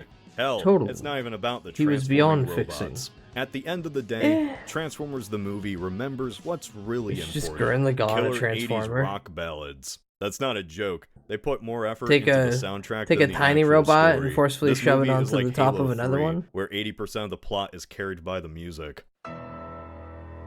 That's a compliment. I've seen some complain that Transformers the movie is bad because it's just a music video. But to me, that's like complaining that a pizza is covered in cheese and baked in an oven. Yeah, that's why I like it. I Yeah. even like Dare to Be Stupid. Who doesn't? You can't change my opinion on this. I like that Weird Al is in this movie. You have nothing to threaten me with. Music is such a core aspect to this film, it's actually kind of hard for me to talk about it. Because how do I show you? YouTube would kill me. Yeah, no shit. The original series didn't Shoot have this the man best from upon animation. It was high working towers. with a cartoon TV budget The second in the he plays 80s. any What'd you actual expect? notes from It's it. honestly a miracle if colors were even in the right place. I don't think there's a single episode without an animation Transformers error. combining into lot a of times Megazord characters sounds are like a speaking robot with sex the wrong thing. voices. Many Sometimes the tiny animation cells squads just of robots disappear. would Things are drawn turn into poorly, a bigger one, or though. just look wonky. It has a certain level of jank you With just all come my to appreciate Oshi. over time. Like a 95 Chevy Silverado on its last legs. Who animated this? Of course. Ah, that makes sense. Yeah, the first 2 seasons of Transformers were animated by Toei. The same Toei that animated Dragon Ball, One Piece, and who could forget Digimon, Digital Monsters. You see, back in the 80s, Toei animated some American cartoons, like G.I. Joe and TMNT. Before Americans began outsourcing animation to Korea, they used Japan instead. This lasted for like a decade until Toei just gave up on doing Western properties. Guess they found something more profitable. Thing is though, Toei wasn't the only studio. There's some yaoi for fanfic season 2. between For what I'm Megatron assuming and was Optimus budget Prime. and scheduling We have to reasons. continue. Some episodes Sparks were to done survive. by other studios. A few we know were done by a Korean studio. So many but robot other fuckers I episodes wasn't expecting are in my chat. completely uncredited. We have no idea who animated these. Some Aw. episodes were done by a mysterious studio just lost to time. Judging by the dip in quality, it was probably some budget studio overseas that could just whip these things out before the deadline, resulting in far more animation mistakes than Signatus usual, Robot and Theory. sometimes No, just downright broken episodes. Really, even under Toei, the animation was stretched to its I limits. miss Devastation. Season 2 I want was to play 49 Devastation. If I could episodes somehow play between September Transformers Devastation 1985 again, I would and pog so January hard. 1986. That is insane.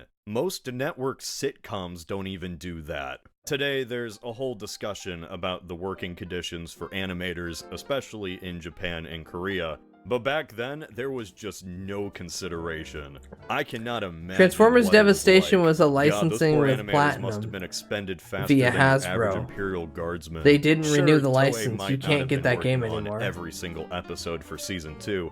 But at the same time, they were still animating the Transformers movie. And despite the crunch and the insane production schedule, I have to say, they knocked it out of the park. Transformers the movie looks incredible. It's probably the greatest jump in quality from a TV show to film.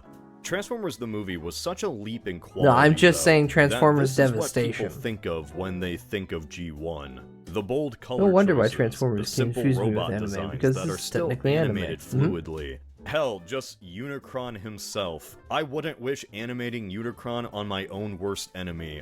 He was already a pain to draw for this dumb video. They are, because of that but I want dumb ring. Devastation. I can't imagine them. Devastation is the only Transformers Transformers game that I sat down and went, "Oh fuck yeah, this is what I need." The level of work that went into a Maybe film before Hasbro that was makes a new ultimately Transformers about show Orson made Welles with AI, you devouring shut an your entire goddamn planet. mouth. Orson Welles, filmmaking legend, director and writer of quote-unquote the greatest film of all time, Citizen Kane. Also Gaslit alcoholic. the entire nation into thinking There we go. aliens were attacking, and his work has gone on to inspire generations. Also, his very last role was voicing a Transformer. Or at least it was a second to last according to IMDb. I don't give a shit. He died like a week later after voicing Unicron. That's what I'm getting at. I have summoned you here for a purpose. Nobody summons Megatron. And it pleases me to be the first. This man born during the First World War, who made a movie critiquing William Randolph Hearst, the father of yellow journalism, a man who is said to have created the first modern film, voiced the giant planet in Transformers the movie. How the hell did they manage to get Orson Welles? True, actually. Quite easily, Yeah? it seems. You see, Slip him Orson some cash? desperately needed money. Near the end of his life, he was like hundreds of thousands of dollars in debt. By the 80s, the creator of the greatest film of all time was morbidly obese and doing commercial voice readings just to pay for the groceries. That's according to his own biography. There's rumors that Welles was bitter about doing voice work for a toy commercial. But according to actor and former friend of Welles, Peter Bogdanovich, in a Reddit AMA 10 years ago, by the way, Welles apparently wasn't bitter at all. I don't think he cared. It was literally one morning of voice work. That was it. I spent more time voicing this video than Welles spent voicing Unicron. The man was doing wine commercials, for God's sakes. The French champagne. I think a major role in a movie was a step up. You know what I did this morning? I played the voice of a toy. Some terrible robot toys from Japan that change from one thing to another. The Japanese have funded a full-length animated cartoon about the doings of these toys, which is all bad outer space stuff. I play a planet. I menace somebody called something or other. Then I'm destroyed. I plan to destroy whomever it is thwarted, and I tear myself apart on the screen. That was in the epilogue of his biography. The epilogue of the Orson Welles story is him telling his biographer that he played Unicron. Played Unicron! It's dismemberment. It's kind of crazy. Every single interview regarding people who have worked with Orson Welles is just them joking about how fat he was. Ron Friedman in his book called him the size of a planet. Voice director Michael McConaughey said the irony of Welles playing a planet-sized eating machine wasn't lost on anyone. If I did voice work and the last people I worked with shit-talked me afterward, I'd reincarnate as Unicron and devour Hollywood myself. Oh yeah, Unicron. What is there to say? Unicron is Unicron. He's really not much of a character. Crush. He's just a force of nature that wants the film's MacGuffin. I'd say one of the things the movie kind of fails at is this sense of scale for Unicron. That's kind of true in fashion for the whole series. Scale goes all over the place. It's really bad. And yeah, here's no different. We just gotta draw His things. size changes a lot. Like, Unicron's the size of an entire planet, right? But when they exit his eye, they shatter his entire eye. I might be wrong, but according to scaling, everyone here should be the size of mountains. Oh well, don't think about it. He's a cool design. That's all that matters. He devours entire civilizations with a cartoonish crunch. Unicron is just Robot Galactus. He even sends out his minions to do the actual fighting. And one of those loyal minions is now Megatron, who got chucked out the window the second he was useless. After getting zapped by Unicron's high beams, Megatron was reborn as Galvatron. Now voiced by our second celebrity, Leonard Nimoy. Known for being in the classic, The Ballad of Bilbo Baggins. Yeah, Bilbo. Galvatron. I love classic Megatron, of course, but nothing beats Galvatron's introduction. So fucking good. Starscream finally did Tell it. me, He they gave overthrew the Megatron. Death Star He's the on All-Star. top of the world. How is he supposed to know a giant planet would give his boss an upgrade? Starscream was leader of the Decepticons for a full 28 seconds. This is the best death in the movie, by the way. This was also Galvatron's coolest moment. It's all downhill from here. Galvatron is a suitable threat throughout the movie. He does kill Magnus, after all. He gains the Matrix of Leadership, though he can't use it. It's a neat dynamic having a minion who so clearly wants to kill his master, but it never works. That Megatron pride is still alive and well in Galvatron, though it doesn't do him much good. It wasn't his fault that the MacGuffin wanted to choose the Autobot with the raddest color scheme. Okay, let's talk about Hell Hot yeah. Rod. Hot Rod flames. Hot Rod. Hot Rod. No figure causes more dismay and discussion than good old Hot Rod / Rodimus Prime. Hot Rod, according to Friedman, is that character that goes on a classic hero's journey.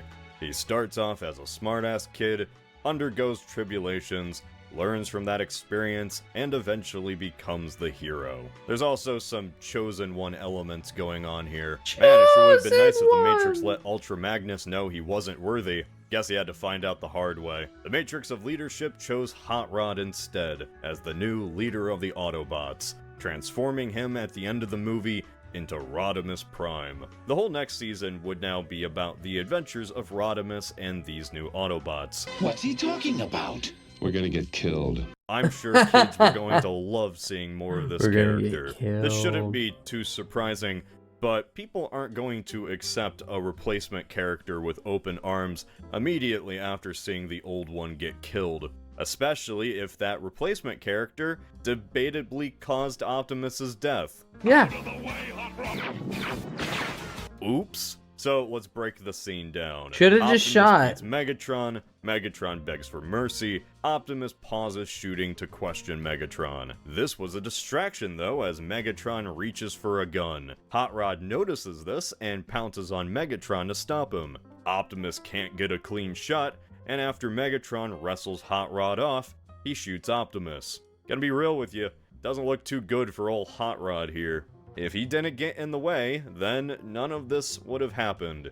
I mean, you could argue that Optimus should have just unloaded into Megatron without question. He really shouldn't have wasted time like that, and it led to the situation getting out of hand. The thing is, though, Hot Rod still messed up. That isn't even my opinion. That was the intended purpose of Ron Friedman. Hot Rod was meant to be racked with guilt for making this mistake. A classic hero's journey dilemma. Classic for him to trauma. move past and grow from. Add some depth to this. You need blood on your hands to become better. From a writing perspective, and it certainly adds complexity to the character. But is that really needed for a show intended for children? No ads. And I don't mean children can't understand. Here, wind that back here. I will go on quick BRB until ads are done. Full Metal Malcolmist. I told you, Lum, I do not want to sleep with you. I know what this mood is all about. Shinobu's coming over, isn't she? That's my business and nothing to do with... No, don't! Ah, please don't do it!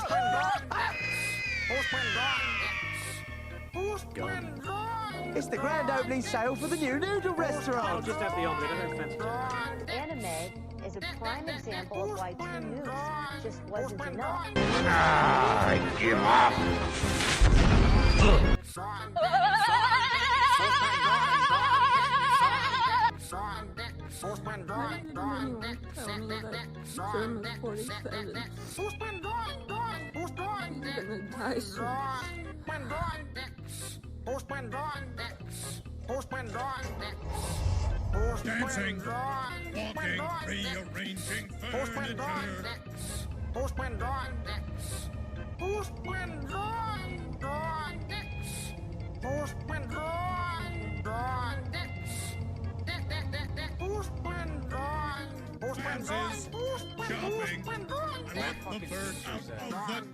Dancing, walking, rearranging furniture. Dances, shopping, let the bird out of the cage. Dancing, walking, rearranging furniture. Dances,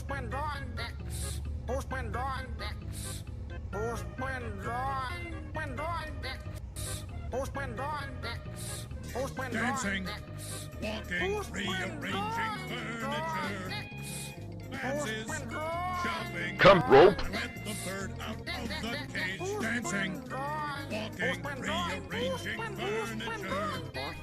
Dances, shopping, let the bird out of the cage. Dancing, walking, rearranging furniture.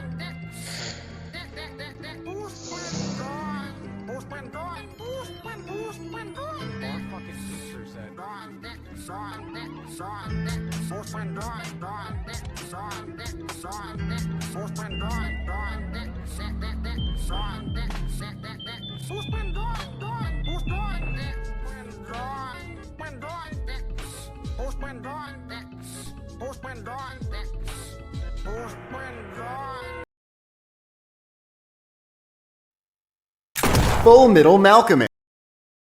Hi. Optimus Prime dead now. Add some depth to this next generation leader. That's neat and all from a writing perspective, and it certainly adds complexity to the character. But is that really needed for a show intended for children? And I don't mean children can't understand complex emotions. I'm just saying they're not gonna like the new guy if they think he killed Optimus Prime. That's gonna be a problem when you're trying to sell a toy.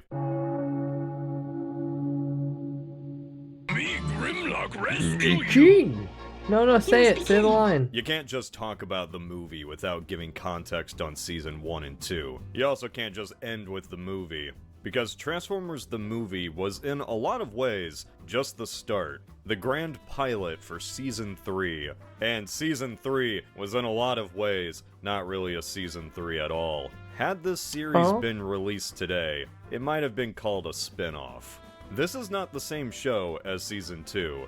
Much of the original cast, both Autobots and Decepticons, were gone. Absolutely replaced crushed. with brand new characters that continued the fight.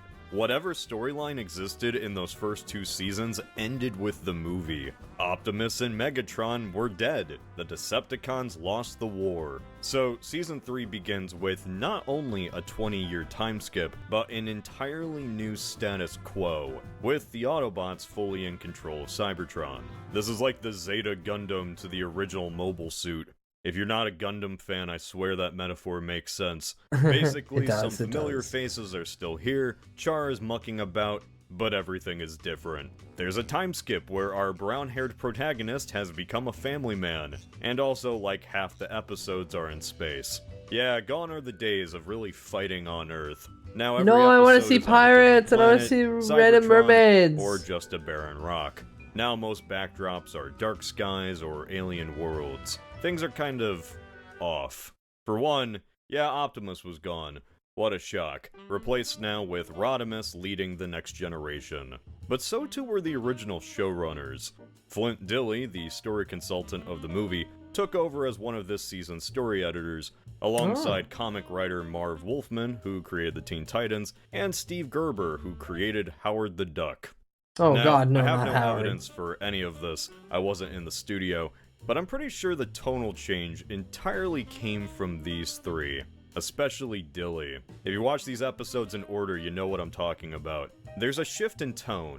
There are still goofy moments, sure, yet everything feels a little more bitter. Not solemn, it's not like the tone is depressing or dark.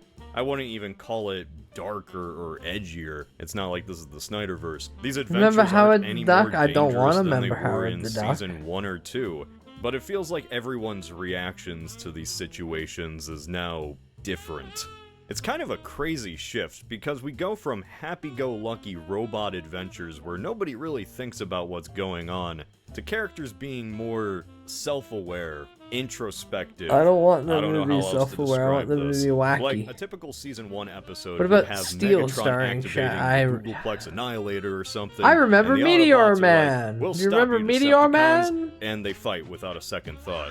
Then Season 3 would have Galvatron do the same thing, and the Autobots are like, fuck, this guy again. Maybe it's because even the Autobots don't take the Decepticons seriously anymore. They are kind of just there, rebuilding after losing the war. They've added some new marketable characters to their ranks, of course, mainly coming in shapes of various animals. Garagons fight everybody!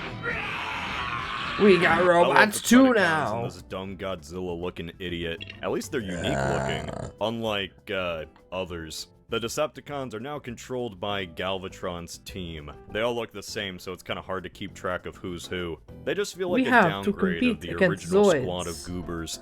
Cyclonus Should have is just probably teamed the up. best of all of them.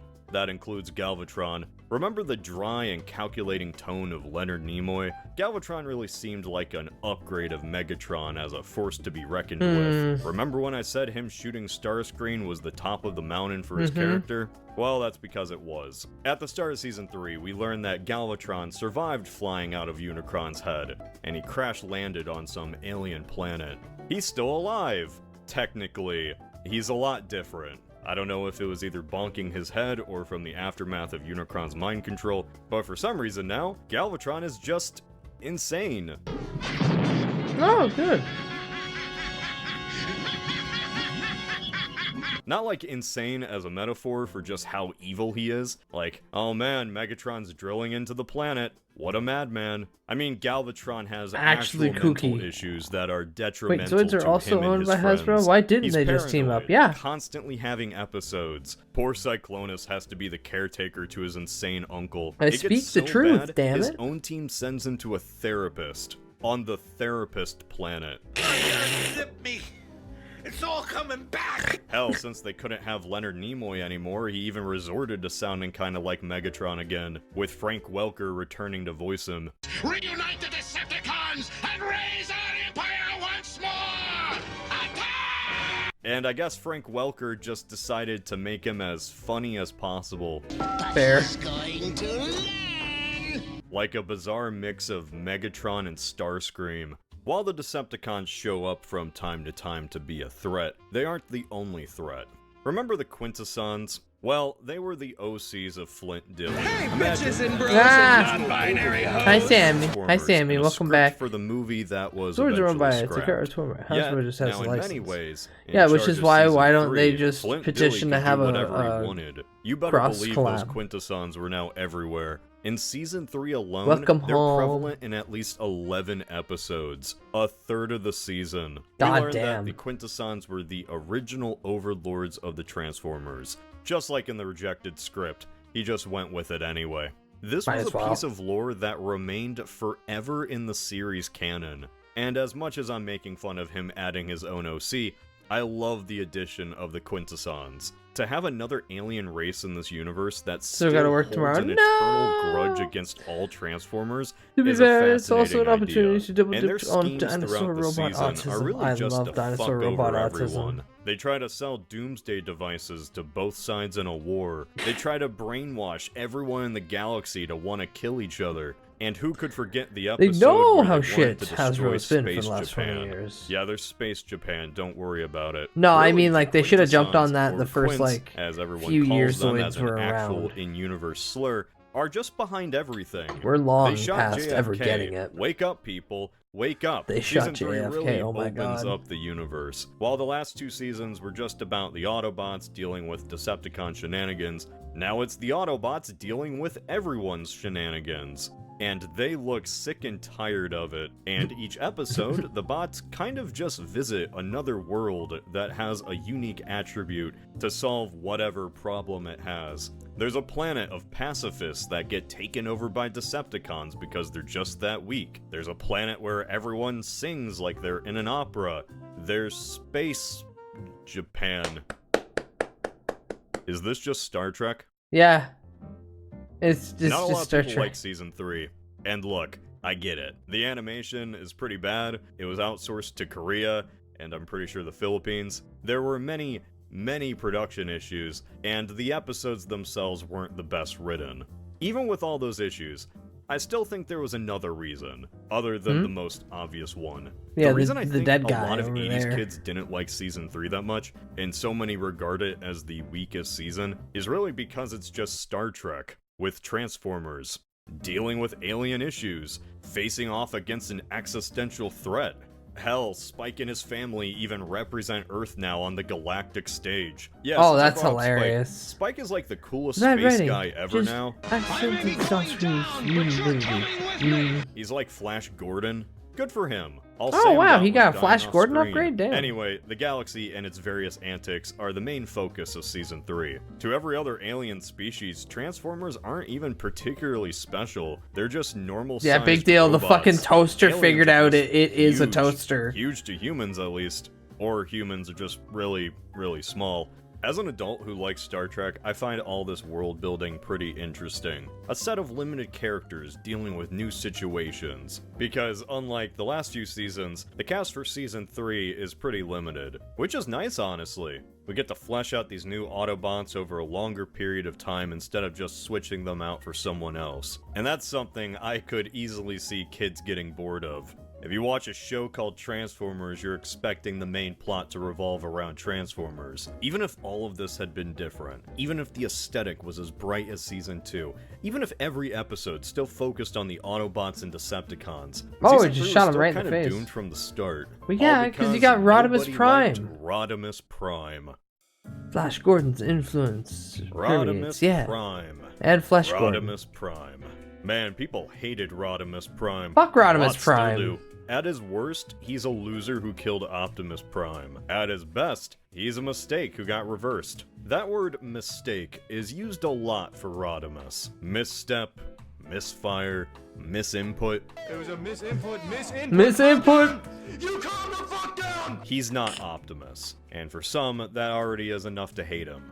But even if he acted just like Optimus, I don't think he ever would have caught on, just because of how he was introduced. If you want the audience to care about a was character, originally meant to be a this Flash is really Gordon the worst thing. way to do it. Flash Gordon's It the set porn him up parody. For failure. They thought their main demographic One of the of planets he goes to 8-year-olds is just would nothing go but along tits. with this, and shockingly, they didn't. Even to this day, Flint Dille still gets shit for Rodimus Prime. When season 3 started, I just wondered why the decision was made instead of doing, say, like a nice growth arc for Rodimus Prime, that he was just made into kind of a pathetic leader. A lot of fans dislike Rodimus, and I am not one of them. Oh. I like Rodimus Prime. Yeah, I said it. Okay, look, killing Optimus off was a mistake. I'm not denying that. But just because I dislike that idea, doesn't mean But I Lucas dislike couldn't his get the replacement. Anyway, it's not a new tie, right? Yeah. And then he's like, fuck it, we'll make it Granted, Star I also Wars. have the hindsight of 40 years. I already know Optimus is coming back, and he'll be in like 20 different shows. This means nothing to me. For me, as an adult watching this, Rodimus is really just an interesting change of pace. He works for me because he isn't Optimus. He isn't Optimus at all. Pre-movie Optimus was, you know, optimistic. The perfect leader who got the job done.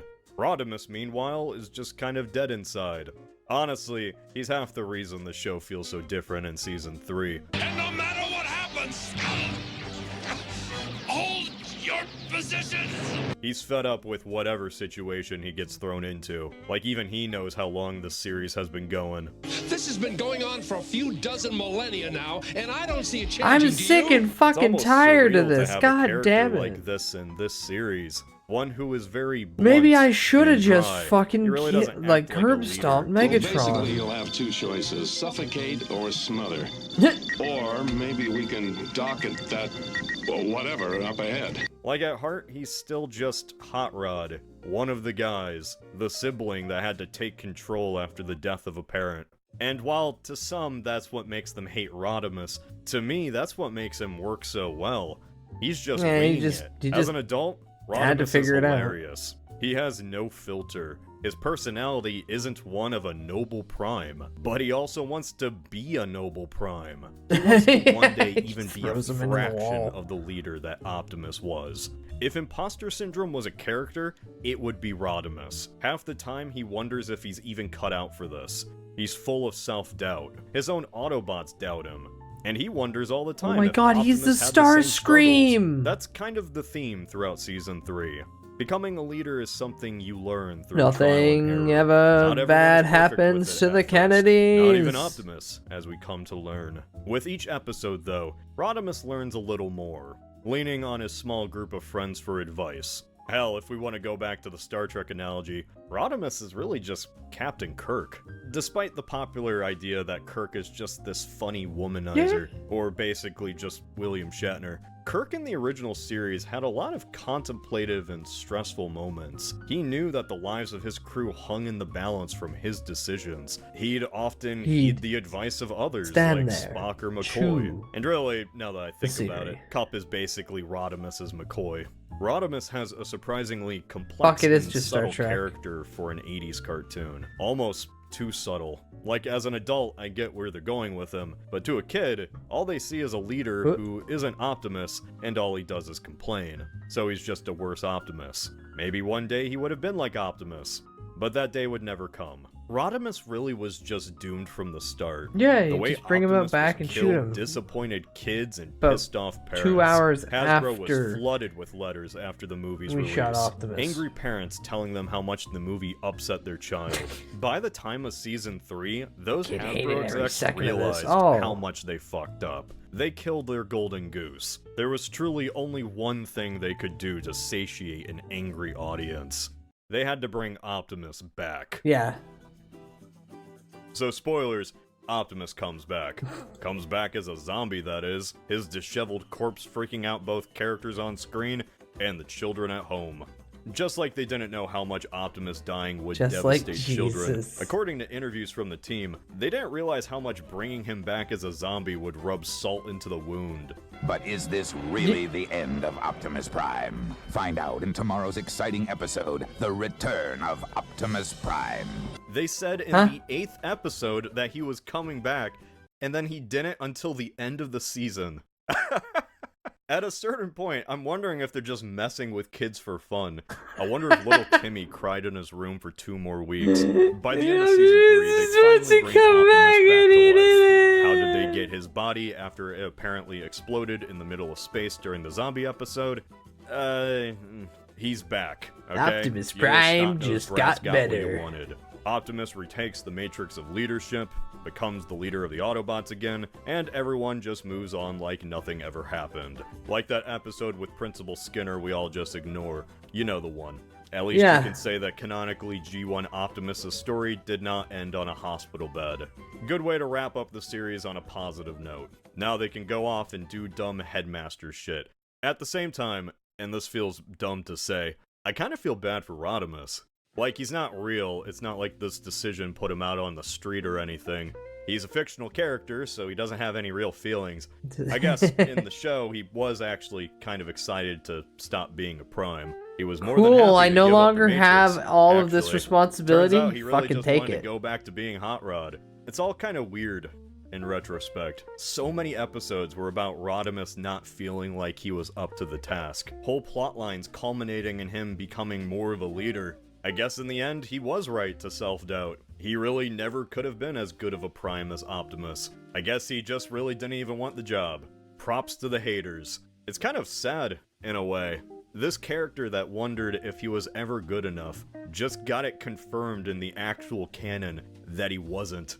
This was a character arc I'm sure the writers never intended to actually backtrack. They certainly didn't expect a barrage of angry letters from parents. Optimus came back and struck Rodimus down, and I guess everyone cheered. He was really just a victim of strange executive decisions and odd Flat Out writing went back in choices. time His and character saw the old is forever Primes. Ooh. cemented by the franchise as just a mistake.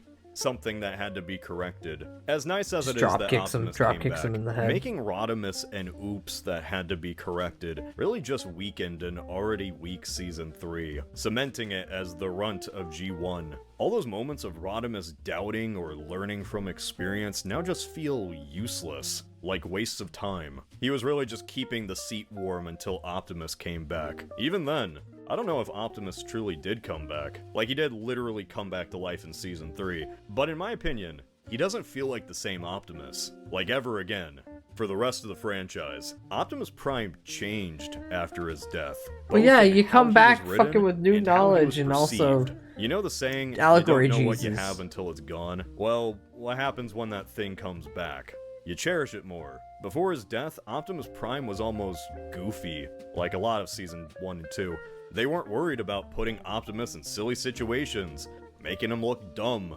He would cheer just as stupidly as everyone else. He might get bamboozled by Megatron's obvious trick. He would race an obvious duplicate of himself just to prove to everyone else that he was the real I'm Optimus. the real Like Optimus, going like faster Sonic would prove anything. He wasn't perfect. That's my point. He wasn't even that important, at least to Hasbro. That was, until he died. After Optimus's death, then everyone he wasn't freaked out just and said, "Where's Optimus my Prime fucking anymore. truck?" He was Optimus Prime. He was the most important Autobot ever, and don't you forget it. He acted differently, more stoic, almost somber, more in line to the future serious Optimus we would know. Like the writers now understood how important Optimus was, and all the characters knew too. It's not like this is necessarily a bad thing. It's not like he changed that much, but it's just different. Maybe I'm just being overly analytical. Stranger. He's really just back for 6 episodes. Oh, and then yeah, it dies forever. Technically there are 4 seasons, but really that 4th season isn't real. They'll call it a 4th season, but it's actually like a 4-episode special. It's about the Headmasters. Ooh. Whoa. The Headmasters were pretty much Master of Transformers what? version of Mecha. It was a lot bigger in Japan. Now I want you to see this. How come you missed me? This has been my way of doing things. I fight the way soldiers should. Japanese Transformers By is a missing. whole other thing. Wheeljack never died. Prowl's still alive, or at least a version of Prowl. This Prowl's from another universe. There's a whole What? Japanese Transformers multiverse. I went off this ride, please stop. In America, though, this is how G1 was kind of sputtering out. Headmasters wasn't much of a hit. The toy line was selling less every year. So at a certain point, Hasbro called it quits. In America, Transformers G1 came to an end. though it did end on a high note. In the very last episode, Cybertron is reawakened. After millions of years of war, the planet receives enough energy from the sun to be turned back on. The whole planet turns gold, Zam! Cybertron's original color. I love that Cybertron is actually meant to be warm and bright instead of the dull and gray we think of it as. Ultimately, the planet and the Transformers are saved all because of Spike. The human that they saved at the start of the series gets to repay the favor. So, G1 and the end of the series ends with Optimus Prime alive, the Autobots winning the war, and Cybertron starting a new golden age. Might have had a rocky path along the way, but at least it stuck the landing. Honestly, that's better than most shows these days. Yeah. Here's the thing. I've been talking about the Transformers movie in some way or another for like an hour or so. I've About told an you hour and everything. 30? Everything, except that it was a box office bomb. Yeah. Yeah. The first Transformers movie, the one referenced everywhere in the franchise, came in 14th on opening weekend. Eventually, Nobody wanted it that became a cult fucking kid classic. shit. Ironically, despite this film being made for the big screen, most people still only watched it at home. Think about that. At the height of G1's popularity, when toy sales were the largest, when it was a phenomenon for a certain age demographic, the movie made absolutely no impact. It didn't even make a ripple in the water. The damn pebble phased through the surface like the collision was turned off. Just kind of gives perspective on this entire thing. Maybe it's because Transformers G1 was just that wacky robot show. It's disjointed. Characters appear and disappear at whim, plot holes are abound, but at the same time, I love it. I love when a series goes absolutely insane with its ideas. I like that they try something new even if it Forgot doesn't they work. fucking showed I've up become the- more of a what looked like Transformers a fan watching this Cosmic UN. broken cartoon from the 80s than I ever did watching the Bayformer films. Stop showing that Ironically, goddamn the dogs cartoon humping. has made me enjoy the Bayformer films more, you know, to a certain extent. Like this scene in Not the 2007 beats. is straight out of G1. I 100% could see Season 2 Optimus saying, "My bad." Oops, sorry, my bad. Despite Sorry. having some of the highest grossing films of all time, Transformers is ultimately a series meant for TV. Its stories work best in 30-minute intervals. In many ways, just like Star Trek. Don't go in expecting the best or expecting the worst. Really just go in not expecting anything. Go in Trust that your me, you'll time will be surprised utilized. by something eventually. A character you've never heard of might become your favorite. An episode concept might spark your imagination. Or you might see something so stupid you can't help but laugh. Honestly, it's gonna be mostly that. Most importantly though, watch it with the mindset of being in the 80s. Because at one point, this was probably the coolest thing in the world for some kid in 1984. Maybe, if you remove your modern lens, you might see that perhaps with G1, there's more to it than meets the eye. Oh my god, you had to fucking say that line at some point. No, wait, don't!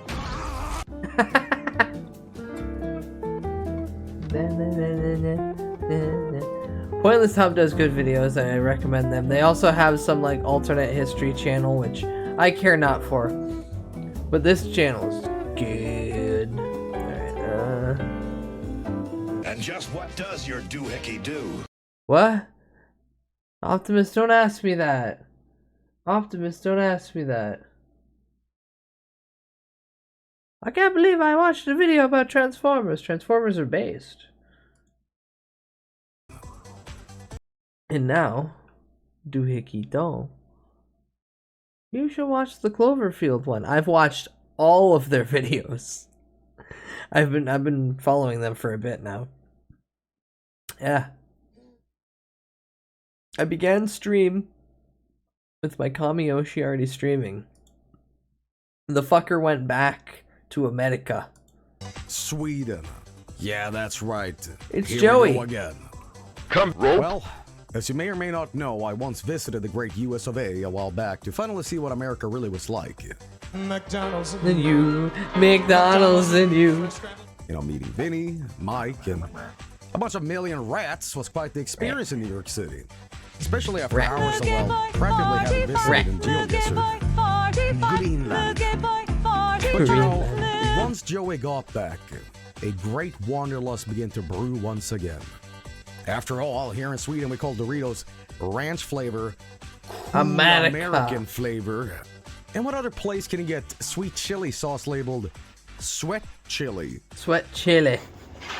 Well, Sweat regardless, chili. if there was one place in America I've always thought about, it was Texas.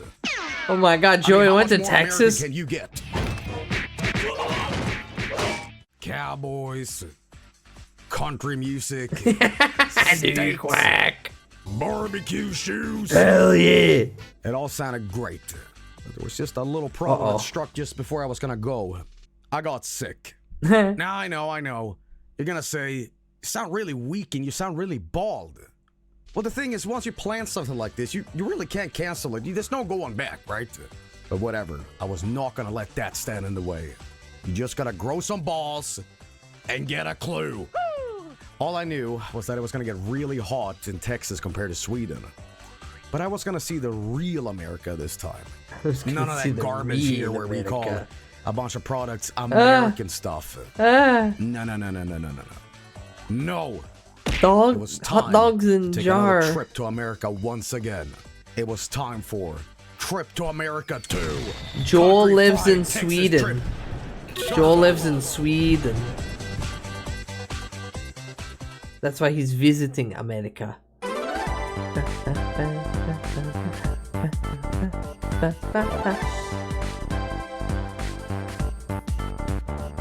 Ever wanted some fresh fish from the airport on your trip? Real Well, America, here you go. aka the state that tried to become an I think independent fish would give me country diarrhea more than on the any other plane, state. So I opted in to get some. That's as chicken instead. American as I can understand, though. The way you guys all yap about it. Followed him and he didn't even have a pointed hub So it's and my only first had time actually alternative being in history. Holland. Ah, Pretty that cool makes sense. place. Big fan Bomberman of 64 Green Gardens theme. Yeah, this place was pretty cool actually, but You just got all I don't know those what this just was about. in the back of your head. Yeah, Britain has hot dogs in a jar. That's disgusting. I hate that. So I'm sure I many don't know about places you guys, honestly but do. The seat in front of me had a bunch of stuff on it. Pokemon? Among Us!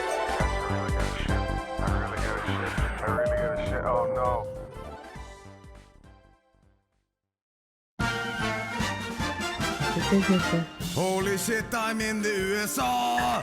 Holy shit, look at all the Americans, lol. Please don't shoot me.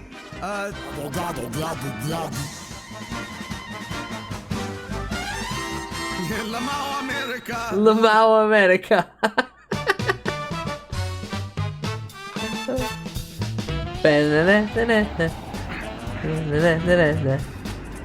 The hotel. I made it. It's back in America, baby. But after that plane trip, I was a little hungry, actually. But I was in America. I can get anything I want at any hour. It's always open, right? I am. That sounds That got scary. me Who is thinking. this? Uber. I remember that movie once. Harry and the Cumlord. Harry Cumlord. He get burger. Yeah, Harry White Castle, Cumlord get the right? burger. That's exclusive to New York. I just had to seize the opportunity. So in an empty hotel lobby at 2 a.m., I decided to order fried clams. Why? Don't worry, I got a cheeseburger as well because that's what the White Castle is famous for, right? Why? Anyway, the delivery guy shows up at the hotel lobby. I get it, and he says, "Man, you must be really hungry to eat White Castle at 2 a.m." And I said, "No, it's a meme." And he didn't know No, what a it's a meme was, so meme. I just pointed at the food and said, "No, that's meme food." That. He's like, "Okay, you enjoy your food." And I go, "Yeah." No, that's how does meme White food. Castle taste? That. You know, after that whole movie, which I think was just a big commercial for the food. Yeah, no shit. It was McDonald's. Yeah. But there was something really special about So, eating White Castle. this in is an empty Varg hotel lobby at 2 Skeletor, a.m. aka Vine Probably Sauce looked like Joel. Bigfoot. This is the second trip to America. Fucking dirty as shit. And Joel's my favorite streamer, so Frank, he is essentially my Kamiyoshi. No. Oh my god, Frank. There's this armored core. White Castle is quite possibly the Where was lowest Frank? quality fast food that exists. Hey, Marco. Oh, it's Marco. Happy. Oh, Happy. and every cab has TVs in them now in New York City. Why? Okay, Frank, what's so funny about this bridge? No longer go to McDonald's. No, that's not true. You gotta try the fucking Katz's Deli sandwich. It's fucking great. Katz's Deli, but my main man, Larry David and Bill. Bill. Oh my God, Bill. Good. I can't eat no more. Frank, verdict. Marco? Just a regular day in New York City with Marco and Frank and... Eat shit and die. I'm sorry, but I have to what? Direct your attention to the tornado. The tornado? Fuck, it's 3:39 a.m. I need to sleep, so yeah, good night everyone. I'll still be listening to the stream. Night, Jet. Have a good eat. Oh shit! Rat. Rat. Yo, paintball. Yo, pain law, yo. It's crazy. Cryomech Raiders. Hold on, let me pause. Hi, welcome in. Hi. Ah, spin if you love the Federation. Ah, welcome in. Let me give you a shout out. What were you doing? Project Wingman. Oh, based. Welcome in. Hi, I'm just sitting here. We're watching my Kami Oshi's second trip to America. Joel, Vinesauce Joel, aka Vark Skeletor. I played the DLC and it was really cool. Good to hear. I hope you had a good time. Welcome in. Hi, I'm Bud. I have no plans tonight because it's the last thing I can do before Crimbus. Oh, but I hope this works. What the fuck is that? The fuck is that link? Ah. Yeah, Tilted, I seen this. Yeah, no, I seen this when you dumped it into Discord. 5.89k hours watched. God dang. You're watching Live Leak Murderer. No. I'm not the murderer if I watch it. I'm simply experiencing it. But hi, thank you, Cryo, for the if you need to Cryto, if you need to go eat, or if you need to get food or anything, by all means.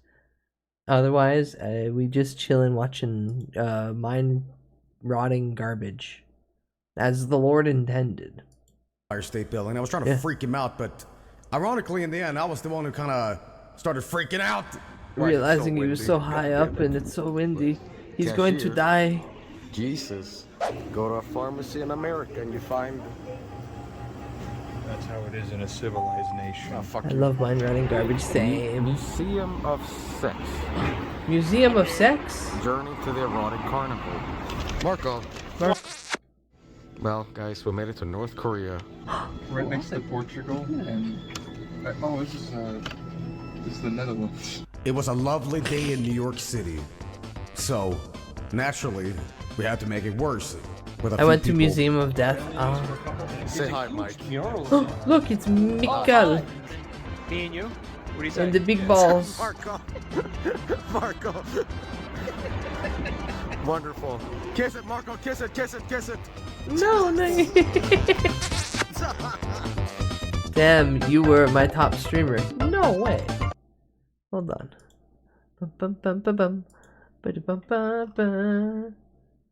Riff Tracks as being number 1 is very impressive. Me being number 2 behind, of all people, Mako and me and Paper Bag Channel, goddamn. The fact that I'm on anyone's actual like top 5 list, astonishing to me. The balls were funny. Now, how can we possibly end the night without having New York's finest pizza together? Only one problem. We were stuck in a bar. I'm here with Mike, famous Instagrammer. Check his channel out. This is TikTok. This is TikTok. Mike's hungry, but they only have like chips. So I'm gonna order a pizza for us and eat it on the streets. Street pizza. More to come. All right, pizza's been ordered. What do you guys think? This is fucking stupid. It is fun. Wait a minute. There's a pizza place right behind us, and we're ordering a pizza here. Am I stupid for doing this? They're not even gonna let us eat this in here, man. They're gonna kick us the fuck out. There's literally like a little thing that says no food outside. They're not gonna let us eat it in here, man. We're gonna get kicked out of here. We're gonna have to eat it in the street. Street pizza. Okay. But I'm pretty sure we shouldn't be getting a whole pizza to eat to the face. We don't even know if they're gonna let us eat it. They're on their way now. What happens if they don't let us eat it in here? We're gonna eat it out of the dumpster like animals? Yeah, maybe. I want to hear that on confession. What just happened? A waitress just brought a pizza out of the kitchen. They serve pizza. They make pizza. They sell pizza at this place that we're in right now. Listen, one, start. Yes, that's Jabroni Mike. That was Marco. You did it. It's Joel here. I think it's pizza for us. Oh, I appreciate that, man. Thank you so much. If you spill this. If you spill this. Pizza smell. You're a maniac. It's used to go on all the time back in the old country. They're trying to smuggle the pizza into the bar that clearly states no outside food or drink. I'm gonna take that second just to... You guys keep dumping links in the chat. Ah! Number 3. Most used emotes. Very good, Muggy. Very good most used emote.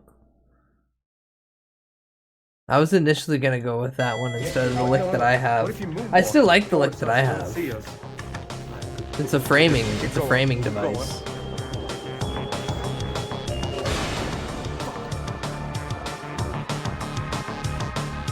He's walking backwards with it. Like it's no big deal.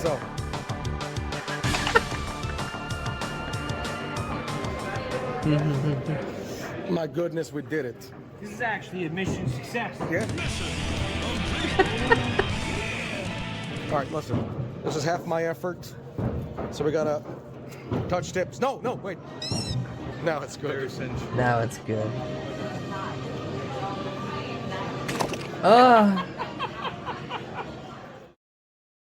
Okay, what just happened? Busted. Did we get busted? Busted. We gotta eat this pizza quick because they're kicking us out. Frank K. Jr.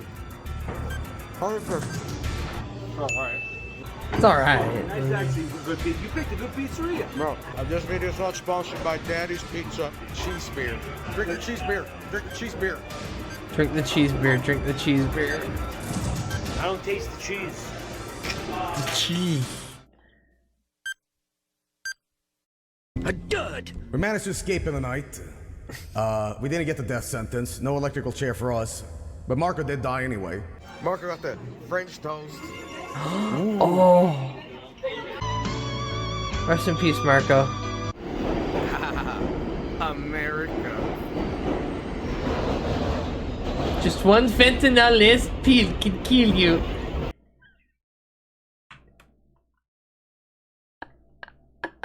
Finally.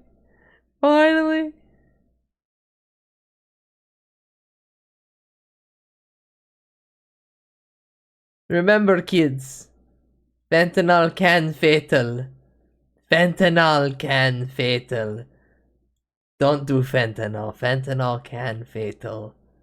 No, fentanyl. Copert.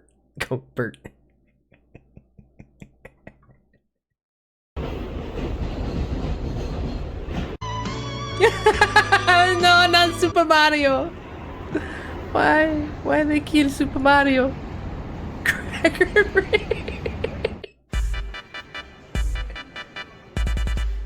Yo, what's up, man, my man? You know, Mario. I like how the Wii U is the same display as the virtual boy. That's how outdated it is. It does look like shit. It does look like shit. Fent bad, but crack rice delicious. Na. I know you want to sit on them, but don't do it. I want to make some Pokemon lasagna. I'm gonna bend him in half. What are you talking about? Oh, Pikachu. Ah! The penguin one. Ah! behind me. Chicken slider. Bill Clinton! Bill! So the next day we had some business to attend to. Why the penguin got nips? It was You my know first why. time taking the New York ferry. And what was our business, you might ask? Let's just say I had to meet a special somebody again. Location Japan, time 3 p.m. He's gonna touch tips with Benny.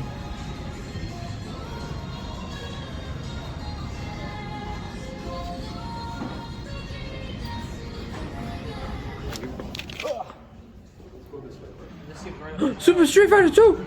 That's pretty sick, man. Hey, Joel. What? Why was there cheese in my beer last night? Cheers. Frank? There's Benny in the Marco? background. You know what you did. I didn't do shit, man. Seed of what you did germinates within you. You're gonna walk away from that bunny girl right there? You're really gonna do $300. $450, not bad.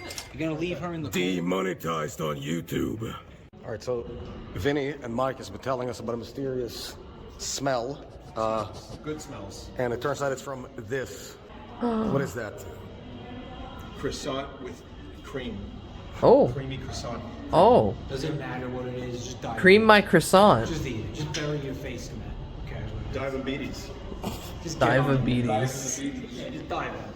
And it happened again. I'm in America. Chips for dinner once again. I mean, I just can't escape this stuff. It's just everywhere. And who's to blame for this? Frank. It's Frank. Good. So way back in the day, Frank's visiting me, and we're gonna have sandwiches for dinner, right? Yeah, whatever. So we're at Fuck this yeah, grocery that was store, voodoo and shit. he says, "Let's get the chips." And I think he means the French fries, but he means potato chips from the snack aisle. But it turns out in America, there's no difference. You just eat whatever the fuck you want. It's not how I was raised. No, Americans do that all the time. Do that for my parents. Pure unadulterated vinegar? Oh, that sounds amazing. I like, and I know Joel would get upset, but I do like chips with a sandwich on the side.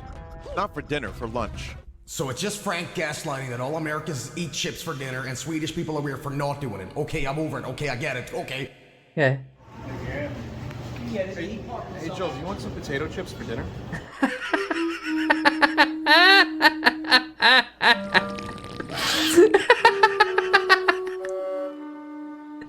Oh.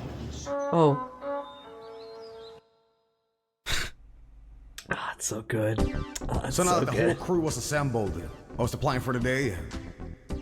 I shot a music video. Oh, neat. Vinny had the idea of putting the entire video through a Game Boy camera filter, and gotta say, it looks a little rusty. It's great. Anyway, you can see the music video to Clone Me on Redbox's YouTube channel, so go check that out.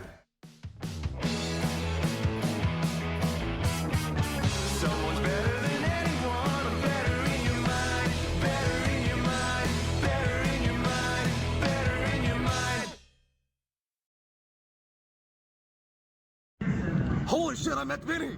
Hi, I'm Vinny. Jeez, I remember Vinny talking about the Game Boy camera filter from like months ago. Yeah. So we're up and about. Because having a Joel's good been day. editing this for You know, and, I live in nowhere in months Sweden, now. so, I don't really get recognized, but something happened in America.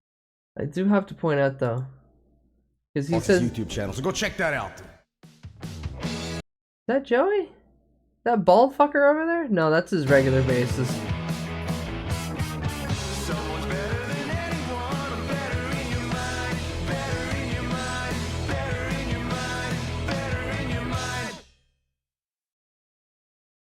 Bulge man. Holy shit, I met Vinny! Hi, I'm Vinny. Say speed! Speed! So we're up and about, we're having a good day. You know, Speed. and, I live in nowhere in Sweden, so, I don't really get recognized, but something happened in America. Alright, we were here at St. Mark's Comics, and I got recognized. Oh, I Wanna seen say this. something? Hi, I'm Fran. Thank you, Joel, for coming to America and stopping at this lovely comic shop. This place sucks, I'm out of here. And you better believe I kept this all Behind the this time, scenes all where the way back they to Sweden. showed that I ain't it throwing away looked like the nothing, real man. Game Boy camera, but then they were like, haha, no, real shit. What do it look like? We Neat. have all 9 of those bad boys. You saw the jars? You sell the jars?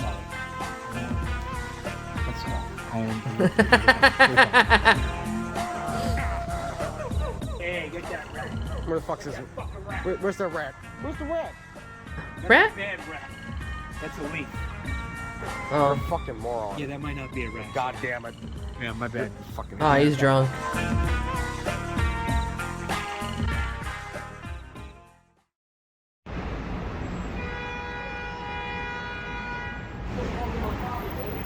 Mario! Cat! The sleepy cat at the Baby! Italian restaurant. Yeah, Oh. baby! Oh, kitty. Pet the baby! I thought it was a like a Put sick hand cat. through, That's some good put hand animatronics, through but glass. Pet baby. No, there's a kitty. No, it's just a cat. That's Tiger Elvis. Come on. I didn't realize it, but, you know, Madison Square Garden was in New York City, and I just happened to pass it by. And that's a place where, Stone Cold Steve Austin wrestled Hulk Hogan and stuff happened, right? Yes, Joel. Yes, that's exactly right. Huh? Huh? You're guaranteed to laugh your iceberg off. Shoot whoever wrote that. Oh. Oh. And it's bad enough that you guys stole Swedish fish. And They now you're putting it in liquefied drinks them. too? They liquefied Come on, them. son. I have to learn the controls first for, you know. Yeah. I'll be back with shit food. Alright. Be back with shit food. Just chicken. Marco, don't deep throat it.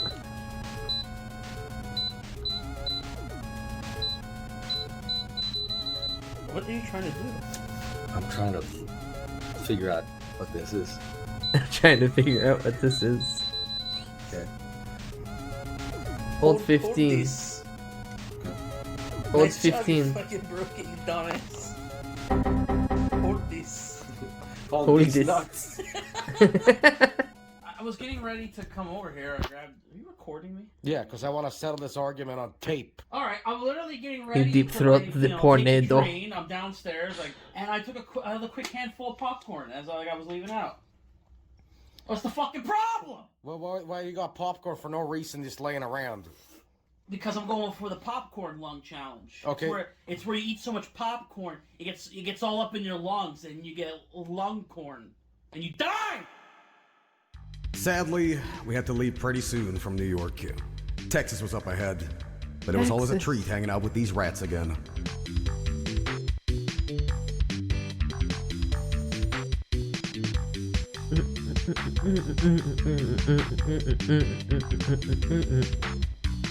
But you just know I can't leave New York City without like having a final pizza, right?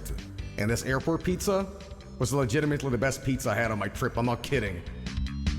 Oh, damn, that looks good. Frank, how's the pizza? Where are we going, Oh my god, I noticed the display on your scouter is actually rigged to eye tracking. Yeah. This was a free asset.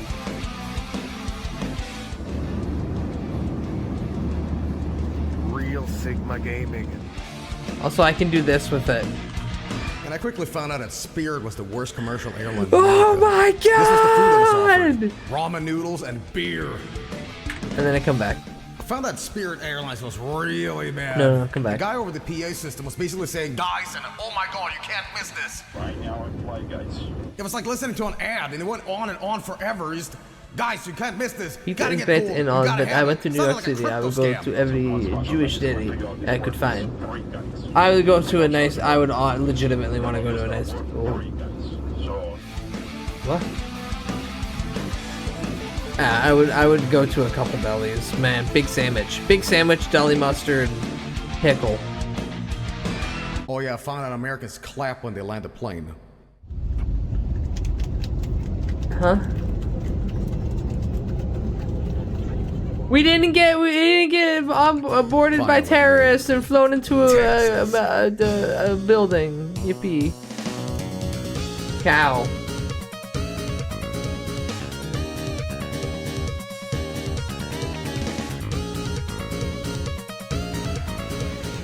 We made it to Houston, and it looks like New York. Axelmia, welcome in. You're so hot for that shirt. Thank you, thank you. Here, hold on. There. Was it gonna live up to the hype? Was I gonna see cowboys? Well, first we had to go see a metal show. It's just now, enough. you may or may not know, Frank and I are T-shirt. in a bit of a metal band ourselves. Manowar. So naturally we Very much so. gravitate towards this kind of music. Put Just that like tummy home in away, Texas, whore. it was It's really, away. really rainy and really muddy. It was mostly to show off the hips. What, Frank? Hey, Joel, what's the last thing you see on the menu? At the very bottom. Lay's potato chips, $1.50.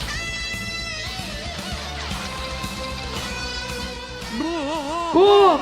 I have a patch similar to that. Thunderstorm was approaching too, so everything had to be shut down.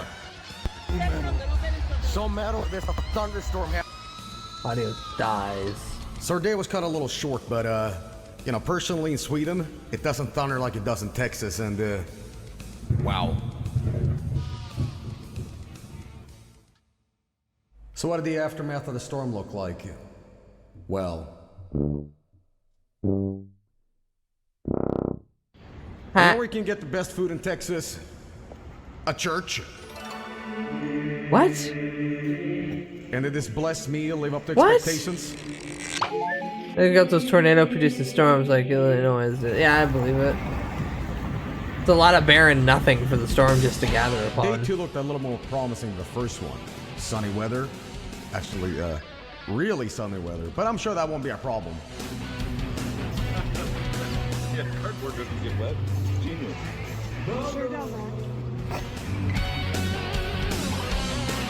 Country gravy is so good. And some celebrities showed up too, like I want Scott chicken fried. Steiner. Oh my God, Scott Steiner! All men are created equal. God damn it! Now I want Scott chicken fried Steiner. steak. Scott I'm a Steiner! genetic freak, and I'm not normal. Scott Steiner. Oh my God, another one. Joe, the numbers don't lie. What am I gonna do? That's what I do. What am I gonna do? Play the guitar? I can't play the guitar. All I do is beat people up. Oh bless you, Scott. You insane fucking man. Dracula.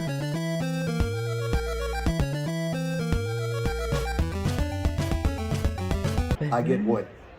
Even for a vampire, yes, I get wood once in a while. What do you mean he gets what? So yeah, day 2, much better than day 1. It was actually a full day without, you know, the storms cutting it short. Only problem, I forgot to wear sunscreen. And you explode, yeah. He exploded.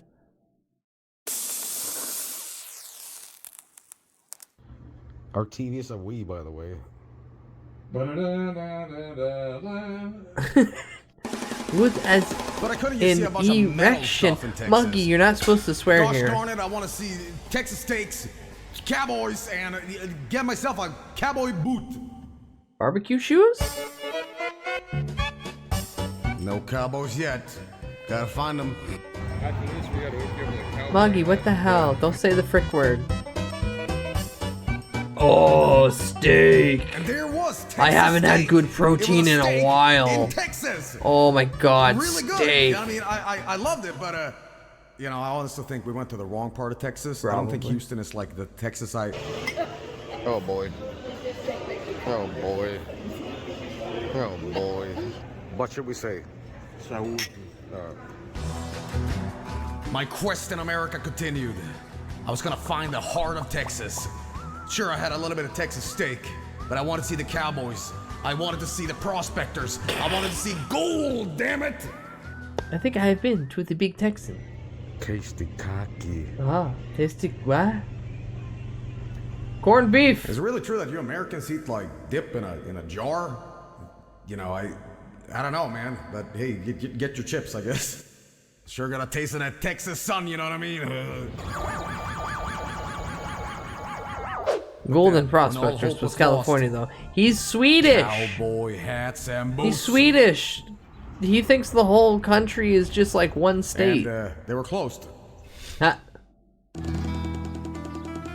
My quest was looking a little grim right now, but I would never give up. I know it sounds really dumb, but I just realized how close we're to Mexico. Oh, ain't no Piggly Wiggly. We gotta go to Piggly Wiggly. That's what he. I've never seen one of those Piggly Wiggly. Gotta get to Piggly Wiggly. Where's Piggly Wiggly? Show me the pig. Oh. And apparently cars fart in America. Didn't know that. No, that's just the sound system, Joey. Alright, ads are just about to start. I'm gonna go on one final BRB because I need a soda. And then I'll be right back with the remainder of this. Okay, hold on. Hold your horses. Hold your horses. Full Metal Malcolmist.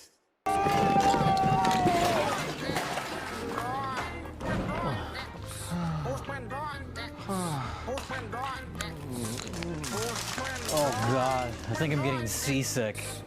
Excuse me, jail. We're sinking! Oh my God! Mario, what happened? Squid Game! The riveting rescue of Rockstar Freddy. Of course it's worth 10 out of 10. Rockstar Freddy isn't petty. It belongs to a kindergartner in Florida, but for some reason, a first grader threw it onto the roof of the school, and the teddy bear's owner was crushed. That's when the Cape Coral Fire Department got involved. They were probably relieved Rockstar Freddy wasn't a cat, and they pulled out all the stops to pull the teddy off the roof. So they didn't need to raise the roof to save the stranded teddy. You betty that they're ready when there's a bare need for Freddy. They held steady and they didn't blush. Even if the thing was plush, bet you that it's still a rush. Saving something stuffed, call it fluff, call it guff, but don't ever say they bluffed because Freddy's now home safe for his owner. That's enough. Conrad. Yo, tell me this doesn't sound like when you're building some shit in Lego Star Wars, bro.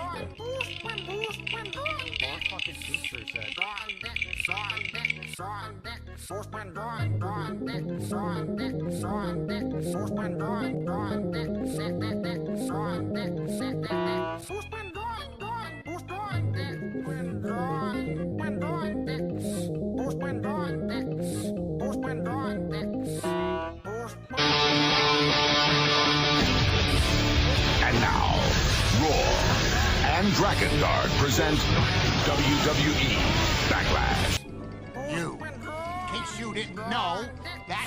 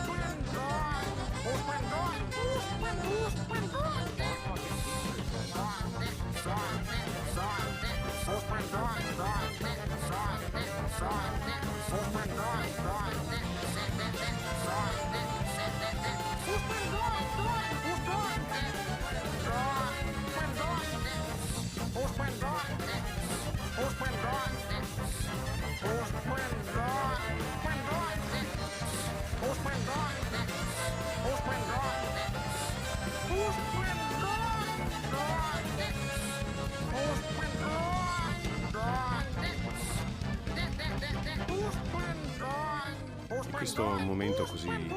Holy shit! Is that Parappa the Rapper? Holy shit! Is that Parappa the Rapper? Oh my god, I knew he was real!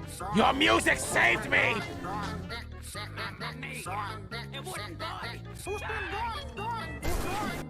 Ha ha! Here's the toasters! You know what they say? I think they all get toasters. Yeah, you F the toast F out hot, toast the toast.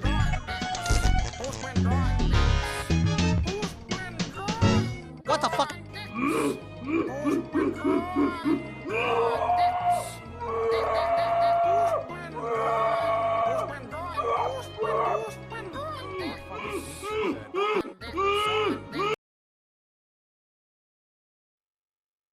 Full Metal Malcolmist.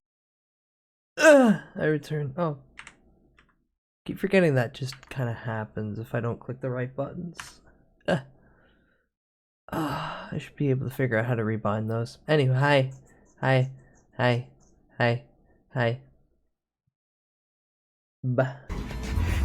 Texas. In the farting car. It was the final day of the metal show in Texas. こんにちは。 Hi, Sammy. シュノールラックス、パットさん。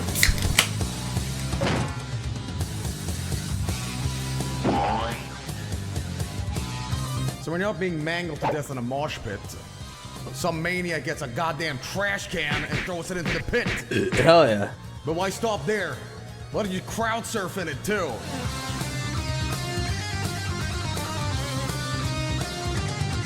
Trash metal.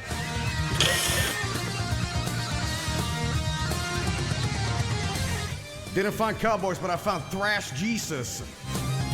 Holy shit, it is Thrash Jesus.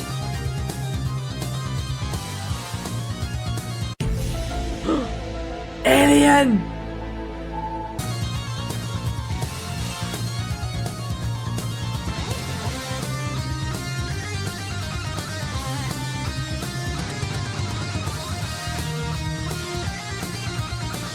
And where was I in the midst of all this chaos?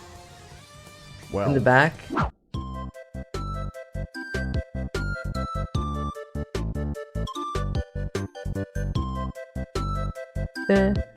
not really, I had an excellent time, but I was so exhausted by this point. And keep in mind, I was really sick for this. That I just took a nap. Finally, the carnage was over. He laid down on time the to head ground, home passed and, out for a little bit. You know, heal our bruised and battered bodies. How was the show, Frank? It's exhausting.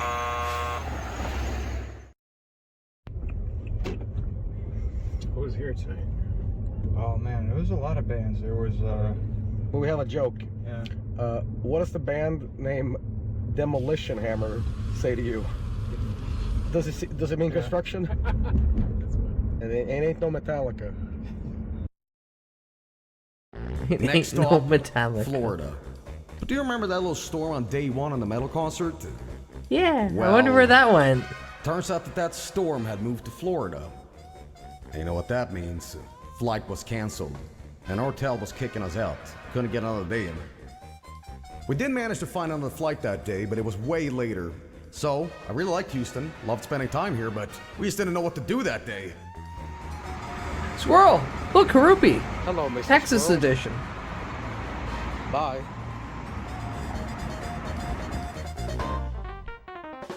How warm, wet, juicy, pussy.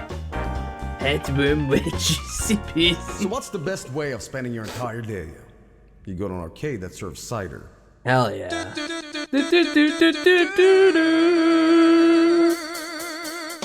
Daytona. There is a squirrel in Texas. So we pointed at it and went, ah. Bah, bah, bah.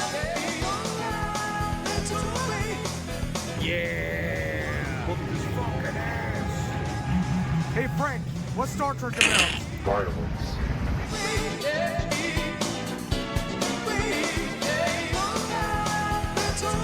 Bah, bah, bah, bah, bah. Daytona. You got unlimited drinks at the arcade, Texas but Red. no really tells you that the syrup is almost completely gone.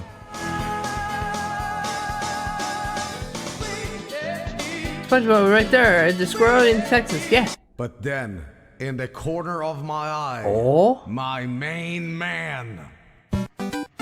Yo! Yeah, I love those other arcade machines, but when it comes down to a game I can play, it's Mario 3.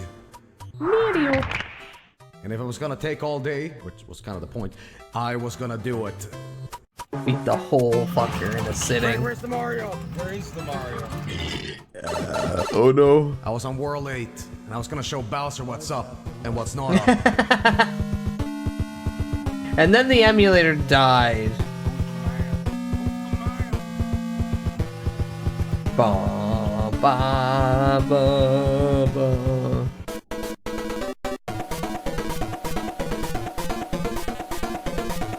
Oh my god, you're going to kill him!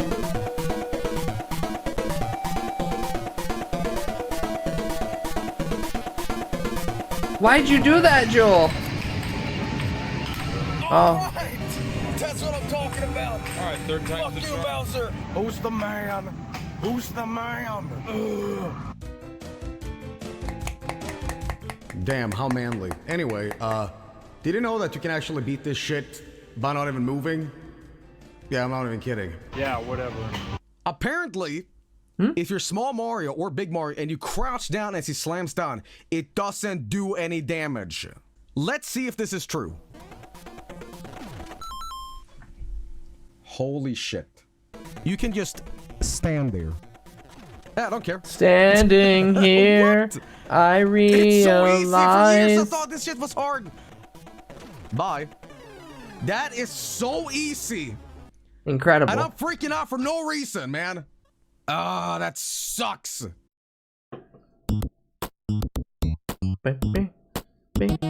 Playing D parts in 10 hours? Chips. Yeah, we might have showed off a little early, but, you know, that's a good thing. Better be early than too late, I suppose. But I just had nothing to do here.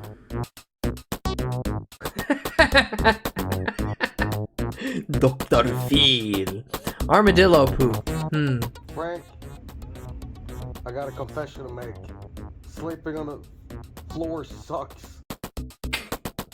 So after the world's worst sleep, I had some American breakfast. Beer.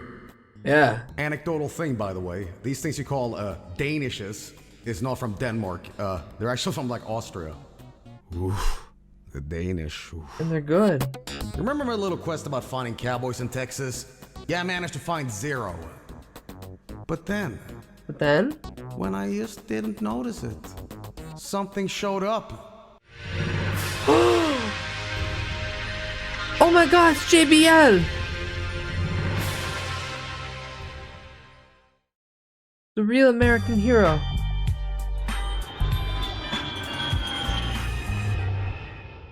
Alright, time for swamp ass Florida land.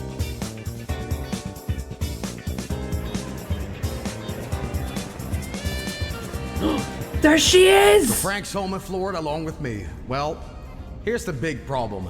Remember that whole storm thing? Yeah, that means that my time in Florida is only 3 hours until I gotta get back to Sweden. Oh, fuck. Cat! I see you. Would you like a Mexican Coke? Lizard! Do I hear more lizards in here? Cat! Yeah, that's a lizard. Baby! Baby! Gecko. Yo! Gecko. And before I gotta rush to the airport again, one more for good measure.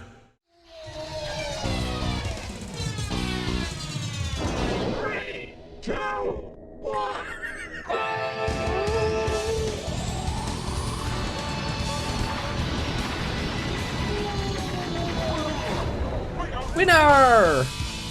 Frank cheats! Pick the 2 sweatiest states in the Union. But alas, Yeah. my time in America once Well, again Frank lives in Florida. was short. I had to get back He visits home, New no York matter so he what. can see Vinny and Mike and Marco and meet up with Frank. And Texas was like the yay. And a I'm Florida going for to me. Texas. Last word, Frank. Get the fuck out of my country.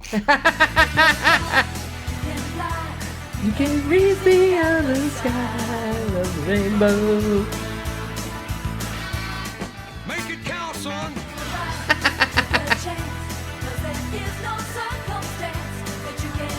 Oh, in America, so what's wrong with your front there? It's all orange and stuff. What's going on here? Yeah, they've got orange Fanta. Orange is a drink you can have. I have Orange Crush in the fridge right now, and grape.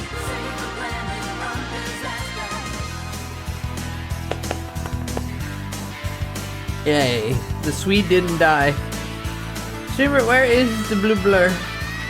I have no idea. You're at the blacksmithing school. Motherfucker, black metal. Hardest smithing known to man. Freddie Mercury. Marco. Beanie. Sonic boom, Sonic boom. There he is. Oh. Bald man. The bald man, Joey. Hello. My trip was a He lot looks of like a fun in thumb. America. You know, seeing my pals again. You know, it sucks that the distance is so long, but hey, what can you do? But so far, so good. I mean, what else could happen, right? What? Change course. Dublin? So I start hearing a bunch of noise at the back of the plane, like people yelling at each other and stuff. And I see, like, you know, flight attendants going back and forth and in between, and I realize there's like a situation going on here. So my first instinct is just to record. You know, I guess I'll die. Guess I'll In die. the PA system, the pilot says, we're gonna redirect our flight right now and land. We have a situation. And I'm thinking, what the fuck? And then a bunch of police showed up. What? And I'm thinking, what is going on? That's a lot of cops just standing there doing nothing. And it turns out a huge fight had broken out in the back. Oh. It's a drunk guy. And he got arrested. But hey, you know, that was my dramatic moment, I suppose. Not that dramatic, but bye, dickhead. Bye-bye. This is why if I'm on a plane, I'm gonna get so drunk I just pass out. I just want to sleep.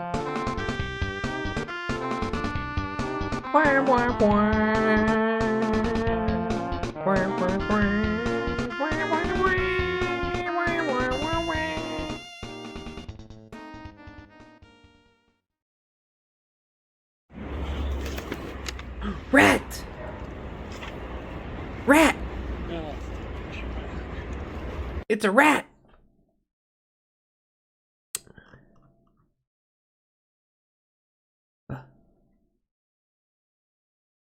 That's what happens when you take a flight out of Florida. You run the risk of Florida man being on the plane. No, he's supposed to be trapped. He's supposed to be trapped within that little confines. Oh. Why is this of all videos enticing me? This is probably going to make me hate getting a rotisserie chicken ever again. How are rotisserie chickens so cheap? Actually, I want to watch this first. Chat, who knows what a Billy Mitchell is? Do you know what a Billy Mitchell is? If you do, I'm sorry to remind you that this creature, this entity still exists. However, is he a man? Billy Mitchell is the man who for the longest time said he held a bunch of world records in arcade games, and then it turned out that he cheated. And then he started suing people, saying, no, you can't prove that. Then they proved it. And he went, God damn it. Yeah, that guy. He was featured on he was not directly featured on, but parodied on the regular show, and then tried to sue the regular show, to which the regular show responded, Billy Mitchell is not a floating head. Therefore, that was not Billy Mitchell. It was really close, you know, parody.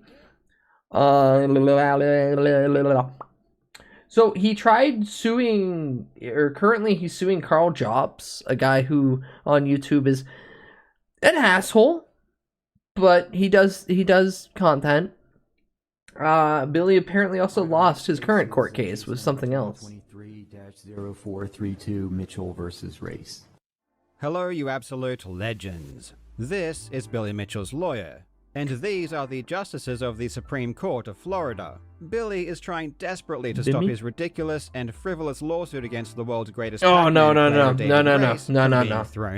and Billy is going to fail. I don't Billy want is famous that. for suing or threatening to sue people who call I him don't a want to cheater. see his face, Everyone only when already he's in knows this, misery. but defamation lawsuits aren't the only stupid lawsuits he likes to file, and Billy's lawsuit against David Race is arguably his dumbest ever. Billy sued David Race back in April of 2021 because David recorded phone calls between him and Billy. David wasn't recording these calls because he had some evil scheme to expose Billy at some point or for nefarious reasons. He recorded just them does because it. he records all of his calls As with you everyone. should. David is a resident So of you Ohio, have a record. where you don't need the other person's consent to record your calls. What David did was normal and legal where he lives. In fact, when David recorded these calls, which occurred between 2018 and 2019, David and Billy were friends, and David was a vocal supporter of Billy. Oh, but at they some were point, friends. after reviewing much of the evidence against loved Billy. David came to the rational conclusion that not only did Billy cheat, but Billy had been lying directly to him and using For him a as very, pawn. very long After time. learning the truth that Billy is a con man, David then chose to help Twin Galaxies in their lawsuit against Billy by providing them with a recording of a phone call showing that Billy was the type of person to lie and trick people.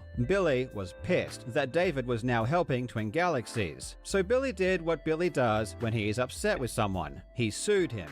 Billy claimed that what David get did my was lawyer illegal because involved. Billy lives in Florida, where you do need consent to record calls. But that's just not how it works. It doesn't matter where Billy lives, it matters where David lives. And where David lives, it's totally legal. And the court agreed. In March of 2023, the appeal court dismissed the lawsuit, literally saying that what David did was legal and that Billy's lawsuit was offensive. But Billy's crusade against David knew no bounds, and he took it all the way to the Supreme Court of Florida, where finally, in November of 2024, they agreed that the lawsuit is to be thrown out for good. In this video, we will take a quick look at Billy's most recent failed attempt to sue an innocent person. I really hope you enjoy. Now, legends, it's Christmas time, and what No, better I don't way to wanna- I spoil don't care yourself about or you someone talking love anything. than with a beautiful poster order. Please click the link and grab a display today. First, I want to give you a quick update on what's happening with my own lawsuit against Billy. Yeah, this As is many of you actually know, what I'm in interested September and in. October, I went to trial because of Billy's defamation lawsuit against me. I've had a lot of people ask me what's going on. That's and if the there has whitest been man a I've ever decision. seen. I So know, let me right? Look explain at the him. process. My trial will be decided by a judge, and these decisions take time. It's not as simple as the judge just saying who won. As part of the decision process, they need to draft an extremely long and in-depth opinion about everything that happened during trial. This involves talking about all of the witnesses, all of the evidence given, all of the existing case law, and much more. Translucent, And because my trial was relatively beyond long, albino. this decision is also going to be really long and involved. This takes time, and we will probably be waiting months for the judge to come back with his decision. And I don't know what that decision is going to be. During trial, Billy lied a lot, and ultimately what this will come down to is whether or not the judge believes anything Billy says. I think we made it pretty clear that No one Billy is a should. liar, but we're obviously biased. So who knows what the judge is thinking? Whatever the decision is, you will know as soon as it comes out. Even though many people who've read about my trial say they think I will win, I am keeping myself very humble. For my own mental health, I have already accepted the worst case scenario. I am already psychologically prepared to lose. I think the worst thing that could happen is I get my hopes up, think I'm definitely going to win, and then end up losing. I'd rather assume I've already lost, deal with the grief early, and then hopefully be The pleasantly WWE surprised footage, by a this positive is result. Either way, interesting. It won't affect this channel, and I hope that if I do lose, I will still have your support. He is actually albino. I mean, Recording honestly, a that phone might- call without I can see that consent now. is legal in Ohio. It's important to know this context at the outset, because for the past 3 years, Billy Mitchell has put an innocent man through hell with this vindictive lawsuit. Until you've been sued yourself, it's honestly hard to appreciate just how destructive a lawsuit can be Well, to yeah, someone's it's a lot of life. time, So while many energy, of you money, obviously accept that stress. suing an innocent person is morally wrong, the full extent of just how bad an action this is won't truly be understood by many people. And I do hope that Billy's actions result in him being further ostracized from the gaming community. He Because won't. he didn't It's- just sue it's like anyone. Hogan. He sued the best Pac-Man player ever. Billy always claims that he wants to champion video game competition, and that he is some shining he just beacon for the wants community, to be like he the says in this champion clip of here. video games. If I have He wants to be the video game boy. World, I need to now push and advocate for competitive gaming, the players, the notoriety, the recognition, and all that they deserve. But ironically, he is literally the worst thing to ever happen to video game high school competition. I mean, just his cheating alone would have been bad enough to solidify him I love as one that of the most they're using the destructive figures regular in gaming show. history. But to go after so many fellow gamers who rightfully call out his cheating Not is even the worse. gamers. Billy clearly does not care about the gaming community, because his actions towards other gamers are just evil. When you sue someone, one of the first things the court must establish is if it even has personal jurisdiction over the defendant. In It this doesn't. case, Billy, a Florida resident, sued David, an Ohio resident. Ohio! And he sued him in a Florida court. And it's up to Billy to argue why Florida can dictate what laws David should obey. The reality in this case is that Florida doesn't have jurisdiction over David. If David owned property in Florida or conducted feel business Bully in Florida, would it would be be- different. Billy would but be neither of these Scientologist. things are true. No, David because really doesn't have any Scientologists need to contact with pay to get Florida in. at all. Billy's the only way contact too he had cheap. with Florida is the fact that he occasionally spoke with Billy, and Billy lives there. But just having conversations with people who live in a particular state isn't enough to give that state jurisdiction over you. And this is why in March of 2023, the District Court of Appeal dismissed the lawsuit. And in their opinion, they made it very clear that what David did was perfectly legal, and that any action brought against him in Florida would be unjust. They said, it is significant that the conduct that offends the Florida plaintiff, the recording of phone calls without his consent, is not illegal in Ohio, where the calls were recorded. The recording of the calls is not malum se, a wrong or evil in itself that is prohibited everywhere. Where a defendant Billy legally would fit in with records a them, but phone he's just too much of a conversation in his home scumbag to state think he and needs has no them. other significant Exactly. contact They need to with break you Florida, down. it Maybe offends after all traditional this, when notions he's of like fair got play no and money, substantial justice but then you to still need require money him to get appear in. in Florida to defend against a lawsuit for an alleged violation of the Florida Security of Communications Act. We therefore reverse and remand to the Circuit Court with directions to enter an order dismissing the case for a lack of personal jurisdiction. This opinion was written by Judge Gross and was signed off on by the Chief Judge Mark Klingensmith. Now you would think that having the Chief Judge of the District Court of Appeal No, tell he got you told that this no, lawsuit and is he just offensive was like, would no, perhaps give I Billy just don't some wanna do pause to it. reflect and reconsider his legal vendetta. But no, he continued pushing and took it all the way to the Supreme Court of Florida. In May of 2024, Billy's lawyer stood in front of the justices and tried to argue that Florida should have jurisdiction. But his arguments were bizarre. For example, one of his arguments related to the fact that David posted on his Facebook welcome account in. that Last it was illegal Christmas, to record he gave calls us without a yacht, consent in but Florida. the very And because next David day, knew it was we illegal in grifted Florida, away. this No, is no, supposed no. to mean that he shouldn't have done it in Ohio.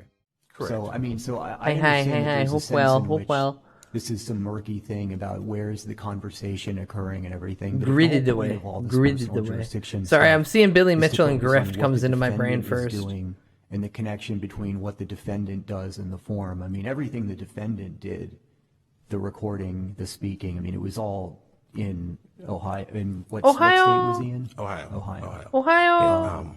Yeah, I didn't know how to say That is gritty. correct. He Ah, was that's fine. physically located in Ohio, according to his affidavit. If I can take 1 second, Justice, you raised a point about whether or not whether or not the defendant knew my client was in Florida. He did subsequently post on Facebook.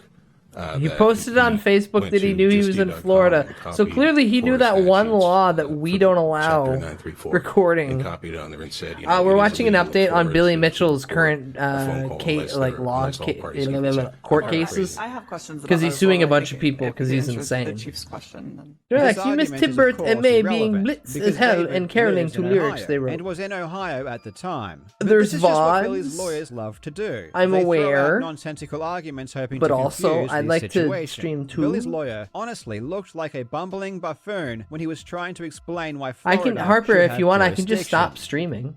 I can go back to watching The all the answer is streams yes, I he would. was I can just stop located streaming in Ohio forever. At the time. Ohio! But for the purposes of committing a tort in Florida under the long arm statute, if Personally, I an think Billy intercept- Mitchell is scum, there's and no I reason wish him to depart be from those in this removed particular from instance. all records Since of video intercept games. means that he intercepted the call.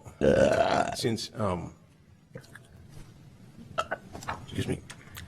Since the law is Shit such yourself. that James, shit where yourself. My client spoke. Shoot yourself in court. Means that the call was intercepted in Florida. In other words, under Mozo, and under France and under the definitions Don't of oral stop communication and streaming. other definitions in the statutes. Keep being cringe and Basically, Race intercepted mean. the calls in Florida. It was enough And to swing your commit a tortious act gay in Florida. hips It's and enough, your it's enough to state that the gat. tort, as alleged, occurred in Florida. Shit yourself which is to really all confuse you the need opponent. for Yeah. 1B jurisdiction, Listen, or one- listen. 1A The defense is going to be really confused if the prosecutor just starts In the shitting. end, the justices were not convinced and ended up discharging jurisdiction, which means that they didn't make a decision either way and accepted the decision made by the District Court of Appeal. The Supreme Court opinion We see what stated, you're saying "In the is end, the while last this guys case actually presents told many you interesting better, so issues, just we conclude we're gonna those stick with issues them." are largely academic in the context of the unique procedural history of this case. As a result, we exercise our discretion, discharge jurisdiction, and dismiss this proceeding.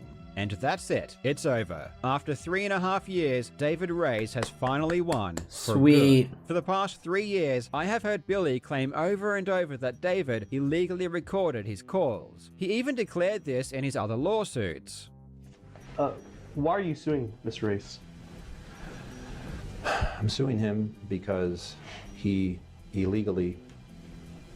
In his head, he's like, 77 phone calls I'm between him in and I. Florida, and it's illegal to happen in This Florida, was and never I'm on the true. call It was always calling a you. lie. So Perhaps now Billy you're will stop recording repeating me. this lie, That's but illegal. I'm really not getting my hopes up. Billy will of course try to sweep this Insane, under the rug, insane just little like he always man, does just when he loses a grasping lawsuit. at straws. Don't expect an apology from Billy or an admission that this lawsuit was wrongly filed. In fact, if Billy had his way, he would never comment on this again. Anyone and bitching everyone about would getting simply recorded forget it ever are just happened. mad they got That's caught. what Billy It's not even that he got wants. But caught I'm doing sorry, I anything. just The can't guy let just that records happen. all his On a calls. more positive note, Deep it Hat really the Fox, seems welcome like and thank you Billy's for legal following. crusade Just is coming to hi, an hi, end. hi, hi. All of his lawsuits have either been dismissed or settled. Note that Billy has never ever actually won. The only lawsuit Billy has remaining There's is literally the no one drama here. against He's me. upset Am I really that going he to be the recorded only his person call Billy wins because against? that Oh guy boy, records wouldn't that all his just be calls. hilarious. And then Thank you so much for David watching, Rice you is legends. I helping hope you're having a another fantastic day, and I another will case see that's you going in the on next video. because Billy doesn't like who David's helping. He just out of the blue was like, "Boom, I'm suing your ass."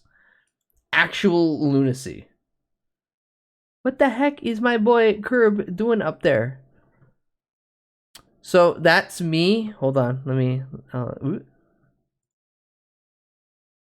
Me when the bag of Doritos TM is empty and he's cleaning the fingy. He just cleaning the fingy. Billy's receding hairline is fighting so hard, but hair just keeps getting higher. Thinning. He's thinning because of stress.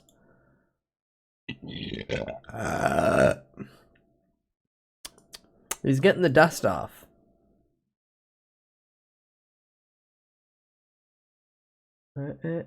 We've all Okay, weird history food. I'm intrigued, but this is how are rotisserie chickens so cheap? We've all indulged in those ready-made meals at the supermarket. No, even give me a though whole they're rotisserie usually not the chicken. I'm gonna kindest make to our mashed wallets. potatoes. Give me a whole rotisserie chicken. Rip that bird in half. has to eat this. But there is one supermarket staple that continues to satisfy both our hankerings and our bank accounts. So, funny thing. Actually, I want to go back to the frame previous this. So when I seen Rush in 2007, they had the most odd setup because behind the drum kit, behind the band themselves, they had 3 of those chicken rotisserie things just sitting there, cooking birds while they were playing. Turns out they were making food for the whole staff. So while they were playing, they were cooking the after session meal. You can't imagine how worked up all the goddamn stoners, druggies, everybody in that place as we're all watching Rush perform and just smelling multiple chickens being cooked. People were cooked out of their brains and then going, fuck, I'm hungry. I want an entire rotisserie chicken. the rotisserie chicken. Fuck, if These I had the money and slow-cooked time, supermarket I'd stay up saviors have been another a favorite for frugal customers frantically seeking a 6 scrumptious hours. No, meal. five But how are they hours. so Five, affordable? 4.5, Is 5 there hours. Some dark secret behind these tasty birds. And go get myself an entire today rotisserie we're chicken and finding eat out it. how rotisserie chickens are so cheap.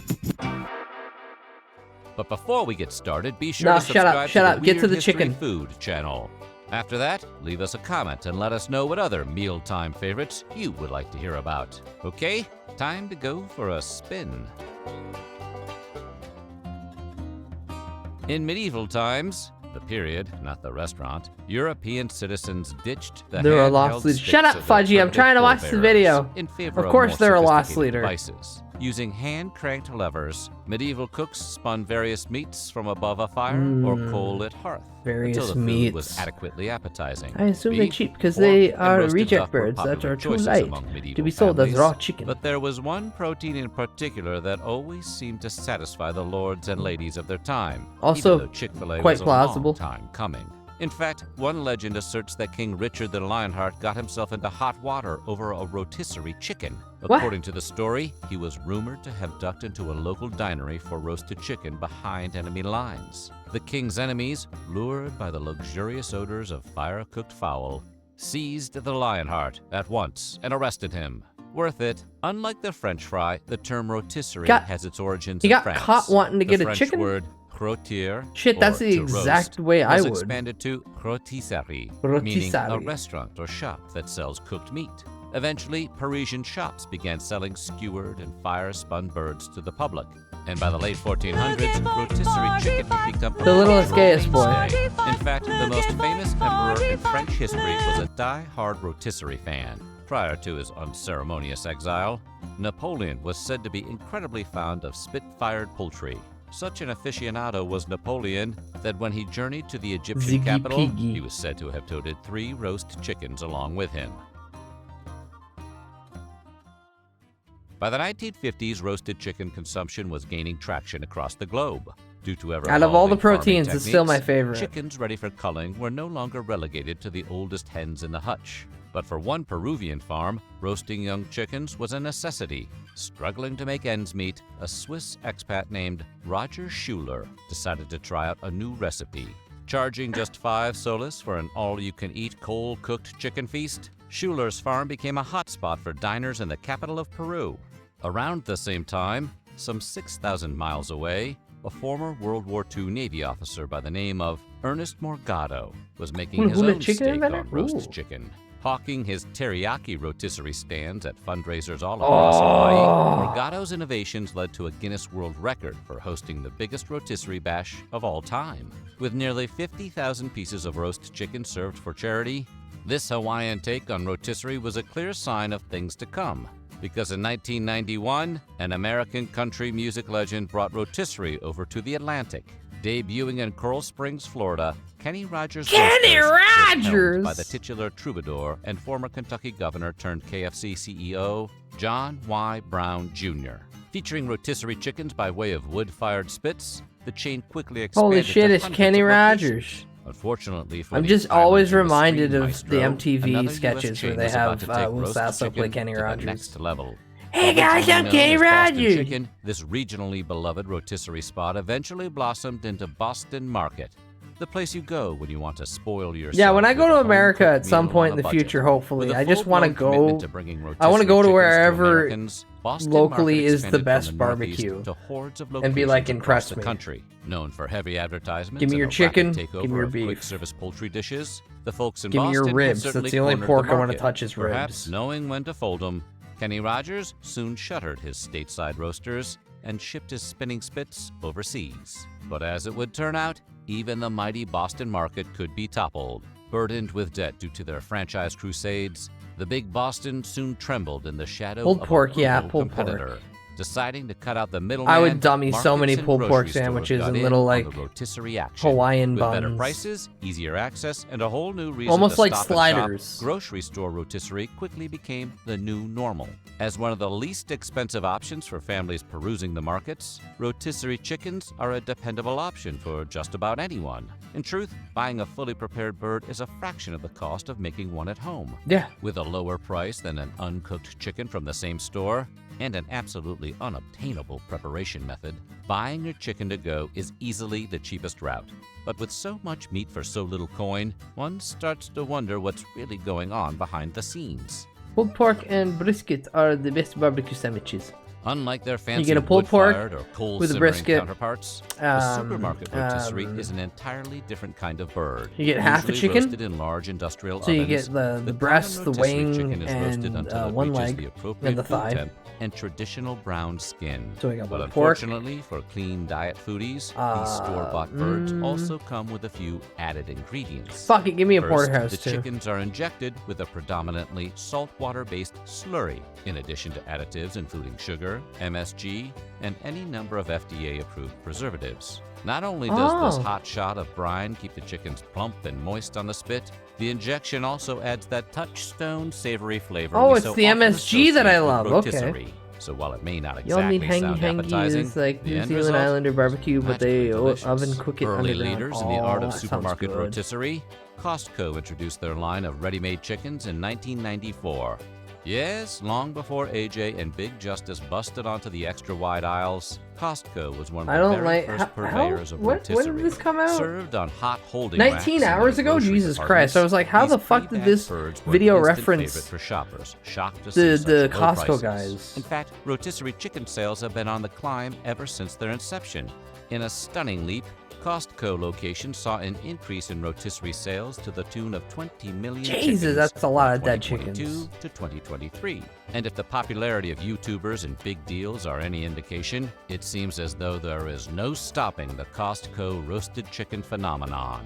Kroger locations were also an early contender in the rotisserie roadhouse of big numbers. But They even wrap the organic meat up markets have been in the taking foil shot at and bury roast it in the fowl. coals and For the dirt. instance, Whole Foods markets have had tremendous success with their popular organic rotisserie chickens. And even though these birds might cost you your whole paycheck, they still sell for less than half the price of an organically raised raw chicken.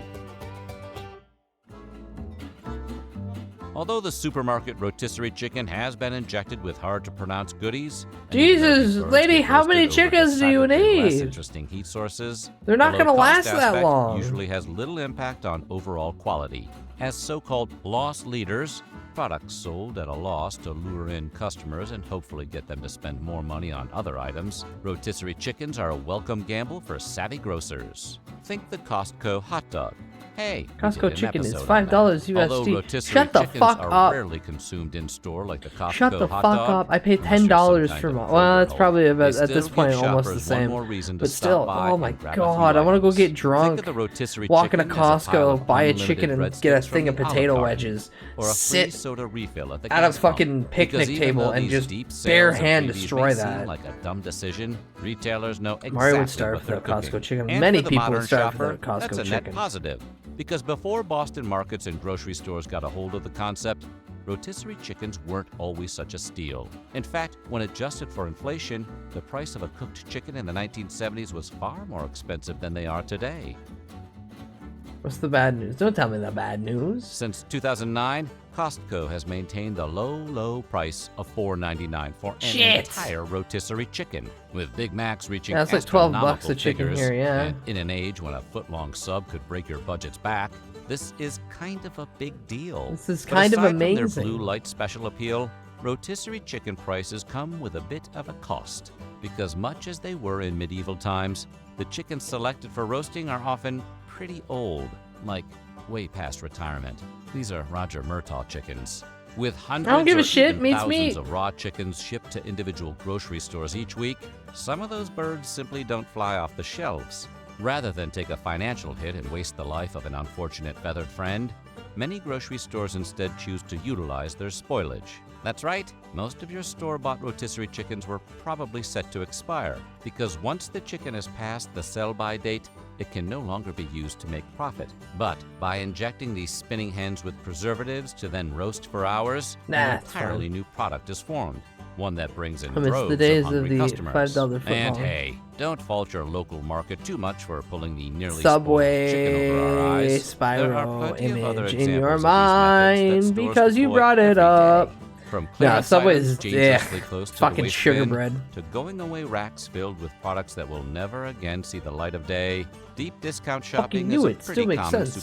supermarket Happy to experience, turn but not almost every waste chicken into is food. worth crowing about. Yeah. For the last several I'll still eat years, them, I don't care. many shoppers have complained of a soapy taste in Costco's rotisserie chickens. Soapy While taste. some investigators believe these sudsy tasting rotisserie poultry products are the result of poor farming, others think those pesky additives might be to blame. Sodium phosphate, a substance commonly injected into rotisserie chickens, is known to taste of soap at high levels. So are these slow-cooked Costco birds being amped up with more phosphate than anyone should ever be allowed to ingest? Or have Probably. our taste buds simply evolved to suffer cilantro-like consequences? Maybe it's time to cut back on the rotisserie.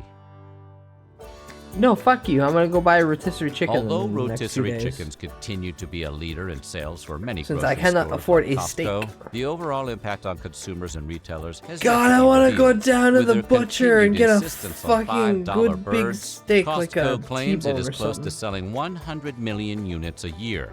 But just I've a worked decade in ago, a chicken those processing numbers weren't so factory. high, The and they puss claimed a loss boils of nearly and she's $50 million cut off as them annually. a while. Whether or not Costco rotisserie chickens still operate at a loss is Oscar Red Doors, hi, welcome, hi.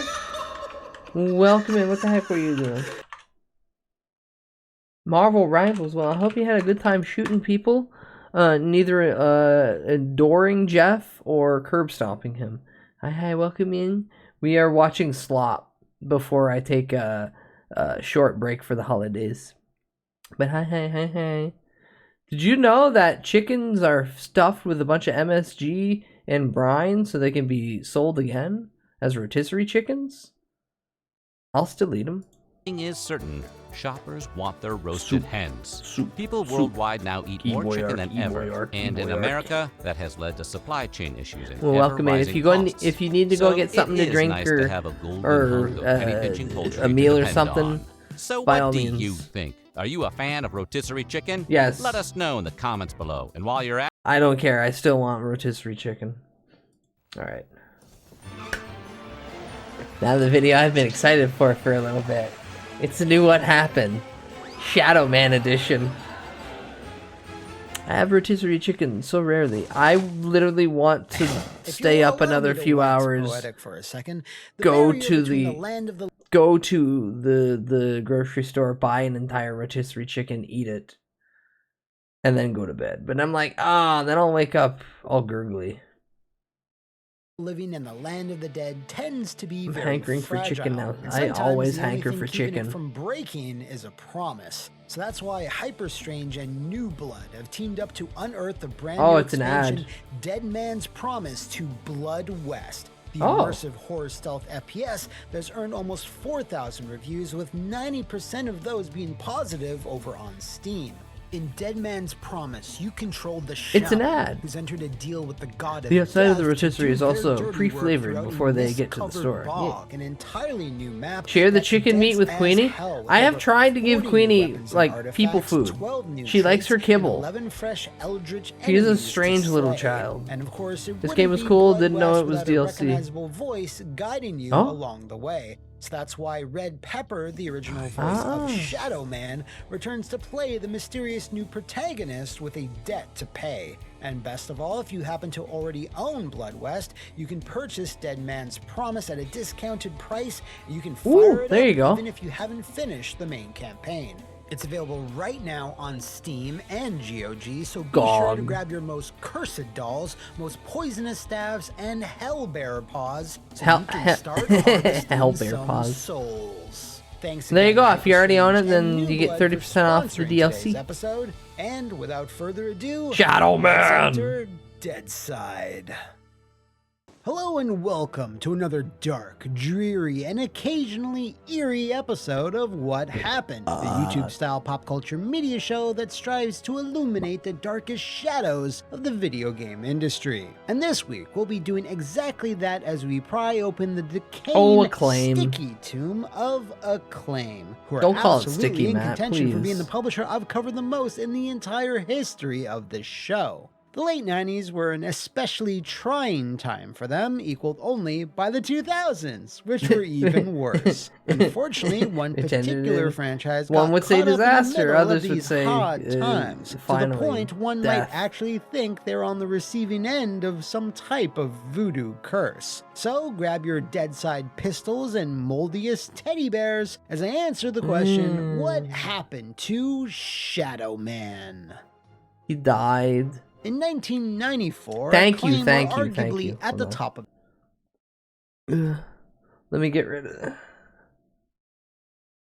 Scouter away. Oh yeah, I forgot. That's unfortunately set up to the same thing. There we go. I have hoodie. I have zipper for hoodie. I have vest. Or, ow! I can just put on vest. I'll just put on vest. And there's no scouters. No scouter for now is fine. Since I have to, and then yeah, I can do, well. The mustache was not a part of it. The hair toggle definitely was. Of their game, still enjoying the profits from the home ports of Mortal Kombat 1 and 2, NBA Jam, and getting cash injections by I a need to eventually make, like, an telecommunications company actual called proper presentation video, but that Incorporated. So requires with their time and coffers scale. filled to bursting, they did whatever Or an money intelligent, and an financially editor. solvent company does. Spend all of it. Comic books were still really hot in Ow. 94 and was a sector that the upper crust of Acclaim management thought they should invest in very Oh, heavily. God. Perhaps too heavily, as they wound up outright purchasing Valiant Comics, as I assume DC and Marvel were out of their price range. That price range being, well, $75 million. They spent $75 $75 million on that However, bit? by What the time the this fuck? purchase was made and completed, the comic book market steered itself into a nosedive by 1996, which is generally considered to be one of, if not the lowest point the industry had ever sunk to. Yeah. So, yeah, Acclaim were not stepping making away money from- back on Valiant, but what they did have was a fairly rich cavalcade of comic book characters who wish to base Who's that future fat man video with the two games bot? Hold on, The hold first on, of hold the- on, hold on, hold on. Who's this guy?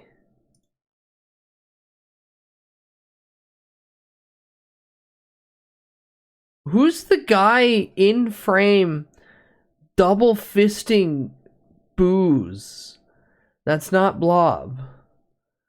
This is Valiant Comics. Unless it's Goblin? No. If you're referring to Gahimli, no. Goblin wishes he was that big. Goblin's a frail little stick child. Comic book characters who wish to base future video games I'm on. not The expecting first an of these answer. ventures, I'm only as looking many at it fans of confused. What Happened should know, was the son of Stone himself, Turok, Turok. the Dinosaur Hunter, which was handled by Acclaim's Texas-based studio Iguana and evolved over the years, although Armstrong? sometimes not always successfully. Armstrong's yeah, dad let's just who hope beat that him? works out better in the future. Acclaim were Oh, not God, done Turok throwing Origins. around This might cash, be though, great, as might they be went on to make other god-awful. purchases across the gaming space, such as Optimus Software, which was founded in 1988 by Jason and Darren Falkus. Optimus didn't get up to much in their earlier days, what with the likes of a caveman with an abnormally large nose. But once Acclaim purchased them, they were put to work helping Iguana with ports of the insane Batman Forever arcade game and the N64 version of Forsaken. Oh, They were Jesus then Christ. to Acclaim T-side. I forgot they and did were that given one the too. Opportunity to kick off their next project, which would hopefully become the next Shadow Turok. Man. Speaking to Retro Gamer magazine in their 207th issue, quick aside, everyone should have a Retro Gamer subscription, Acclaim T-side co-founder Jason Falkus explained how it all went down. Acclaim sent a load of Valiant comics to our studio and asked us if we'd like to pitch for a game based on any of them. We looked through them Here's all, a and bunch of Shadow comics. Man Go stood through out as them, being figure it out what perfect you're for the gonna work transition on. to a video game. We felt it filled the gap in the market for a platform adventure game with a darker, more mature theme, as well as a rich storyline. I feel like they However, did in a like very half the interesting and N64 games, early and how deep twist their in the lizard story, intro as is per burned the into my Retro brain. Gamer article, Another there reason why I might hate the actually be N64, two Acclaim. fairly different origin stories on how Shadow Man originally came to be. Senior designer Simon Phipps recalled on his own website that initially, Acclaim higher-ups had asked for an all-original new IP that could compete with Resident Evil, but would have the added advantage of being fully 3D and not rely on pre-rendered backgrounds and static camera angles. T-Side then sent back concepts for a dark story focusing on a former NYPD Counterpoint, cop turned Rare. monster hunter named Thomas. Oh, Deacon. Sammy, you don't understand. I imagine loathe combining Rare Max for their Payne and the platforming. suffering, which is something I Conker's would Bad Fur Day is good on absolutely all fucking levels play. except for Acclaim being a HQ, video game. however, rejected the pitch and instead sent Interesting back a characters, bunch of Valiant interesting material and asked world, which comic book would interesting best work story. with the third-person Holy 3D fuck, that jump engine makes they me want were to proposing. smash my Regardless balls of how it started, into though, an oncoming T-Side train. were quick to hone in on Shadow Man, aka Michael Leroy,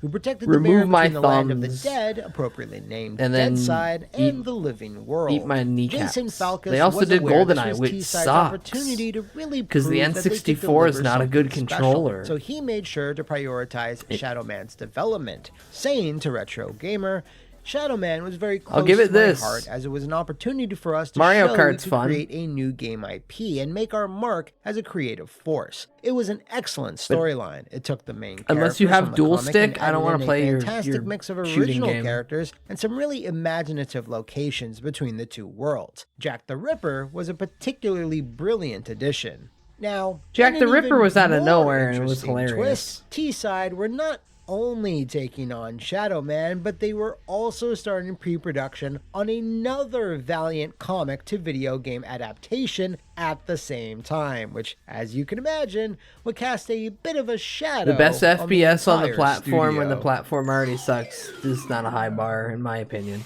Again, these are streamers' so T-Side opinions. decided to take on the challenge. Because of Streamer adapting had a two terrible comic N64 books collection growing up. simultaneously, with the idea being that the What do you advancements mean? I in love using technology all that five of the my hands Shadow to use the Man team were N64 implementing controller. could then be Yeah, I just applied wrap my to the dick second around the project. around So the what was it? the Magnus the thumbstick, robot fighter, and I've got my two Ninjak, hands if you are the to use one the person D-pad and who the said buttons. Bloodshot, well, you're And then I right. flick The my big chalky toe man that onto has the a Z big button. red target on his chest and shoots guns. Bloodshot was targeted for the PlayStation, but Shadow Man was originally being designed for just the PC, as Acclaim felt they needed more exclusive product for that particular platform. With Turok 1 and 2's success on the Nintendo Ultra Acclaim then 64! suddenly backpedaled and decided to add it to T-Side. We can look back at how bad it was, of but it was course, the would first 3D require console, and specialized everyone technology to make knew sure not the how work to being use done left on the handle. PC could be scaled Yeah. down and adapted Like, so even- it would function on Nintendo.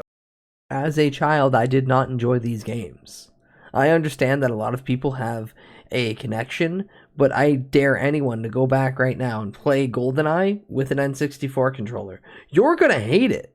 You're not gonna like it. You will cope through it saying, no, I liked this as a kid.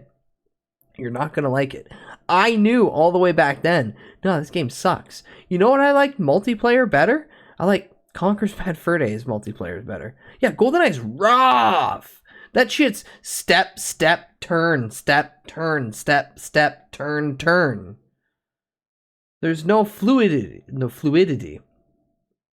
At least with Conkers, you kind of had the ability to run around a little bit before doing something stupid. Yeah, aiming was clunky as hell compared to what we have now. But we don't... No, I'm literally comparing. I'm literally comparing Conker's Bad Fur Day multiplayer to GoldenEye. I had way more fun playing Conker's Bad Fur Day multiplayer, and I hate the platforming in Conker's. The jump in that feels like the grossest, floatiest. It floats for a second and then drops like a fucking bag of bricks. Bullshit. I hate it. I had more fun with its multiplayer than I had touching GoldenEye. You could have changed the controls in GoldenEye. Not the point. No, Fudgy, it's not the point. I'm just saying again. One other.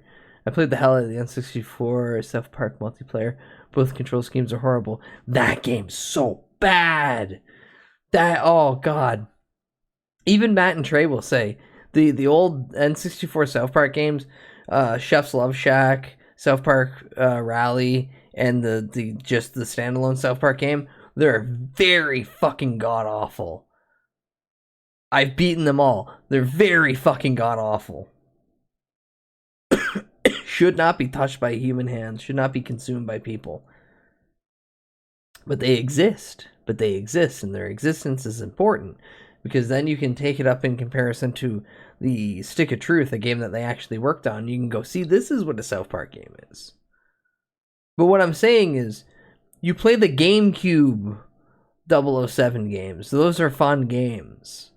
And you look at the N64 and you look at GoldenEye and you go, thank God we didn't stop at you. But it was funny because the writing was great. Just like Conquer. The writing wasn't that good. They had no involvement.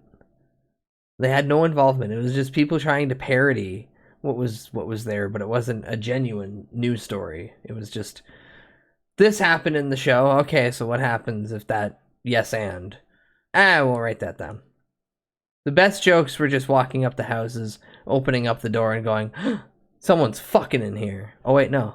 That was from Stick of Truth. Did that happen in the original one too? I vaguely remember opening up doors and seeing something of grotesque nature. But I might just be conflating the two. Either way, back to Shadow Man. Fun machine. These programming solutions would not easily transition over to the PlayStation to help with Bloodshot, though, so that project was then left rudderless for quite a while, until it was eventually brought back behind a barn and, of course, with the PlayStation part now cancelled, Acclaim felt that would need to be made up elsewhere, which I'll get to in a little bit. Moving on, it was also then decided that a Dreamcast port might be wise, as the launch of Sega's final console will line up pretty well with Shadow Man's development schedule. Fortunately, Acclaim afforded T-Side extra time to get these ports up to your snuff, dad fucked as your a mom. ton of progress was being made on the PC version, to the point it was essentially done. This meant Acclaim purposely had T-Side sit on the finished game for an undetermined amount of time. Oh, that's until insane. The N64 and Dreamcast versions had made enough progress that they could all release simultaneously. No, you fucking This idiot. Drop the obviously first is a bit one. of a weird way to develop a game. Usually you have one studio or team working on the main targeted platform, and then one or more smaller teams doing all the port work. But Okay, hold on. Ads just hit. I'm gonna give it a second. I gotta go feed Cat anyway at 6 a.m. So hold on. BRB. Cat's more important. Full Metal Malcolmist. He's a fucking laptop. Good mate. No, your mate. He's a laptop. Tell you what. How about I give you something else valuable in the laptop? What? My time. And your time. On your laptop. I'll have your phone and all. I know you're hurting. Marine, what have you hurting today what you're doing? Robbing people, robbing them of stuff that's important to them. Alright, take your laptop, take your phone and all. I can always replace them, but talk to us. Tell me how you got into this mess. You never know.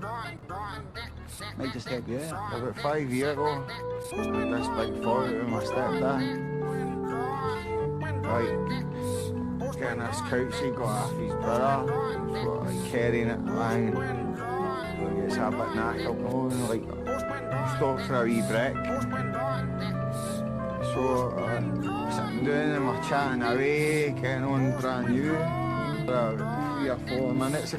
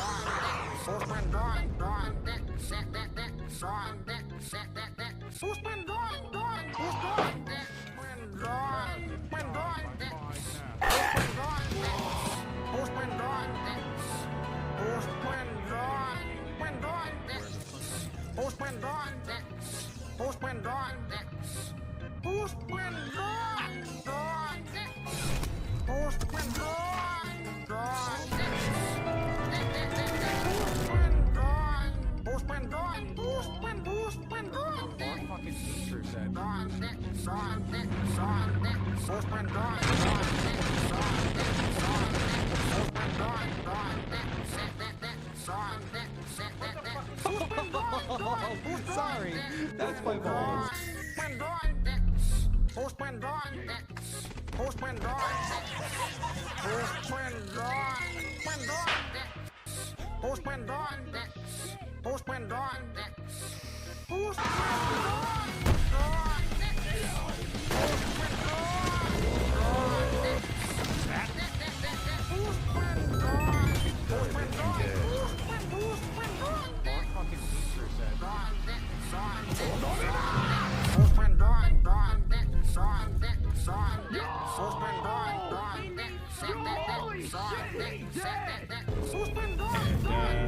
How long are you gonna stand there, Jimmy?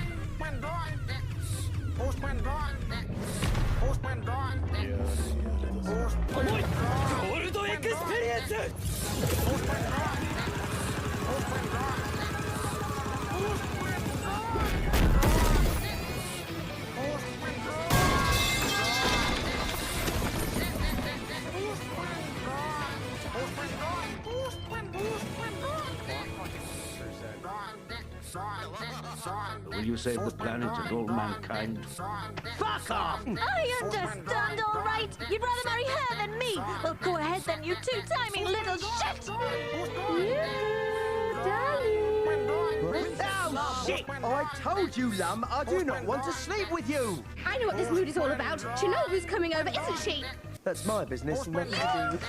No, don't! Please don't do it! It's the grand opening sale for the new noodle restaurant. I'll just have the omelette. Anime is a prime example of why 2 nukes just wasn't enough. I give up.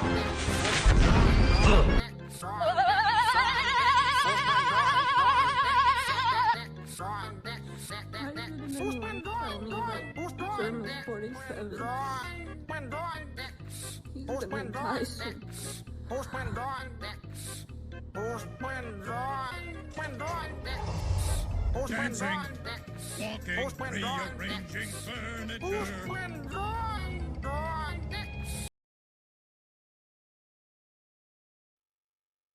Full Metal Malcolmist. Alright, there's a cat picture in the Discord.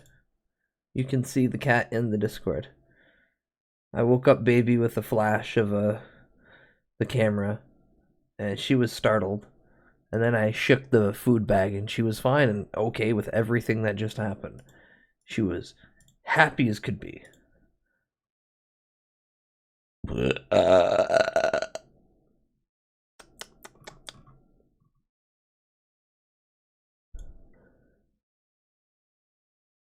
Shadow Man. I mean, this is a claim we're talking about. They wanted people to legally change their babies' names to Turok. Call yourself Shadow Man's Turok. main designers were Simon Phipps and Guy Miller, who previously worked at Core, but Tomb Raider didn't exactly inform Shadow Man's design, as the inspiration on how to solve certain problems came from elsewhere, as confirmed by Jason Falkus. The success of Tomb Raider helped us appreciate the potential for such a game, but I would say That's the exactly main what I inspirations basically were did. games such as Mario 64 and Mario. Zelda. These titles both utilized expanding Mario. 3D worlds, and we loved the way they were based around a central hub, and the world expanded as the player increased their abilities. Because of this, they were building all new tools and techniques while developing the game, which eventually culminated in their own custom engine they dubbed Vista, which would be able to Vista. render both multi-layered interiors, huge expansive exteriors, and seamlessly transition when going between both. They also wanted to prioritize a dynamic animation system which will let players shift different functions between both of Michael's hands, so he could swap between multiple different weapons in each, while climbing, jumping, or scaling ropes between both Earth and Deadside. So things were going pretty smoothly for the team when, just as the PC version was nearing completion, a real-life tragedy affected Shadow Man's development and essentially forced Acclaim to make some big decisions regarding the game. The Columbine Massacre, which took place in April of 1999, I forgot that caused many politicians and other idiots to place blame on violent video games, and Acclaim was a main target, as its then CEO, Greg Fishback, was even summoned in front of a Senate hearing. Because of this, Acclaim were pressured to look at its upcoming slate of titles and make some edits, which included greatly toning down the general blood and gore that had originally been planned to flow pretty freely in Shadow Man's world. When this decision was made, however, it was very last minute, which caused a number of unintended bugs T-Side would have to scramble to fix. But yeah, I can only imagine. Hey, this game's been done for like a year and a half. Oh no, oh this no. next one would have reverberations throughout the entire franchise. And since this is Acclaim, they would be for the worst.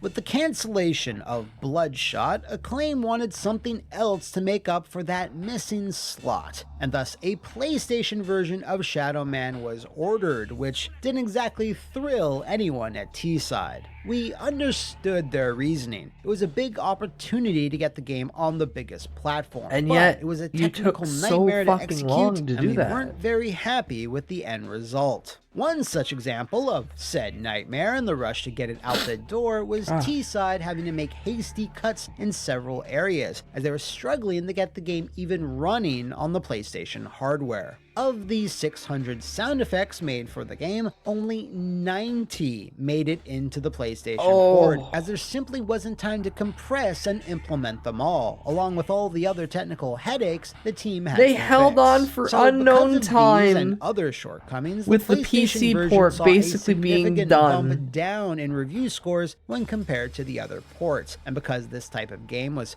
pretty common on the platform, that also contributed to the lowest sales of the bunch, at least according to the former staffers Retro Gamer spoke with. With this data in mind, it's curious then that Acclaim execs then made the decision that the hilariously named sequel, Shadow Man Tuakin Coming, should be a PlayStation 2 exclusive. Now, everyone knows the PS Double Ballin' was the absolute GOAT in terms of consoles sold, but it's still nevertheless quite odd that Acclaim ignored the GameCube, Xbox, and PC for It's insane they ignored the GameCube for this. Oh, except for the very big reason that Acclaim was quickly running out of money. Thanks to a string of early 2000s titles failing to reach their sales And the targets, $75 all million the money they lost dumped on buying a Valiant, comic losing big industry franchises like comics Mortal Kombat and basically others, almost and died. constant bad press by cringeworthy and expensive marketing stunts, which you can learn about in this video here, they most likely didn't want to spend money on additional ports, so it would be a safer bet to make just one version for the biggest platform, which I guess Certainly, what could go wrong with penny-pinching this? does make sense. The Certainly, problem, no though, bad thing could is happen. that with less money, T-Side had less time to innovate and make Shadow Man 2 something special, as its general gameplay and story were largely similar to the original. Coupled with that, by the time it was released in February of 2002, there were plenty of other similar games on the platform, so again, it was pretty soft on sales, as it, and pretty much everything Acclaim released at the time, yes, I'm looking at you, BMX Triple X, didn't help keep the lights on for much longer. It's so sad as that I Acclaim can't play that declared on stream bankruptcy because it's just nothing. 2 years later. It's Sadly, nothing. T-Side went along with them, and even earlier than that, I'm afraid to say, as they were closed just a few months after the Second Coming's launch. Second Coming. Guy Miller would go on to write the story for Criterion's Black. Simon Phipps would land at Eurocom and lend his experience on the GoldenEye remake before taking a ride over to Three Fields Entertainment to get behind the wheel for the Burnout spiritual successors, Danger Zone and Dangerous Drive-In. As for the T-Side co-founders, the Felgus brothers, well, they founded Atomic Planet Entertainment, Ooh. which unfortunately are nowhere. best known for developing a number of low-quality budget titles. Yeah. Like all those you see here. Yeah, the Now, Jumanji normally, game. Oh my this god, I would be the forgot part about of the that video one. where I say Shadow Man is dead and buried in his customized Shadow Man grave presented by Acclaim. But that's not the whole truth. The purveyors are some of the finest ports in the industry today. Night Dive put out an excellent and very improved remaster of the original Shadow Man, which even packed in previously cut content. So if you're looking to dip a toe into Deadside, I can't recommend that version enough. Now, normally this would be the part of the video where it's the end of the video. Yeah, you'd but think. as I was writing this, I said to myself, wait, wasn't there a new Shadow Man game announced? Oh, true. I They think? just and, did yeah, a there re-release. was. Shadow Man Dark Legacy, based on one of his other comic book incarnations. Oh, wait, no, it's was new revealed by and real? Valiant, which relaunched a few years back, and some company called Blowfish Studios, who, to my recollection, has only put out one other game, Blackwind. What?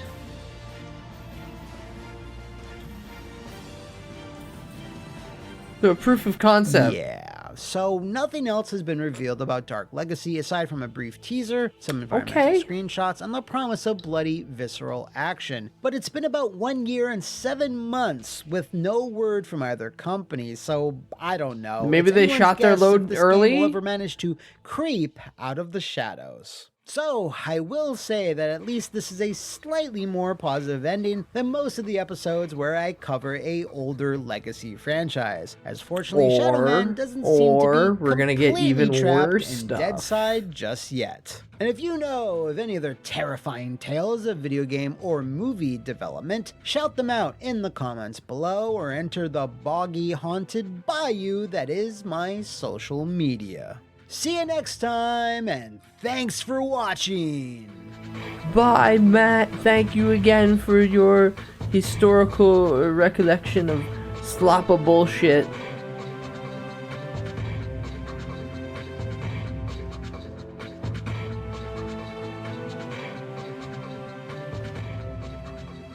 God, Shadow Man definitely is a video game. Oh, it's 6:18. I am awake.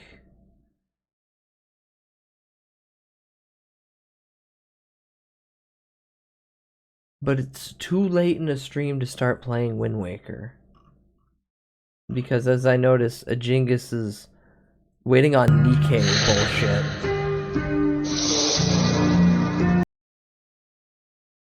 Chad, did you know Ajingus is one of them gooners that watches their ass shaking video game? Snuggle Queenie? No, she's eating and then probably went back down to lay on the bed. I get to pet her every once in a while. She might jump on my lap, and I get to pet her then. But the only time snuggling happens is when she starts nudging into my shoulder so she can get into the blankets with me, and that only happens for a little bit. She'll worm her way down to my feet, wrap up for a little bit, and then I shift slightly one way or another, and then she goes, nope, don't like this anymore, and then she'll leave. I do not sleep perfectly still enough for her to do that, which is not my fault. I spin rapidly around. Ugh.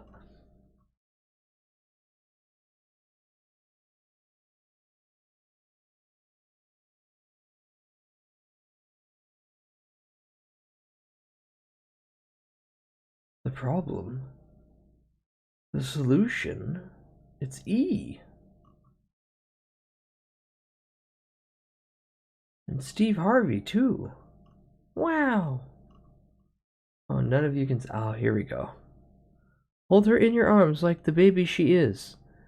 You think she's gonna sit long enough for anyone to allow that? You funny. You funny little guy.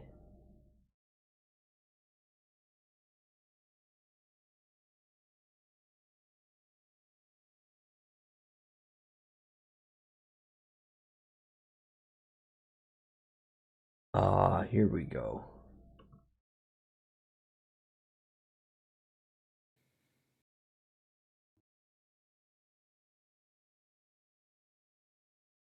I have two.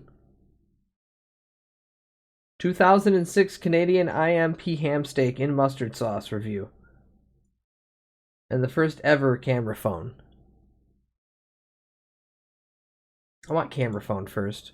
Phones for cameras used to be really difficult. Do you actually see what this is? Ugh. Other than probably Oh like my the god, first oh my instance god, of what the someone fuck? planking. This is a camera module that you add to your phone to make it a camera phone. Having What something the that could fuck? just casually take photos in your pocket, incredible. So this device takes me back to like the very early thousands, like 2001. I didn't even know that was a thing at any the time, point. I had one of Like, it these, makes sense and now that was I see sick, it, mate. but- I freaking loved it. Or my Nokia 3310 that my dad gave me, handed down to me. You know, it had ringtones like this.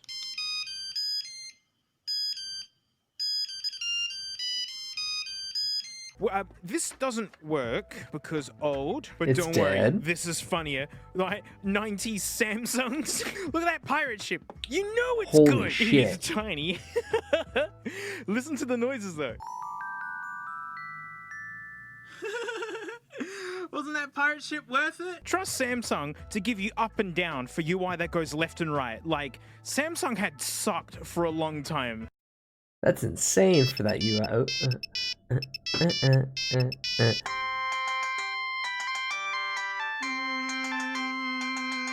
Na, na, na, na, na, na.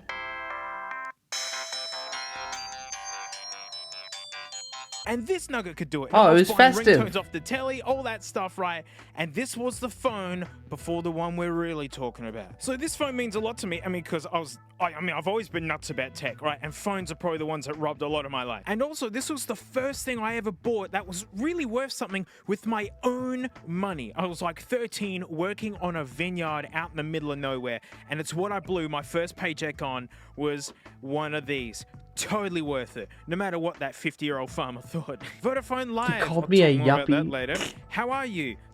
I mean, you don't know what the future's like, mate. Man, this thing's snazzy looking. Like, it looks good because they're like kind of cheating and like, you know, imposing an image there to make it seem better. Sagem, I don't know where they've gone, but I remember everyone had these and then they just went away. This is the My V55 and it just shows the same thing. And yeah. Whoa. We'll get to the nugget in a bit. Hang on. I mean, quick start one. Oh, okay. It's just big slabs of oh, there's your danger. That's called the back door for Java. anyone to get in and take all your data. Oh, look, mate, there's a bird on a dog. I hope that happens to me. I mean, color, though. This actually looks a lot better than I thought. Oh, the nostalgia is all coming back to me. This phone was like, oh, other functions. Silent mode. Yes, that was a function back then. This is the chunky guide? So this is when it just turns into engineering text. Camera. There's not enough memory to save the picture, which will happen because, my What? goodness, there is not a lot of memory. Oh, you get like 2 pictures then. This feels great, actually. This is a really nice cable. Oh, I don't remember this. What the fuck? Yeah, it's just one earbud.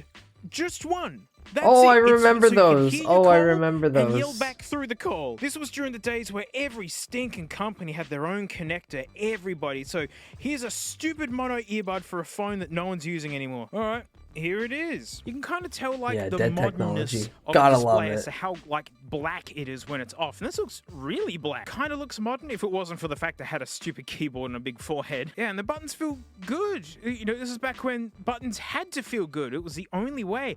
I remember that. Oh, that's infrared. In other words, it's like a TV remote. Imagine sending a JPEG down your TV remote. It wouldn't be good, would it?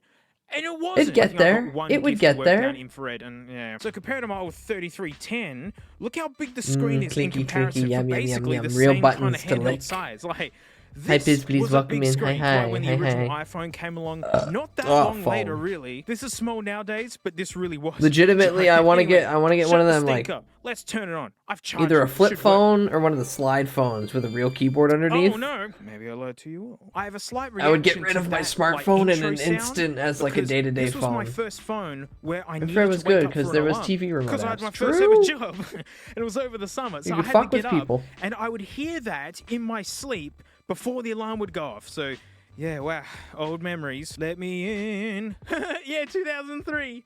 Oh, this wallpaper. I never changed this wallpaper because I swear it was the only one that looked good. But it looks Never had a BlackBerry, pretty so never good. really I mean, it's a interacted bit with it. washed But I out. know The what you viewing angle mean. was okay. You find Actually, that the one viewing keyboard angle's, style, and you're like, no, this is what I need. diabolical. Look, ready? And it's gone. Oh, mate, gotta go exploring.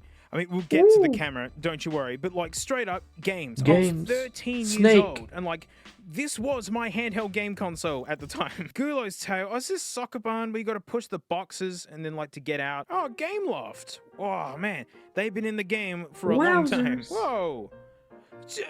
Like, there's little animations and videos and everything. Welcome back, Gulu. Okay, It is me. No, Do I you don't remember me? anything. No.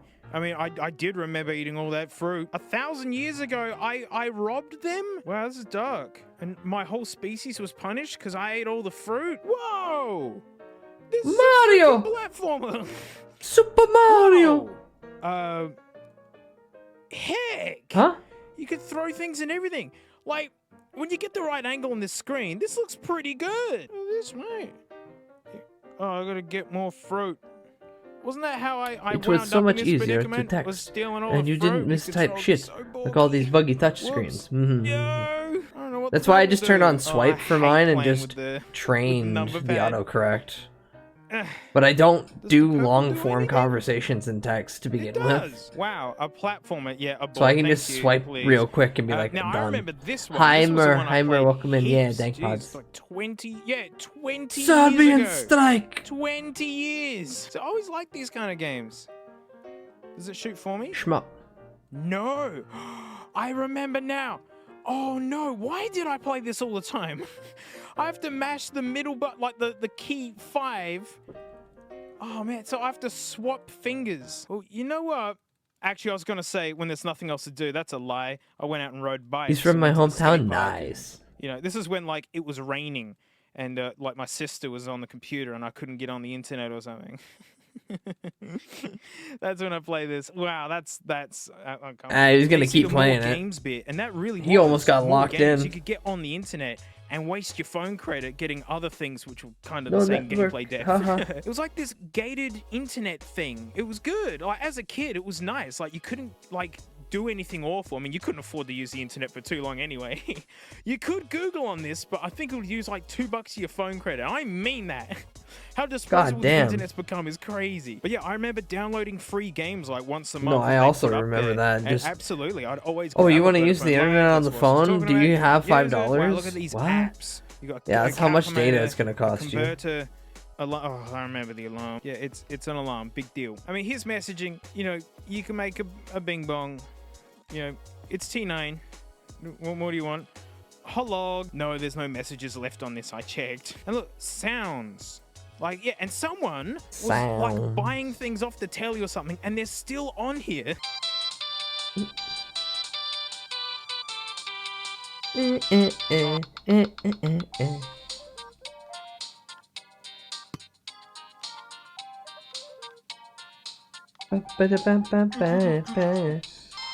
Whoa! Heaps jazzy. Ooh, what other wallpapers I got? Yeah, parrot, pink. Yeah, see, I don't know. It doesn't look as good. Doesn't look as good. I didn't hate that one, but it's pretty blurry. Whatever. That one always The looked MIDI pretty boom. good. Here comes the MIDI boom. None. Random. Yeah, the butt flower. Yeah, honestly, the stinking giraffe's not bad. Palm Beach, no, actually not. I take it back. That's the one I always had. Ah, see the colorful ones. They look the best on this screen. All right, the freaking camera. Ready? Feature eyes. They all show up here eventually. Can you see it? No. Hang on, let me take a Back it photo, up. boys. No, there is no video. I got it. You like that? There we go. Yeah, I'll do another one. There you are. There's the desk. It looks great, doesn't it? So I had a bit of a photo shoot with Frankie. There you go. Frank. There's Frank. There's another one. That's something. And there's one more. And there you go. So, you know, sideways Frank. for the extra Frank Landscape experience. Frank. Yeah, it was my first like digital camera that was mine. I loved it.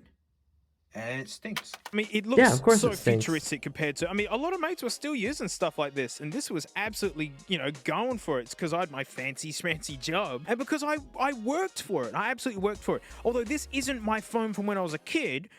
What happened to this phone is that it went to my older brother, who would, I always love, getting a new phone every single year. It was my tree. I worked for it.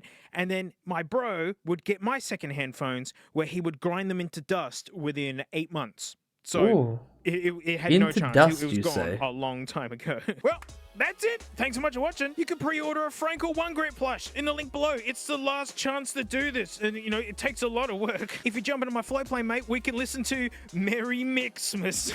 This is from the late 90s, and it was a mess. It got out of control really quickly, and there's heaps of other vids there. Like float plane is, mate, it's better than my Patreon ever was. And like, thanks so much, mate. I'll see you all next time. Wowie zowie. Oh, Frank.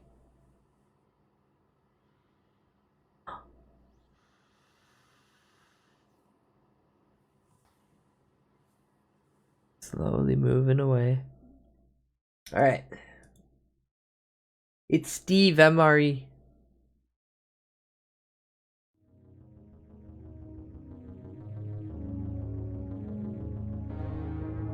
It's Canadian. I remember beating a guy with a Nokia 3310. Forces individual like, meal you're pack beating him with the 06 phone, or the guy menu had the phone? ham steak. This was Ham its steak. final year. Let's check it out.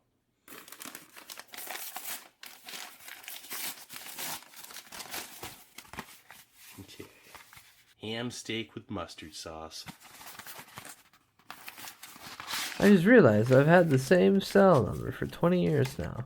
It's not super Lucky? solid in a sauce, that's for sure. Gosh, Freddy Chef. The retort pouch is in perfect shape. No, like, wrinkles or delamination.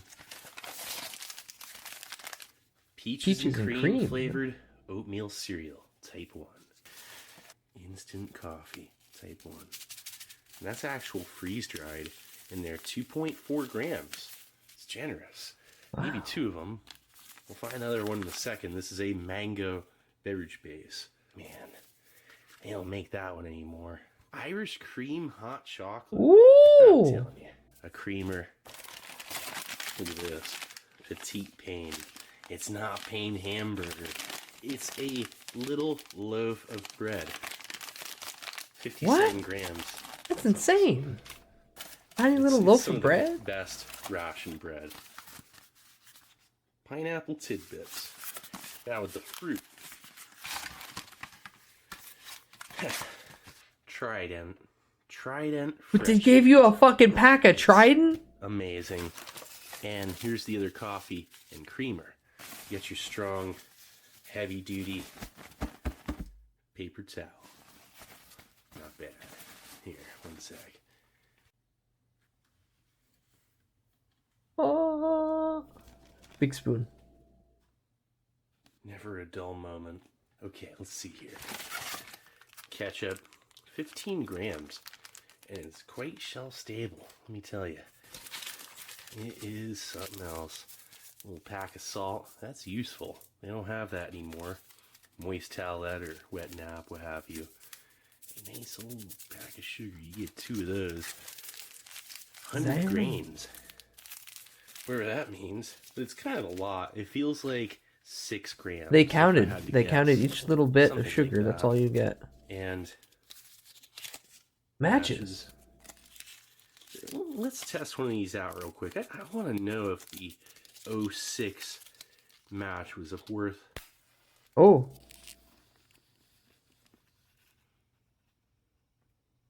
That's burning clean.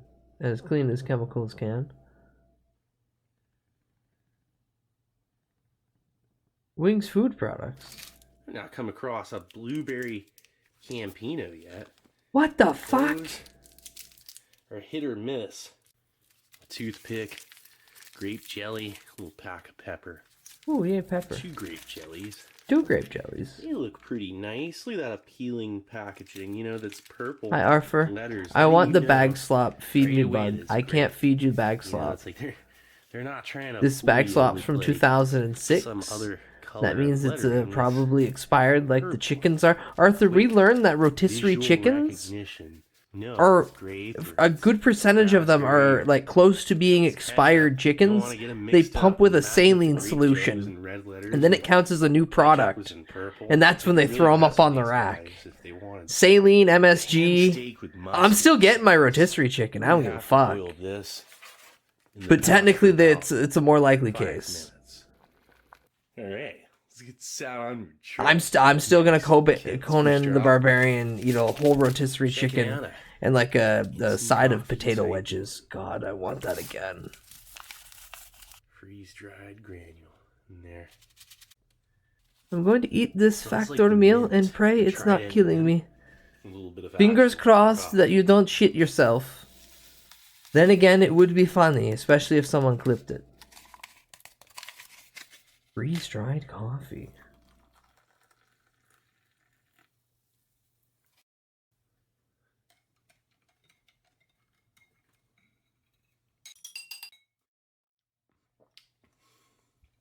A bit strong. I mean, that's the cool thing about it. You can put it in 8 ounces of water, maybe even 10. Now that I'm and full-time have yourself Andy, a they nice have so many like, chances to cup clip of me coffee. shitting my It's not pants. just a half True! cup, You like can the finally go cold insane. brew or coffee For 1 is month. Type 2 1.5 gram portions that are in USMREs these days. Canadian I want to items see him is crack open the 2.4 gram fucking coffee, bread. and you get 2 of them. And the coffee's of good quality. Irish cream hot chocolate. Wait, is he going through? Is he doing the liquid lunch here? Man, this is just something you don't see every day. Did they pack you a little shot of Bailey's for Smell it? that. Man, that is intense. Like a vanilla hot chocolate that has also mint. Oh, geez. There's this. This has like permeated into other packages. This stuff right here. Yeah, I can believe that the Trident gum would probably cut through every other thing in that. The fact that it's not wrapped. A vanilla mint hot chocolate. And again, so much of the mint, I suspect, is from a permeation of scent from the Trident.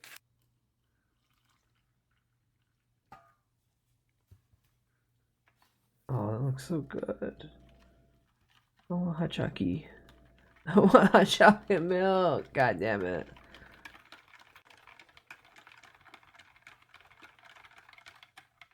Brother, add a little bit more water, please.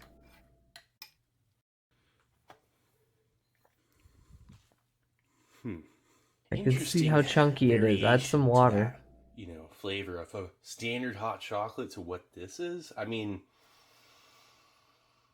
that almost seems. He likes it thick and chunky. Like, you would only want to drink this a few times a year because it's so different from standard hot chocolate with this notable addition of a vanilla and like almost like a fruit note or something. And it's Irish. It's hot chocolate though. Also, again, Irish cream. Just like the smell, the flavor has some kind of mint and like who knows what that is. I'm gonna save the rest for just a moment. Let's check out the mango beverage base. There is no. Is it like Tang? I beverage wonder. Bag in the 06 IMP.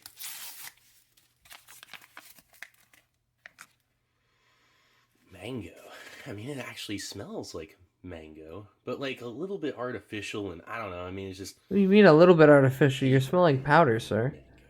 like a mango paper kind of smell. Anyway.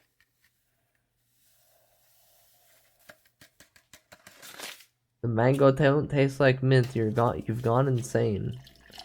And it wasn't the Trident's fault.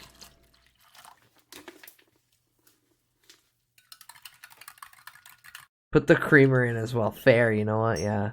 Give it a full body experience. Okay. Ooh, what's that? What slop's that? The peaches?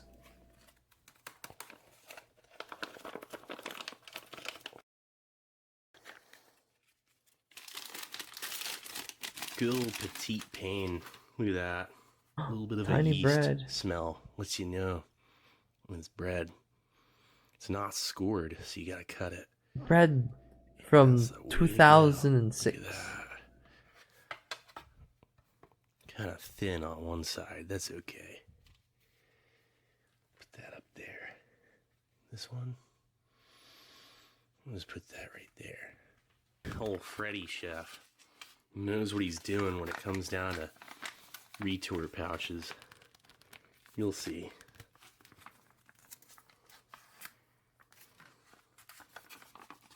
Oh, yeah, look at that. Ooh, what is that? Nice. The mustard ham. Ham The ham steak. Awesome. The mustard, and there's like it's sweet, like honey, and there's like almost like a fruit juice or something, like a mouth-watering, like maybe it's just vinegar. Probably just vinegar.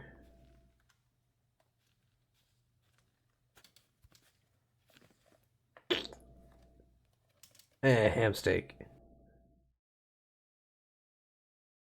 That looks good. The peaches and cream, oatmeal. A little bit of an artificial smell there, but it's not too bad.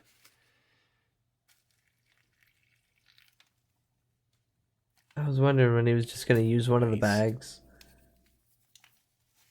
Swap that around. I don't like when it's too thick. See, he doesn't like it when it's too thick. You need it a little bit. He's a coward. Perfect. Because then it'll absorb that anyway. And it'll thicken up in a sec. And then the grape jelly. This stuff.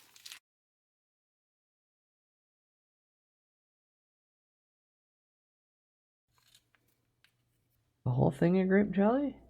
That it's a shame that it's not made anymore.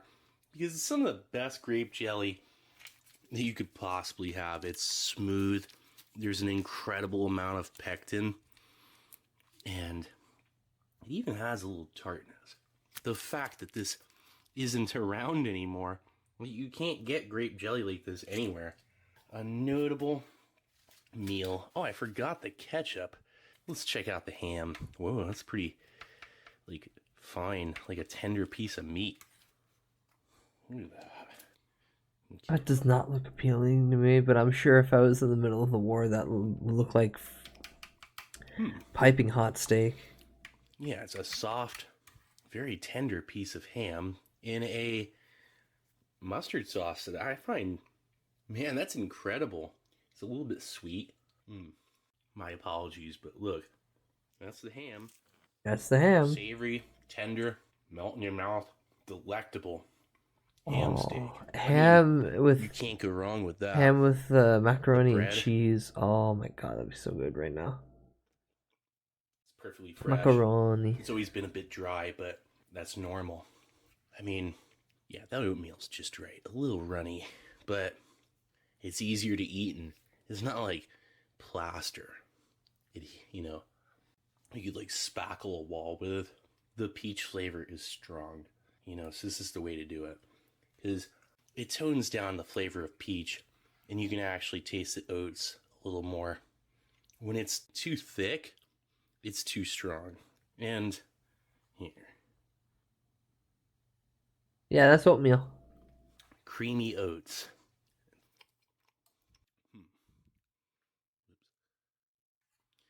I'm just curious what the fucking peaches are gonna taste like, if it's just gonna be and tart. Nothing but preservatives. Very flavorful. And a fair amount of sodium.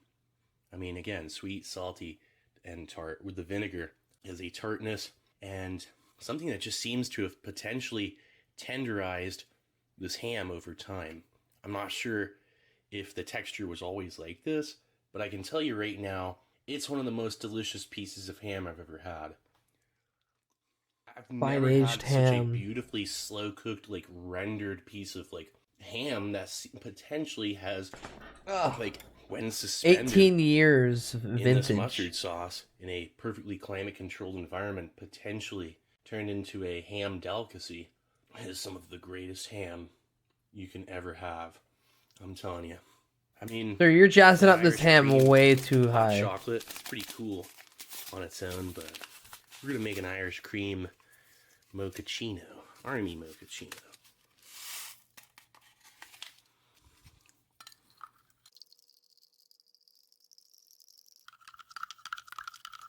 Oh, please add more water to that. Oh, God. Wow. Truly decadent. The coffee didn't 100% mix, you know, that easily. Yeah, because you need more Look. water. That's alright. You can't take amazing food like this, shelf-stable food, for granted. It is a real treat. I wonder why they got rid of it. A week later, he died of worms from the ham. I kid. But that would explain why they got rid of it. Pineapple. Oh yeah, the pineapple. A bunch of pineapple juice just ended up in the oatmeal.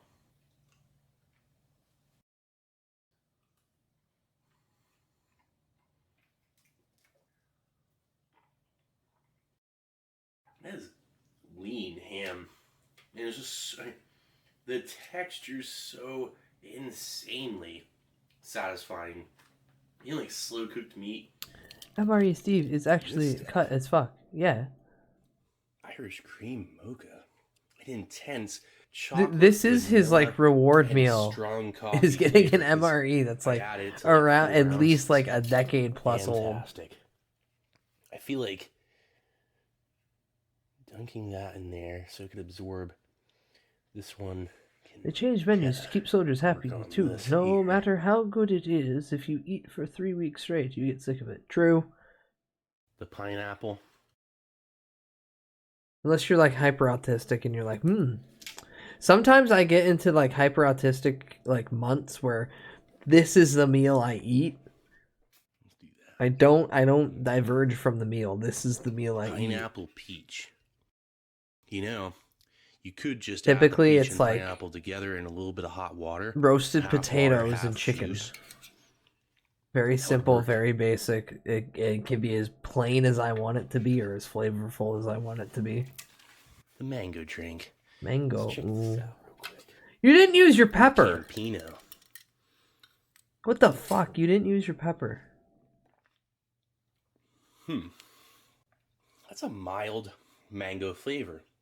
I mean, if you mixed it with 8 ounces, it might be a little more intense in its actual mango flavor, but it's pretty natural. It has a fair amount of electrolytes and citric acid, actually.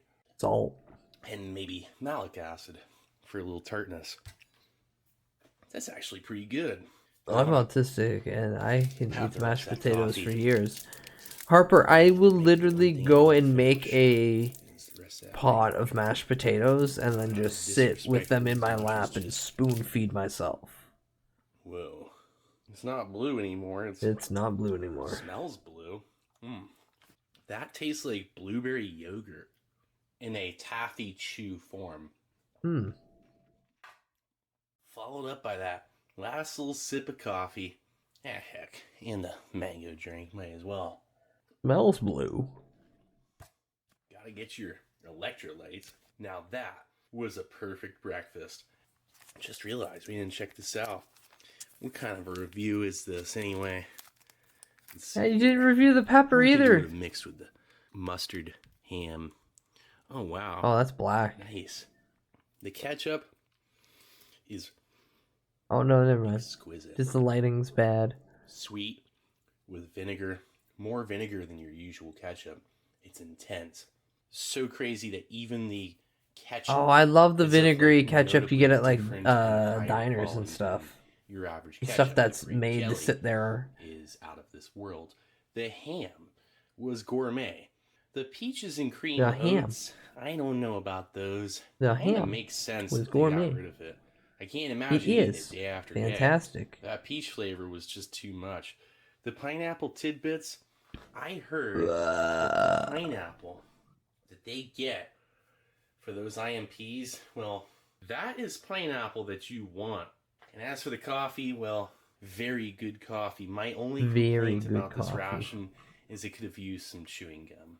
That's about it. Maybe a flameless ration heater and toilet paper. Oh yeah. Yeah, Trident. Longer lasting. Let's see here.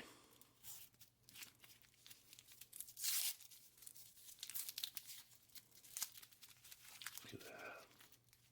Trident from back in the day. Yep. Smells like mint. Well, Holy shit, that survived. work out. Oh, no. These are Long dead. past the point of no return. Yeah. Probably good for display. You could frame it and just remember that that's what Trident used to look like. Anyway. Trident had character Moist towelette. when they had flavor. I suppose we could take a second to look at this. That's dry as shit Oh, now. Jeez, I just... What? Ham steak with mustard sauce. What an experience. Well, anyway, this is Well, Steve anyway. 1989. I hope you liked the video. Bye, Steve. I'll be coming back at you with something new. Or old. Alright, cool. See ya. Bye, Steve. Ham steak. I'm sure it does taste good because a mustard sauce like that does sound immaculate. Just eating cold meat's always like... Cold meat from a bag kind of flips a switch in my brain going, And then hearing that it's from 2006 further worries me. And then I see that he boiled it, I think. No, he yeah, no, he did boil it. You're right. But still, meat from a bag. Then again, he does eat a Japanese emergency ration from 1973. So that, that might be worse. That might be better, somehow. And I still don't know how the MREs have such an insane shelf life. Or is he expecting to potentially get sick? These and many unsolved questions. You Canadians have no room to talk, drinking milk from a bag. Listen, it's a method of transportation. I didn't think of it. They come in cartons, they come in plastic jugs, and they come in bags. Hi, Yuko, welcome in. Put the money in the bag. Oops, I just got that bag. This is the sound of a bag. And then he shakes it and it's milk. And it just sounds like sloshing constantly. Yuko, when's Mari doing the concert thingy, the singing? Is that early in the afternoon or late in the evening? Depending on her plans, 8 crazy nights in Discord. Many of the crazy nights. Potentially 8 of them. Be me, Grimlock, be king. Oh. Why do I have the Grimlock image still up? Knowing her, it's probably later in the evening. Fair.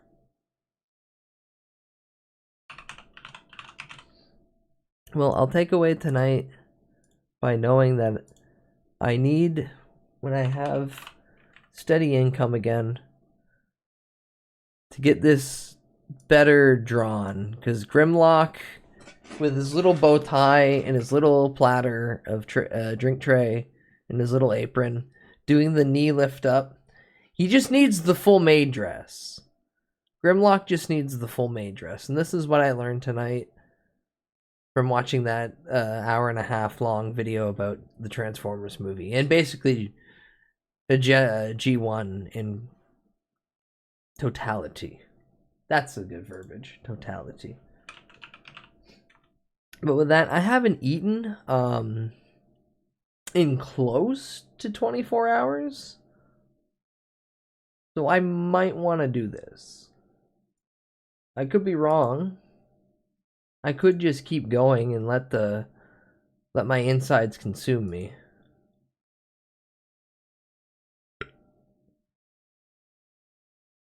But then mom will be sad. Bam Bam? No, who the fuck's on live? Bro, eat. I'm gonna. Okay, so you'll be happy. You'll be happy. To balance out the fact that I have not eaten yet, and to make sure that I make the food that I have in my fridge, I'm gonna make 2 grilled cheese sandwiches, and then cook a burger. But before all of that, cook bacon. And then I'm combining that into the grilled cheese bun hamburger with cheese and bacon. Called the Heart Attack Plus, because I'm adding bacon to it. In the future, I will make the Garlic Heart Attack Plus, which is I make a grilled cheese, but on the inside of the grilled cheese, I use garlic butter. I love hurting my insides because it tastes good. And I don't care. Now, where do I put Grimlock?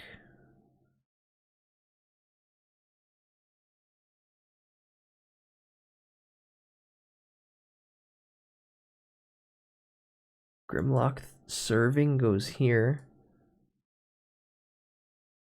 Ooh. Get me out of the way. I gotta size this right. There we go. Ooh. Don't need to move that. Don't need to move that. Bro, garlic butter fucks. I know. I know. I love making... Grimlock serving goes there. Then I can toggle slutty still back up. Yeah, okay, good. Okay, yeah, good. Yeah. Okay, I need to go through all of my goddamn OBS soon and start deleting shit that even I don't know the reference of why it's in here. But I do know that mug moment's in here for a reason.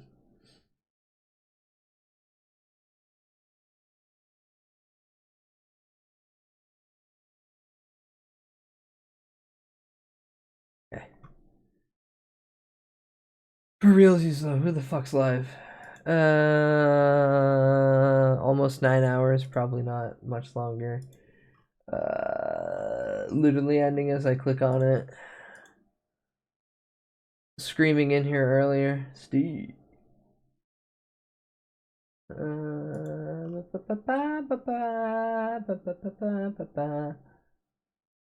Theft Auto. Grand Theft Auto? Shadow Gambit. I don't know what the fuck Shadow Gambit is. Arthur is doing long as fuck stream. Ah. Yeah. Because he's jobless.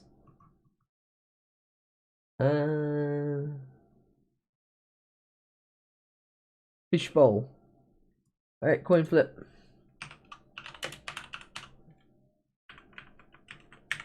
Heads that one, tails that one.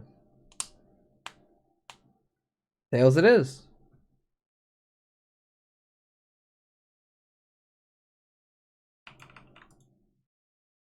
What the fuck? Why is there a woman on his channel? Harper, why is there a woman on his channel? The hell is this about?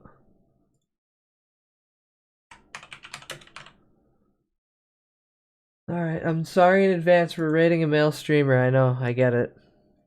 Fubi is cool? Okay, fair enough. I'm just more concerned for her being there. This is a joke. This is a joke. I preference this as a joke.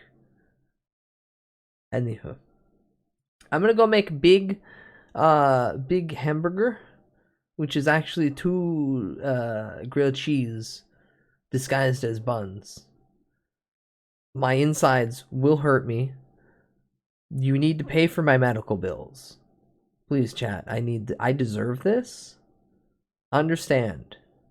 Otherwise, I hope you all a very pleasant holiday. The winter season. Please enjoy your Noel, the winter solstice. Is fellow Ozzy that are for drags into streams? Gotcha. No rag, you're gonna listen to me. Thank you for stream. Happy Crimbus and enjoy clogging your arteries. Thank you. I will be in Discord a lot. Today, I have basically nothing to do. So I'll try if I have time. Like, I say basically nothing to do, but I phrase this as nothing that would be work oriented, but everything that has to do with I only have today to get everything done for the rest of the week. So I have to cram all my chores into the right now next 12 hours.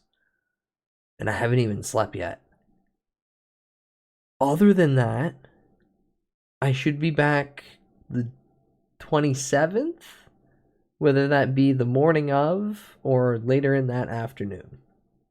So after Boxing Day, whether it be midnight or later. But otherwise, be good, behave. I love you all dearly. I'll beat you to death with a sledgehammer slowly, from the feet up. I'll break each of your toes, and then I'll break your ankles, and then I'll break your shins, and then your knees, and then your thighs, and then I'll slap my thighs at you, laugh, and then hit you again. Do an Art the Clown bit. What do you mean you'll be back? I'll unfortunately be back. Not facing you. I won't be facing you from the back. But... I hate the air that you breathe. Or maybe I will. I hate the fact that you're even living. Yeah, get it out, get it out, get it out. Me sick.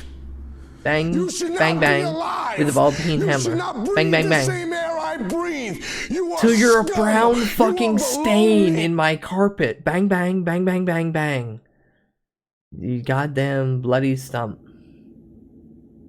Okay, I'll miss you guys again. I'll be in the Discord if you want to talk in the Discord. I like yapping, and I'll try to see if I can do a finalized movie night. If not, to later today, Christmas Eve, because I work until only 10, but then I have to be up very early to go see my mom, and mother is important. So, thank you all for your time. That guy's a cyber character. Your He's not real. eyeballs. Thanks for all the raids. Thank you, Cryo. Thank you, Asker. Thank you for subbies and all that jazz. All this support. It wholeheartedly means a lot to me. Now, go yell at the imp. Go say obscenities at him. Get a job. No, that's mean. Yeah.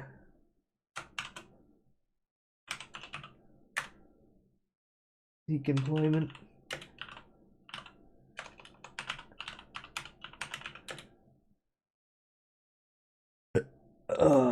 No.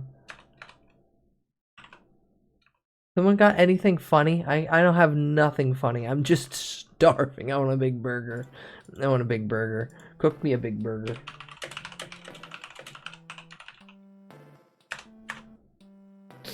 That's what you're gonna burn down the warehouse raid. No.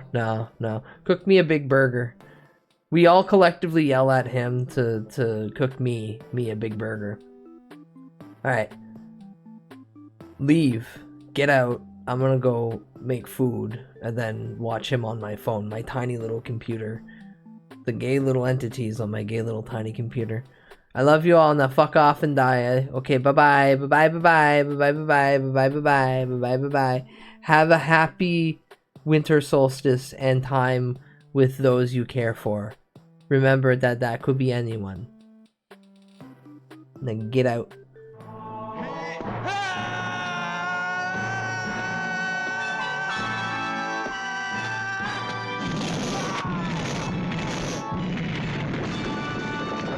No!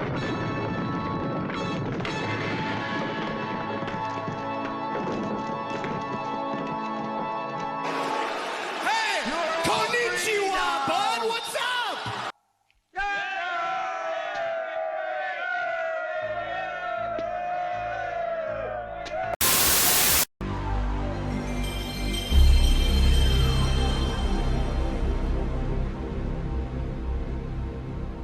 That guy's a side character. He's not real.